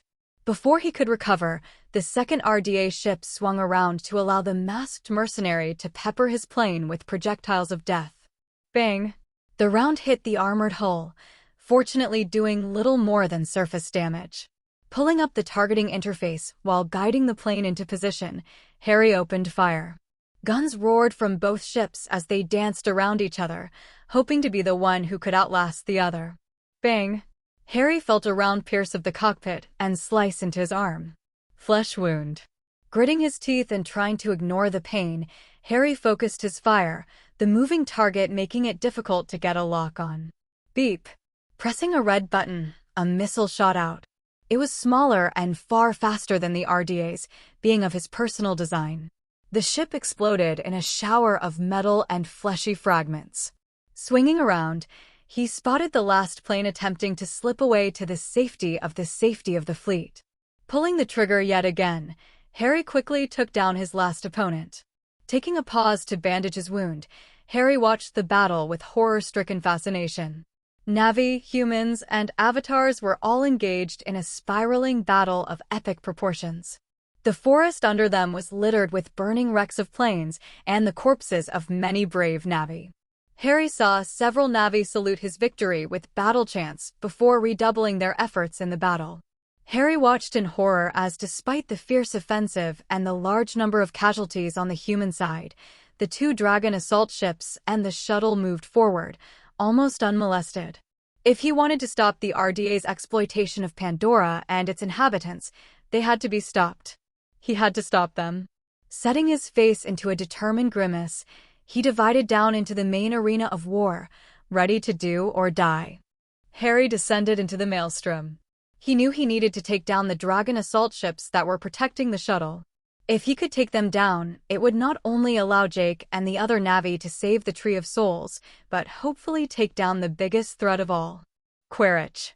Beep. Beep. Harry quickly used his targeting system to select the RDA gunships that hovered around Dragon assault ships, hoping his rail guns could slice through their defenses. Harry flicked the switches to arm the missiles. All his missiles. There would only be a short window before he was targeted, and in the close-knit formations of the RDA, dodging wouldn't be possible. Taking a final breath, he pulled the trigger. Like a torrent of rain, his turrets unleashed their payloads. Waves of metal clashed against the gunships in a chorus of destruction. The smaller Scorpion ships quickly started falling to the jungle below, their pilots and engines silenced. The attack from above was effective in taking down nearly a dozen gunships, but now was the real target. A Dragon assault ship. There were two of them flanking the huge white shuttle, its guns and missiles lashing out at the native assaults that were starting to lose their effectiveness. Even with Harry's augmentation to the traditional Na'vi weapons, they were only able to inflict surface damage to the larger craft. Using the tiller, he moved his plane closer to the four great rotor engines that held the assault ship aloft. Reaching up to the myriad buttons and controls, he pressed the four red buttons. Swoosh! For streams of fire erupted from missiles mounted underneath the cockpit. They left a small trail of orange flames as they soared through the sky like a man-made phoenix. Before they could connect with their target, smaller turrets on the RDA ship flared to life. They shot down 3 missiles, causing them to burst into fiery explosions that shook the very air. The final missile hit its target. It exploded on one of the engines. Metal sheared and bent under the force of the explosion. Black smoke wafted into the air as the fuel lines and circuitry smoldered and glowed orange. Harry, at seeing the gunships start to turn and position their weapons at him, quickly unleashed another flurry of missiles. He held nothing back. Every time he secured a target, be it on the Dragon assault ships or the smaller Scorpions, he pressed the buttons to launch a missile. Boom! Another gunship exploded. He flew over the larger ship, missiles penetrating deep into the hull. The humans on board ran around like ants in a hive of activity, many trying and failing to reach the safety of the evacuation craft. Each hit cracked the hull further until the engine stopped and it glided slowly to its fiery destruction below. Harry watched the destruction in a daze. He had attacked wanting to destroy the gunships, to take out one of the biggest threats to the Na'vi attack force, but he didn't think he would succeed. He stared deeply into the flames that consumed the wreck as it burned on the forest floor. Harry tried to block out the thought of all the humans on board whose existence he had ended, who would never see their loved ones again. Harry glanced out at the conflict. The Na'vi were still attacking with a rain of arrows, however their progress was stalling. The RDA had fully mustered its force and was now in full assault mode. Their gunships worked in pairs to target and eliminate the Na'vi. His scanners showed the melee on the ground where lines of RDA shock troops with amp suits standing firm to engage waves of mounted Na'vi. Harry watched Jake's behemoth of a mount, the great Torek that swung gunships around as if they were children's toys. The claws tore through metal and rendered flesh asunder. "Harry, do you copy?" "Copy," Harry replied, clicking his bone mic to communicate with Jake. "We need to take out the shuttle. I need you to draw its fire away." Harry paused for a moment. He had succeeded against one of the larger assault ships, mainly due to surprise and liberal use of missiles. Missiles he had now fully expended. Fighting a Dragon assault ship head-on with his smaller and more fragile rotorcraft was a suicide mission. "Copy." Harry forced the words out. He knew what was coming and felt a strange sense of serenity. He didn't matter. Saving the Tree of Souls was the mission. He used the Tyler to fly out in front of the last remaining Dragon-class gunship. He had to draw the ship's ire and hate to leave an opening for Jake to take out the shuttle and the pallets of bombs waiting to reduce this whole area to rubble. He picked up his radio and moved the dial to connect with the RDA's network. Harry knew Quaritch would be on one of the gunships. His intuition told him that Quaritch was still alive and waiting to take both his and Jake's life. "Quaritch, do you hear me?" Harry challenged. "I would have thought your boys would have put up a better fight." The radio crackled in the silence. The moments seemed to stretch every second into an eternity. Not receiving a reply, the gunship kept closing the shuttle, not letting any Na'vi close. Deciding to punctuate his challenge further, he pulled the trigger. His turrets lashed out, sending a blast of bullets at the cockpit. They couldn't do much damage to the heavy armor, but it at least got its attention. Like a predator finally spotting its prey, the gunship rotated around, placing him in its sight. The radio flickered to life. A deep voice croaked out. "To think a traitor dares to threaten me. Tell me, Mr. Moore, how does it feel to betray your race?" Harry let out a primal hiss at the radio, his white fangs flared outwards. "Every death, every ounce of destruction is on your head. You murdered your way through Pandora and thought there wouldn't be any consequences? All lives have a beginning and an end. This is your end." The Colonel's response was a salvo of missiles. Harry quickly darted to the side. The missiles blew up on the mountains behind him. He moved in closer, launching his attack. The turrets peppered Quaritch's gunship with bullets. Another salvo of missiles. This time they spread them out, arching around in a net that didn't allow him to escape. Bang! An engine exploded. Harry tried to compensate, to regain control. Alarms blared out as the plane fell into a downward spiral, moving closer and closer to the trees below. Death becoming more and more real. The world seemed to slow. Harry watched missiles fly through the sky, knowing he was no longer capable of dodging. In the distance, Harry could see Jake and Sute swooping down on the shuttle to eliminate the greatest threat to Iowa. It was all up to them now. Boom! Sute, the leader of the Omaticea clan, dived between two gunships. An arrow was released and in a single, clean motion, ended the life of the human controller. The RDA ship survived to the side, swiping the other ship aside until they both crashed. Another victory for the Na'vi. He held his bow over his head, called out the war cry. "Oh, oh, oh." Suite scanned the battlefield, letting the rush of feelings wash over him. This was where he belonged. This was his purpose. Boom. He watched in sudden horror as a gunship killed one of his fellow hunters, leaving blue limbs and torn wings soaring through the air. Calling to the nearby Na'vi, Sute renewed his attack. Every death, he would avenge with bloody retribution. Swarming their next target, two Ikran riders distracted the Sky People's weapons while he was able to perform a flanking attack. The Ikran let out a fierce screech, signaling its intent to attack. Its eyes locked onto the gunship, and it swooped down towards its prey.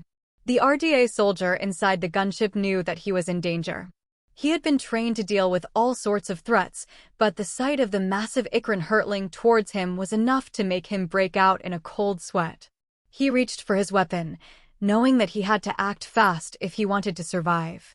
But before he could even pull the trigger, the Ikran was upon him. Its razor-sharp talons slashed through the air, striking the gunship with incredible force. The sound of metal rending and tearing filled the soldier's ears as the Ikran tore through the ship's armor like it was paper. The soldier was thrown to the ground, the wind knocked out of him as the gunship began to plummet towards the ground. He could hear the screams of his fellow soldiers as they tried to regain control of the ship, but it was too late.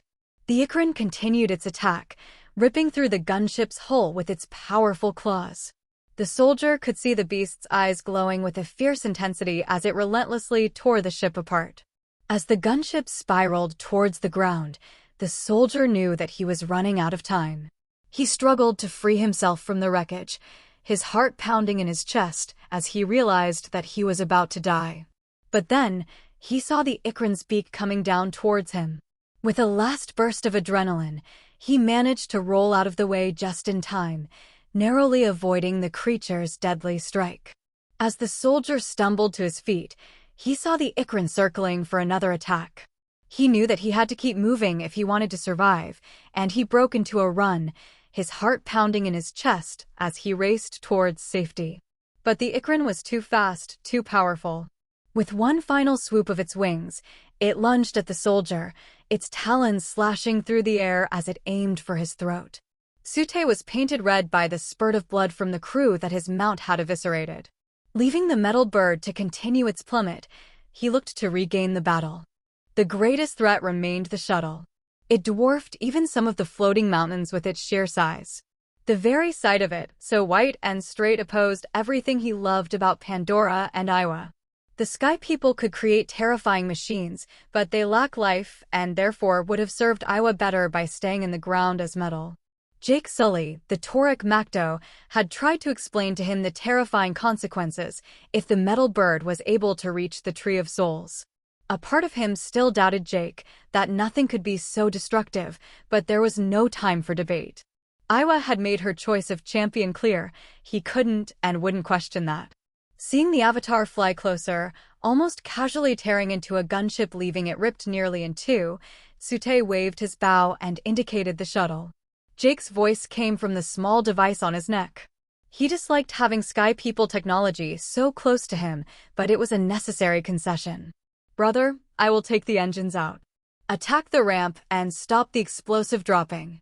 "I understand and obey, Tauric Macto." He swooped up and over the shuttle, his Ikran unleashing a fierce cry as he aimed his bow and arrows at the RDA soldiers within. The RDA was not going to go down without a fight, however. As Sute approached, they opened fire, the sound of their bullets filling the air as he dodged and weaved through their shots. Sute knew that he was in danger, but he refused to back down. He continued his attack, his arrows finding their targets with deadly accuracy as he tried to thin their numbers. Taking the risk, he leapt from his mount, landing on the open ramp of the shuttle. His blue form towered over the much smaller humans, and with a swipe of his bow he sent two falling to their doom. Reaching for the next closed human, he used his stone knife to slip into his heart and bring the end to yet another life. Demons, invaders, killers these Sky People may be, but he had been taught to show Iowa's mercy, even in death. But then, everything changed. One of the RDA soldiers managed to get a clear shot at Sute. A bullet ripped through his side, sending him tumbling back. Trying to regain his balance, trying to ignore the burning wound on his chest, he charged at the human. Bang! Bang! For a moment, everything went quiet. Sute could feel the pain racking his body, but he refused to let it stop him. He struggled to his feet, his vision blurred and his head swimming as he reached for his bow and arrows. But it was too late. The RDA had already taken aim, and another volley of bullets tore through the air, striking Sute with deadly force. He could feel his body growing weaker by the second as he fell to the ground, his eyes fixed on the shuttle as it disappeared into the distance. For a moment, everything went black. And then, Sute was gone. Hello, everyone! As we wrap up this video, I want to share a quick note. I have a Patreon account. If you'd like to support me and enjoy on-demand audiobooks, you can become a Patreon member. Alternatively, you can check out my Google Drive link, which has 500-plus novel audiobooks available through my Ko-fi or Patreon shop. I appreciate your support.